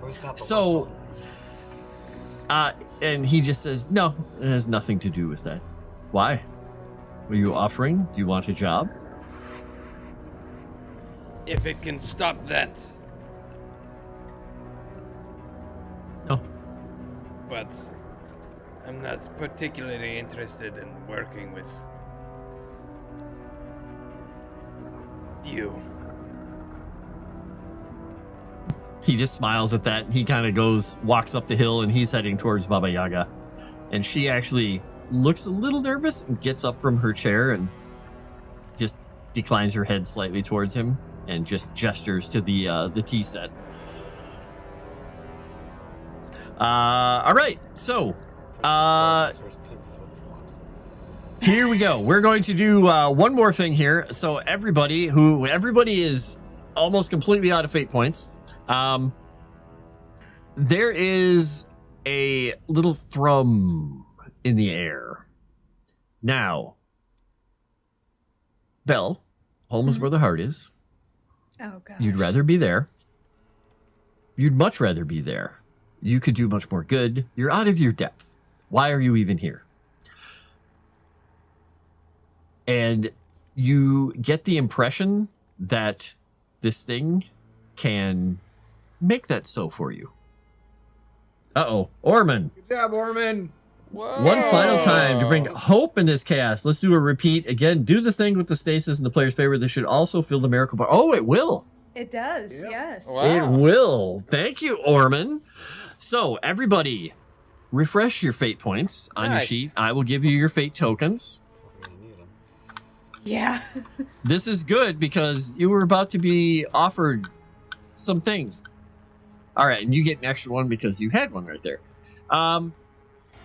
So, you are being asked this kind of in your mind. You get a feeling that this thing, this Odin, this dragon, or whatever, it could make your dream come true. It could send you home. You could be home, you could be comfortable, and you kind of feel a warmth. Kyonstantyn, you are given the same idea. Basically, you could be back home, you could be doing what you do, you could be the magpie. You could probably even take solace in knowing that your sister is now in heaven, your mother is safe, everything can go back to the way it was, and you didn't have to worry about any of this crap. And at the same time, you feel this warmth. Peter, you feel that you could be taken out of the rat race of fighting these never-ending tide of monsters. It could finally be over. You could retire knowing that you stopped what you could stop. No consequences, no problems. You could actually retire and just finally have peace, read and enjoy and do what you're doing. And you feel a warmth.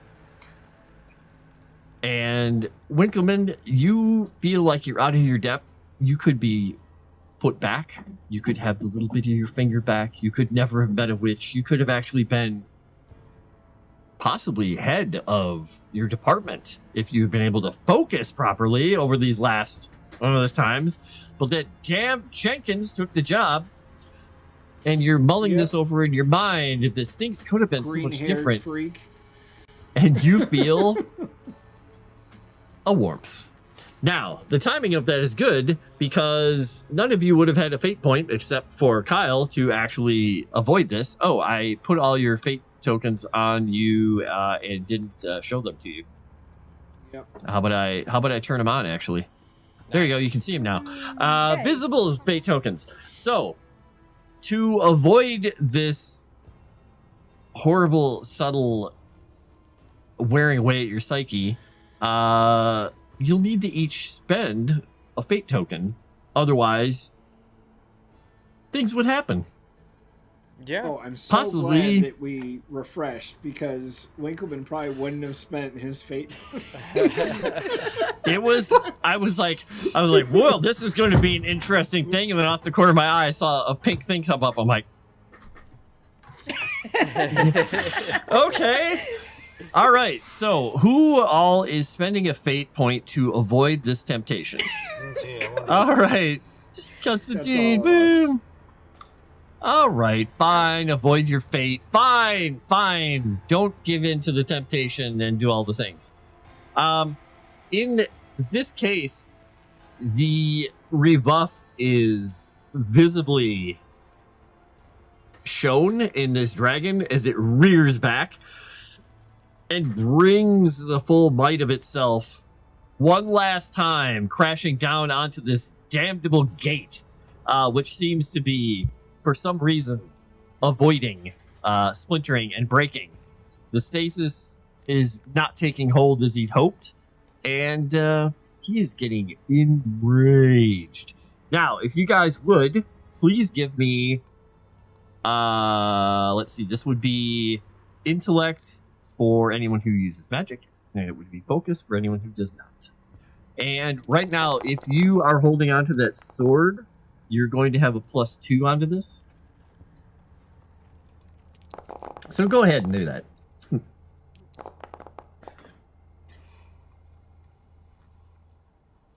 All right.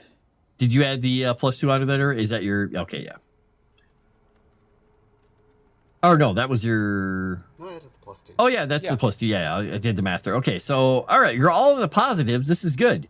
Now, Belle, you are going to take 1 point of stress from this as this thing rains down and smashes into the gate. The rest of you are fine. Wait a minute. Oh. No, never mind. I'm not sure that. Because technically I'd be in pursuit. Could I use my hunt to instead? This isn't the thing in your hunt. This is the other creature. Okay. Because you're hunting that thing. But, I mean, technically it... Well, actually, it would count because you're focused. Yeah, I also have this. Yeah. So if they're because related, you could argue that. They're not related, but that would be interesting. But yeah, you would have that plus. So, but yeah, the only person that actually takes a point of stress from this is Belle, because well, this is severely magical and it is very dangerous.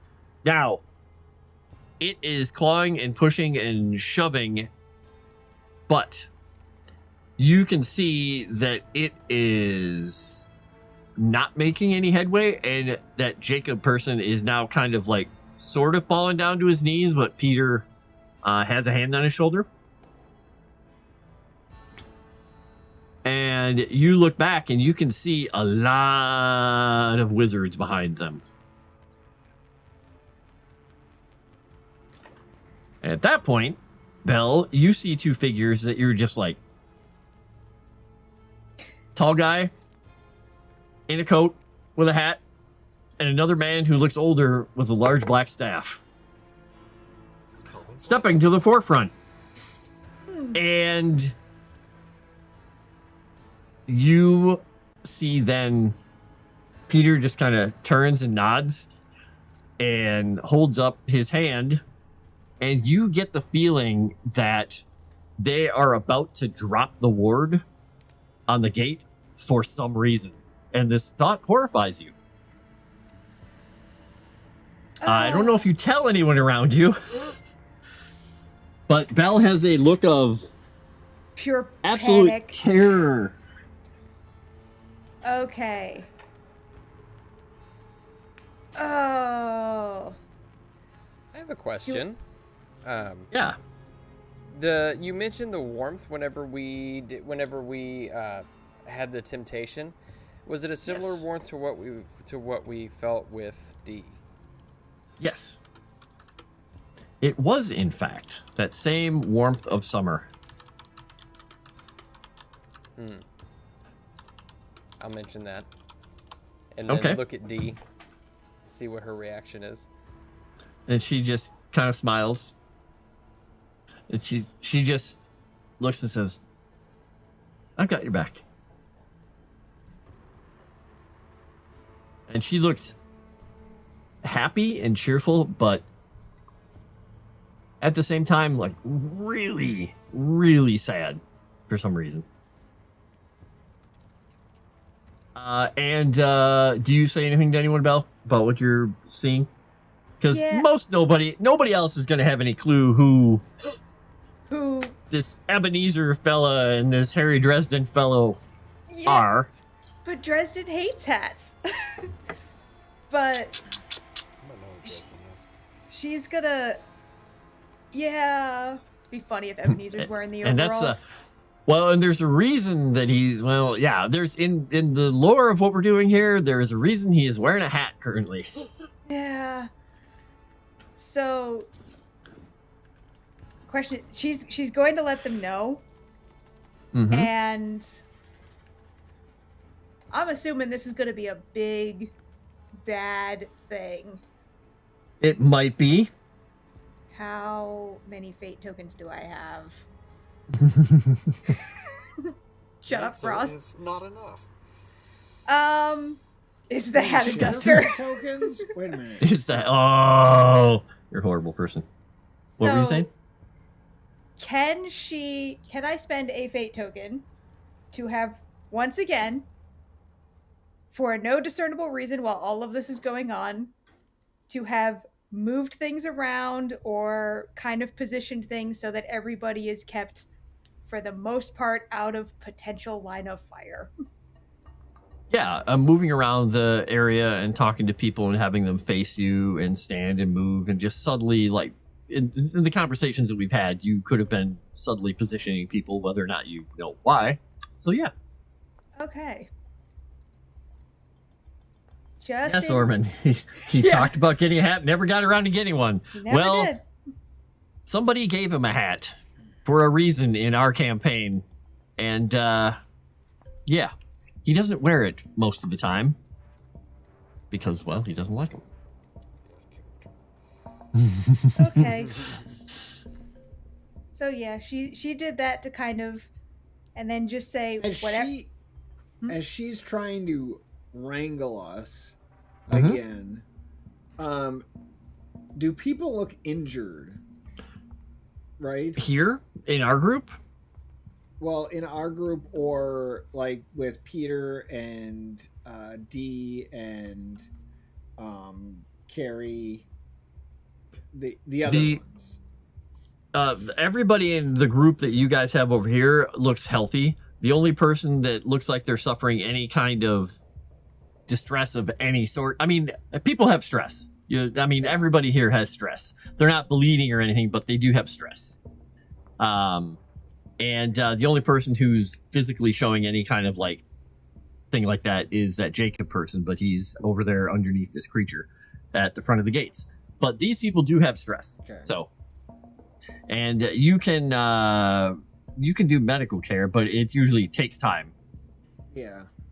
And that usually removes injury conditions. But I think, can you give stress back? I don't know. I think.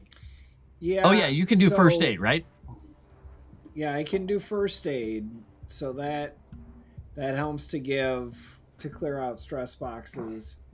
But they can't do anything for whatever. They can't take an action or defend that. Okay. It's up to you if you want to be doing that to anybody right now, because I think Belle has some stress, Kyonstantyn has some stress, Peter has some stress, I think you have some stress. I can't do it to myself. Well, never mind then. But if anybody else, because like I'm probably, I think I'm the most injured as far as things go, because I have 2 levels of stress and a concussion. Yes, in a concussion. So the person with the most stress right now is Belle, but the person who's most injured is you. Yeah. But Belle's also the one that's trying to do everything, so she's not exactly. She wouldn't be stopping. Down and Yep. Yeah. So. Right. Well, I could have been using that. Like, if he's trying to continually give her medical attention, just her slowly edging and moving them further and further away to a safe spot. I see what you're saying. Yeah, it would probably require you to just sit still while he's doing it, because he wouldn't have, otherwise he'd have to be following you around. So, does Belle say anything about what she thinks is about to happen, or is she just trying to position people and not telling them anything? Like, oh, hey, what's over here? Yeah, no, she's telling them that it looks like they're going to, for some reason, drop this. But you have 2 very powerful wizards up there, and one of them is the only wizard who's allowed to do this. And she's just gonna say, whatever happens, just brace yourself. Braced. Because Ebenezer's the only one who can break the laws. And now, so you are over, you're going to go attack that thing, right? So you're attacking that thing. Everybody else is getting braced for this. So go ahead, while this is happening, go ahead and make your attack using whatever approach makes the most sense. And add your in pursuit. In pursuit, does in pursuit require you to spend a fate token to activate anything after you activate it, or? I don't think so. Okay. It's like specifically, I just have to. So basically, I have to know what I'm pursuing. Okay, right. And it's the hunt is what you use for that, right? Now, would you be using the hunt? What it activates. Yeah, you're going to be using the hunt to attack? Yep. Okay, so you'll have your +4 to your, well, whatever it is you roll. You roll the hunt, which is a 4. The Slayer, so I have scale. Yep, which is good, because otherwise you'd have some problems with this thing. This is a creature of the pit. Has its own picture in the Bible. All right. So you got that. Are you going to add a +2, re-roll anything, or are you going to keep it at a +4? I think I want to re-roll it. Okay. No, it's the same thing. Fuck. It's one of those days. Yeah, it is. All right. So you have a +2 from the sword, so you can add that onto there. And this thing I'm going to be using, ignore the fact that this is Baba Yaga's sheet, because it is not her sheet. It just still says Baba Yaga on it. Oh, good thing it rolled low. You would have been in trouble. All right. So you do 1 stress to it, which is impressive given what you're doing right now. The rest of you see these 2 wizards move up, and the creature, the dragon, rears back like, what are they doing? And suddenly it realizes the resistance is gone, and it dives down at this figure on the ground, who then, you're not sure, disappears or something, but you see replaced by, since this thing is this ephemeral shadow beast, replaced by a figure about, similar in size, but a giant man wrestling this thing and grabbing it around the neck and pulling it backwards, which astounds it because it did not expect this. And it is amazing to you guys because this thing is like 150, 200 feet tall. And so is this figure of light that is fighting it, and is shoving it back through the gate, but also constricting its neck as best it can. So if you want to give me another attack roll, and then everybody else here, once the gates are down, please make a focus check. Because you are hit with whatever the hell is on the other side of this, which is not good stuff. It is the outside.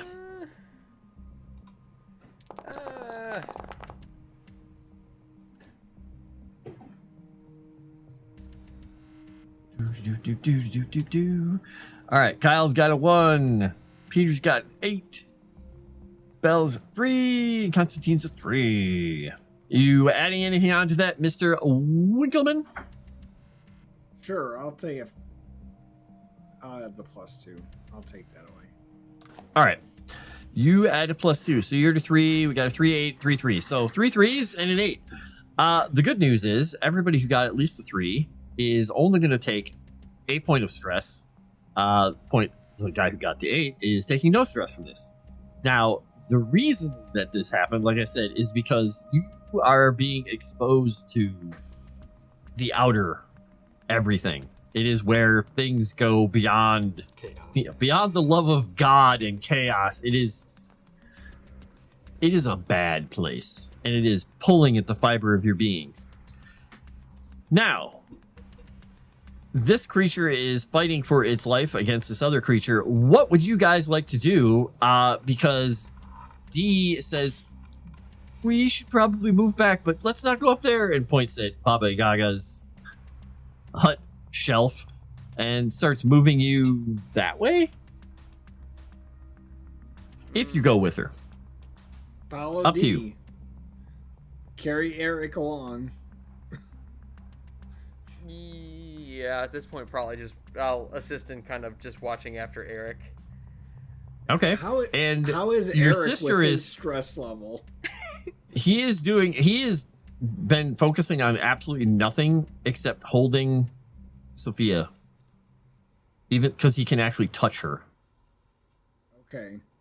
And so he is walking with her, and she just looks confused, very, very, very confused about what's going on, because she feels like this isn't what's supposed to be happening to her. But everybody's showing her grace, and it's confusing her. And the struggle goes on. And this creature that you are fighting is coming back around at you. So, it is going to, again, it's going to Baba Yaga you, because I don't have the correct name on this thing. It is going to switch things up. How would I do that? No, I think it'll still use Guile. It's trying to get past your openings. Nope, +5. What are you going to do? Defend? Yes, I think you should defend. Hey, look at that. Yep, it's a stalemate at the moment. This is good. No more stress boxes, no more injuries, no more wounds. And it's a good thing you're at scale right now, because it would be doing some shifts on you right now otherwise. And you are fighting it back. The creature here is now thinning, and you hear a cataclysmic kind of like, you'd think a snap of thunder, as it almost seems like this thing's neck breaks and starts dissipating into smoke as the other figure disappears. And then you see all the other wizards charging forward, doing whatever it is wizards do. It's mostly a sight unseen. And the gate, for all intents and purposes, feels like it's closing. So I need everybody to make a focus check again, but you get a +2 on it at this point. Nice.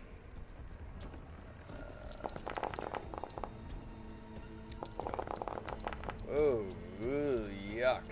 Oh gosh. Oh, wait. Oh, I got a superb. Oh, it was Belle that got the. Oh.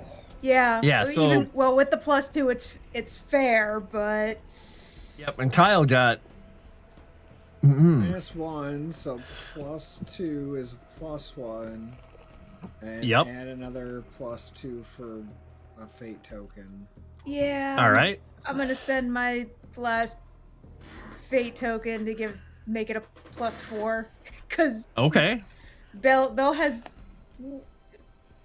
way too much stress. Yeah, she's She's very not- stressed right now. She's not doing well, guys. Okay.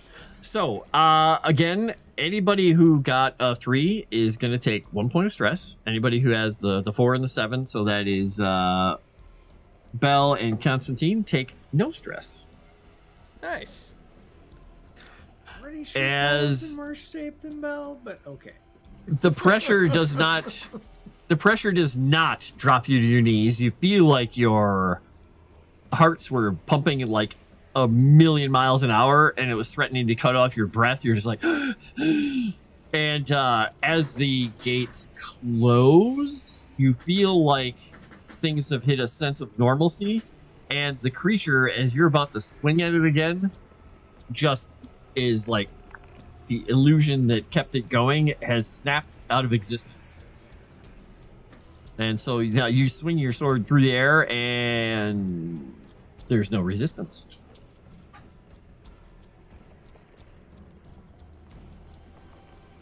And the air feels better here.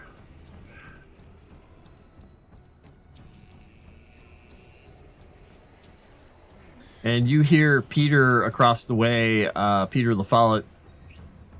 He yells, he says, D, you, Winkleman. Yeah. And What do they you need? are tending to the person on the ground. Ah, Is there a doctor in the house? got my medical bag. Headed on. All right. You get over there and you see that he has, it looks like frostbite on his hands. Not too severe, but frostbite on his fingers. His right shoulder is dislocated. And he is quite unconscious and looks like he's been through the ringer, this guy. And this was the person who was holding that sword previously in the medical jacket, or the army jacket. Okay. Well, So, he has a dislocated shoulder, which is literally an injury, but you'll require some fixing. So I'm assuming what you'll do is normal stabilization and the things you need to do. Yeah. The normal treatments for stuff. And I got the creams and everything and the bandages in my bag, so.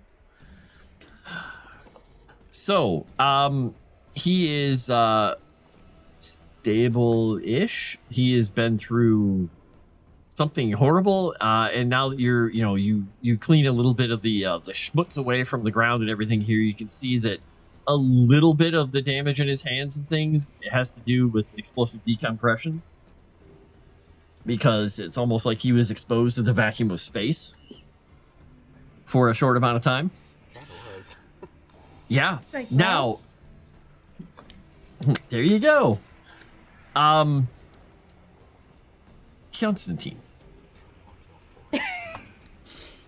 Your sister is standing there holding hands as best she can with her former husband. And he's whispering something to her. You are the only one close enough to hear it. And he just says to her, I really wish we could have been married.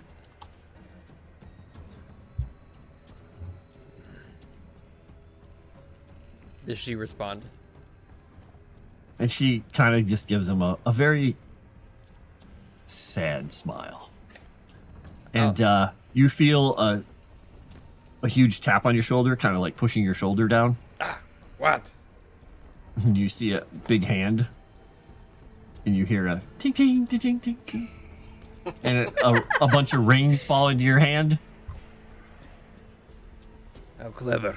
Thor's a god. He can perform a ceremony. I should call you god of matrimony. He is. Isn't he? Well, And I will pocket one of them to keep, and then I'll take the other two and walk over to the two of them and just be like,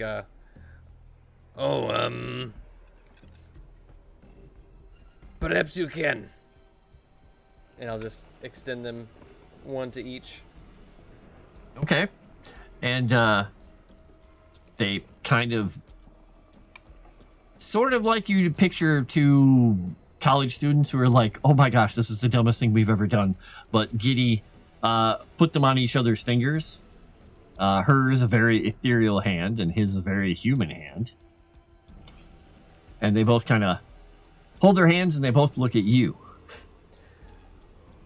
Do you, Sofia, take Eric to be your lovely wedded husband. I do. And you, Eric, take my sister. I like glare at him for a second. Sister. Sofia. To be your lovely wedded wife. I do. All right. You are married. Now, kiss each other. They do. And as they do that, she starts to fade out of existence. And she whispers something to him. And, yeah. At that point, Claire is just standing there. And she just kind of bites her lower lip. And just says, kind of leans over to your ear, Kyonstantyn. And just says, so, what do humans do when they're not saving the world? And that's where we're going to end that. Oh, Moss can show you. I was like, you probably don't want to know. So, I know everybody, we went really long. But this was, there were a number of other things they could have done and places they could have gone. Yeah. Exactly. So, you still have, and if you would like to write it down on your sheet, two of you, you have that shield, the Atlantean shield. And Didn't lose Belle, in the ocean. nope, you have this rope. It is made of some sort of hair. You thought it was hemp, but it feels like it's some sort of hair of some sort. It is long, luxurious, it's soft, it's a very supple rope. There's something to it. Oh, Frost, don't do this to me. What? Don't do this to me. Hey, if only it rolled higher. I'm just saying. Big thank you to Orman and for Wilson for getting us over that miracle. That really, really helped them, but also the Chaos Bar. So here's some of the other things. Let's see if I could roll some of these. So there was the status quo was maintained for the wards. We could have had this one, Sackcloth. Oh, dear. Oh. To pass the fate or confused, the world gains the deep shadows aspect until removed by spending a fate token or hope food is rolled on this table. So some of these would have required you guys to spend your hope, your fate tokens just to keep the world stayed. Oh, wow. Fates intervene. All characters gain a fate point. Stasis retreats. Nice. And that one we had. The outer gates crack. There's all, silence. The music of the spheres is quieted. All players lose a fate token. Stasis advances. Yeah, so there were all kinds of horrible things that could have happened. That Deep Shadows one, I was like, oh, please let this happen. This would be entertaining. It didn't happen. I was so sad. But yes, now this ended on a wonderful bridal note, bringing us back to the beginning of Bride Price. The wedding actually happened. Out of time, out of sorts, out of space, not in the world as we know it. Yeah, there was another thing I was going to mention. I was like, oh, no. I'm not going to talk about that. So, since we're over time and we're done here for the day, I know this is a different kind of a stream usually. There's not as much combat. There's a lot of interpersonal stuff and a lot of crazy things going on. At some point, I'm going to see, maybe we'll end up doing the campaign of this. Who knows? It won't be blood and guts most of the time, though. Except, when you've got a hunter cutting things in half. Oh, Christ. But, yeah, that's beside the point. So, let's go around and talk to everybody. So, I guess let's just start on my screen here. Boss! Yes, thank you. Yeah, Tales from the Dragon's Tavern. Jacob's Ladder just dropped yesterday for episode 3. Frost is on that one. Go and check that Woohoo! out.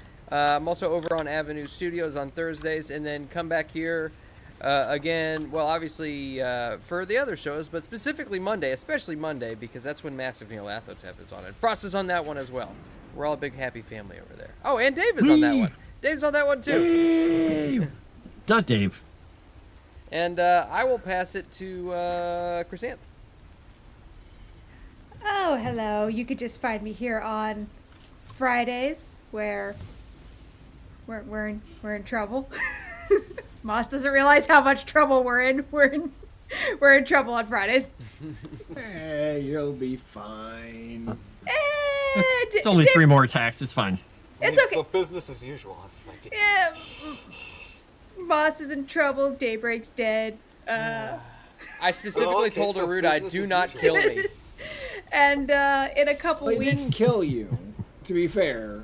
He was You running just your rolled a character, lot so of he's- critical course he's gonna failures suicide for him you. straight in the air. Yeah. Yeah. I don't know. Sorry. He's just shouting into the wind. Yeah. But I've told you who he is. The rest of you just refuse to listen. yeah, I mean, you were right. Don't I'm miss struggling a in all of his second. games. Ruda's gonna run your character. Then he's gonna suddenly get like suicidal courage and sally forth straight into the enemy. Send it forth. Yeah. Nice. Yeah, that's not a change for my characters, though. Yeah, on purpose. But then Orman, I'm gonna say real quick to Orman, a lot. Now, here's the thing: if they had hit that stasis point earlier, Yes. there would have been repercussions to that entire scene. And You literally just- pulled it back from DEFCON 1 twice for me. yeah. picture how many stresses that they were. He's dealing with scale against a creature. This thing is at godlike scale, so when it hits, it has got multiple shifts of everything it's doing, emotional, actual damage to them. They could have, say, it got a mediocre success. It could have been doing anywhere from 3 to 7 stress worth of damage to them psychically if it had broken through. And if somebody falls to this thing, they're susceptible to creatures from the outer sides, the outer darkness, horrifying possessions, let's just say. The Fallen didn't come out of nowhere. Yeah. I was waiting to see if somebody was going to go all Yang on Dr. Stukart in this group, but we didn't get to that point. Because if that had happened, somebody would have actually been taken by one of the Fallen for a period of time. Oh, lovely. Man, I should Yeah. have done that. Oh, it was so Yang. close. We know balls too close to the sun. Yeah, because this was a one-shot, I was like, well, if these guys fall and they die, epic deaths in Dresden are very different than a normal death in a game. It would have been epic. Anyway, sorry, you were saying. Oh, no. And then in a couple weeks, you can find me on Avenue Studios for Ladies' Night. And I will pass it over to Nozaku. I'm streaming on YouTube and Kick under the same name. Can't find me under that name on a platform I'm not there. I mostly just play games. A lot of variety of stuff. Nice. Who do we got left here? We got Dave left? Dave. Yeah, so you can find me tomorrow afternoon live on my Kick channel. Generally it's probably going to be a little later in the afternoon, or on my YouTube and Rumble, where I do my Sunday follow-up to your Sunday morning festivities. And then you can find me on Monday nights in masks. Probably not dying because I'm in police custody, because that always goes well. Or otherwise hanging out and chat and annoying Rudai. So Good I'll job. toss it to the magnificent, excellent, not mean, as he likes to think, Frost. I mean, rawr. And guess what? Winkleman dies. Thank you. Winkleman dies at the end. He falls off into the outer darkness. Oops. Well, He was trying to take a selfie for the girls in the Greek shop. Ah! No. I am Frost. You can find me all over Moonskull. I was going to say I'm like a bad penny, but I don't know. I'm all over on Moonskull. I'm over on Tales from the Dragon's Tavern. We are starting another show tomorrow over here. It's going to be the first episode of the Shattered Sigil. Scott is GMing us. So I think it's at 1:30 Central tomorrow. And yeah, I'm all over the damn place. You can find my links, my link tree, and you can go find yourself a lovely mug of my mug in my links. You can also find links to things like the sweatshirt that a certain Chrysanth is wearing, Legend Seeker merch. That is, I think you put the. Do you have the link out there for that one? I don't remember if that one's actually out there. I do. Where's my permanent links? Permanent links. That sounds like a cat that doesn't go away. Sorry, that was horrible. That was really bad for us. Oh, Yeah. and he's drinking. Boss is like, kill me. Permanent links. All right. So I will talk to all of you later. Thank you for coming on by. Thank you for contributing. Thank you for chatting. And feel free to leave comments if you'd like. It won't gain us any benefits or anything, but we love hearing. Even if you're making fun of me. Yeah. We love hearing what you think of our excellent entertainment. Shenanigans. We are. Excellent. How dare you? We're something. We're I something, said people. excellent We're something. entertainment. Why did you think that was Because sarcastic? you used a tone with the that's why, and I know you. It's the tone. It was the tone. All right. Well, we're out of here. I'll let Moss close us out with hitting the buttons. Stay classy, Seattle. Later, guys.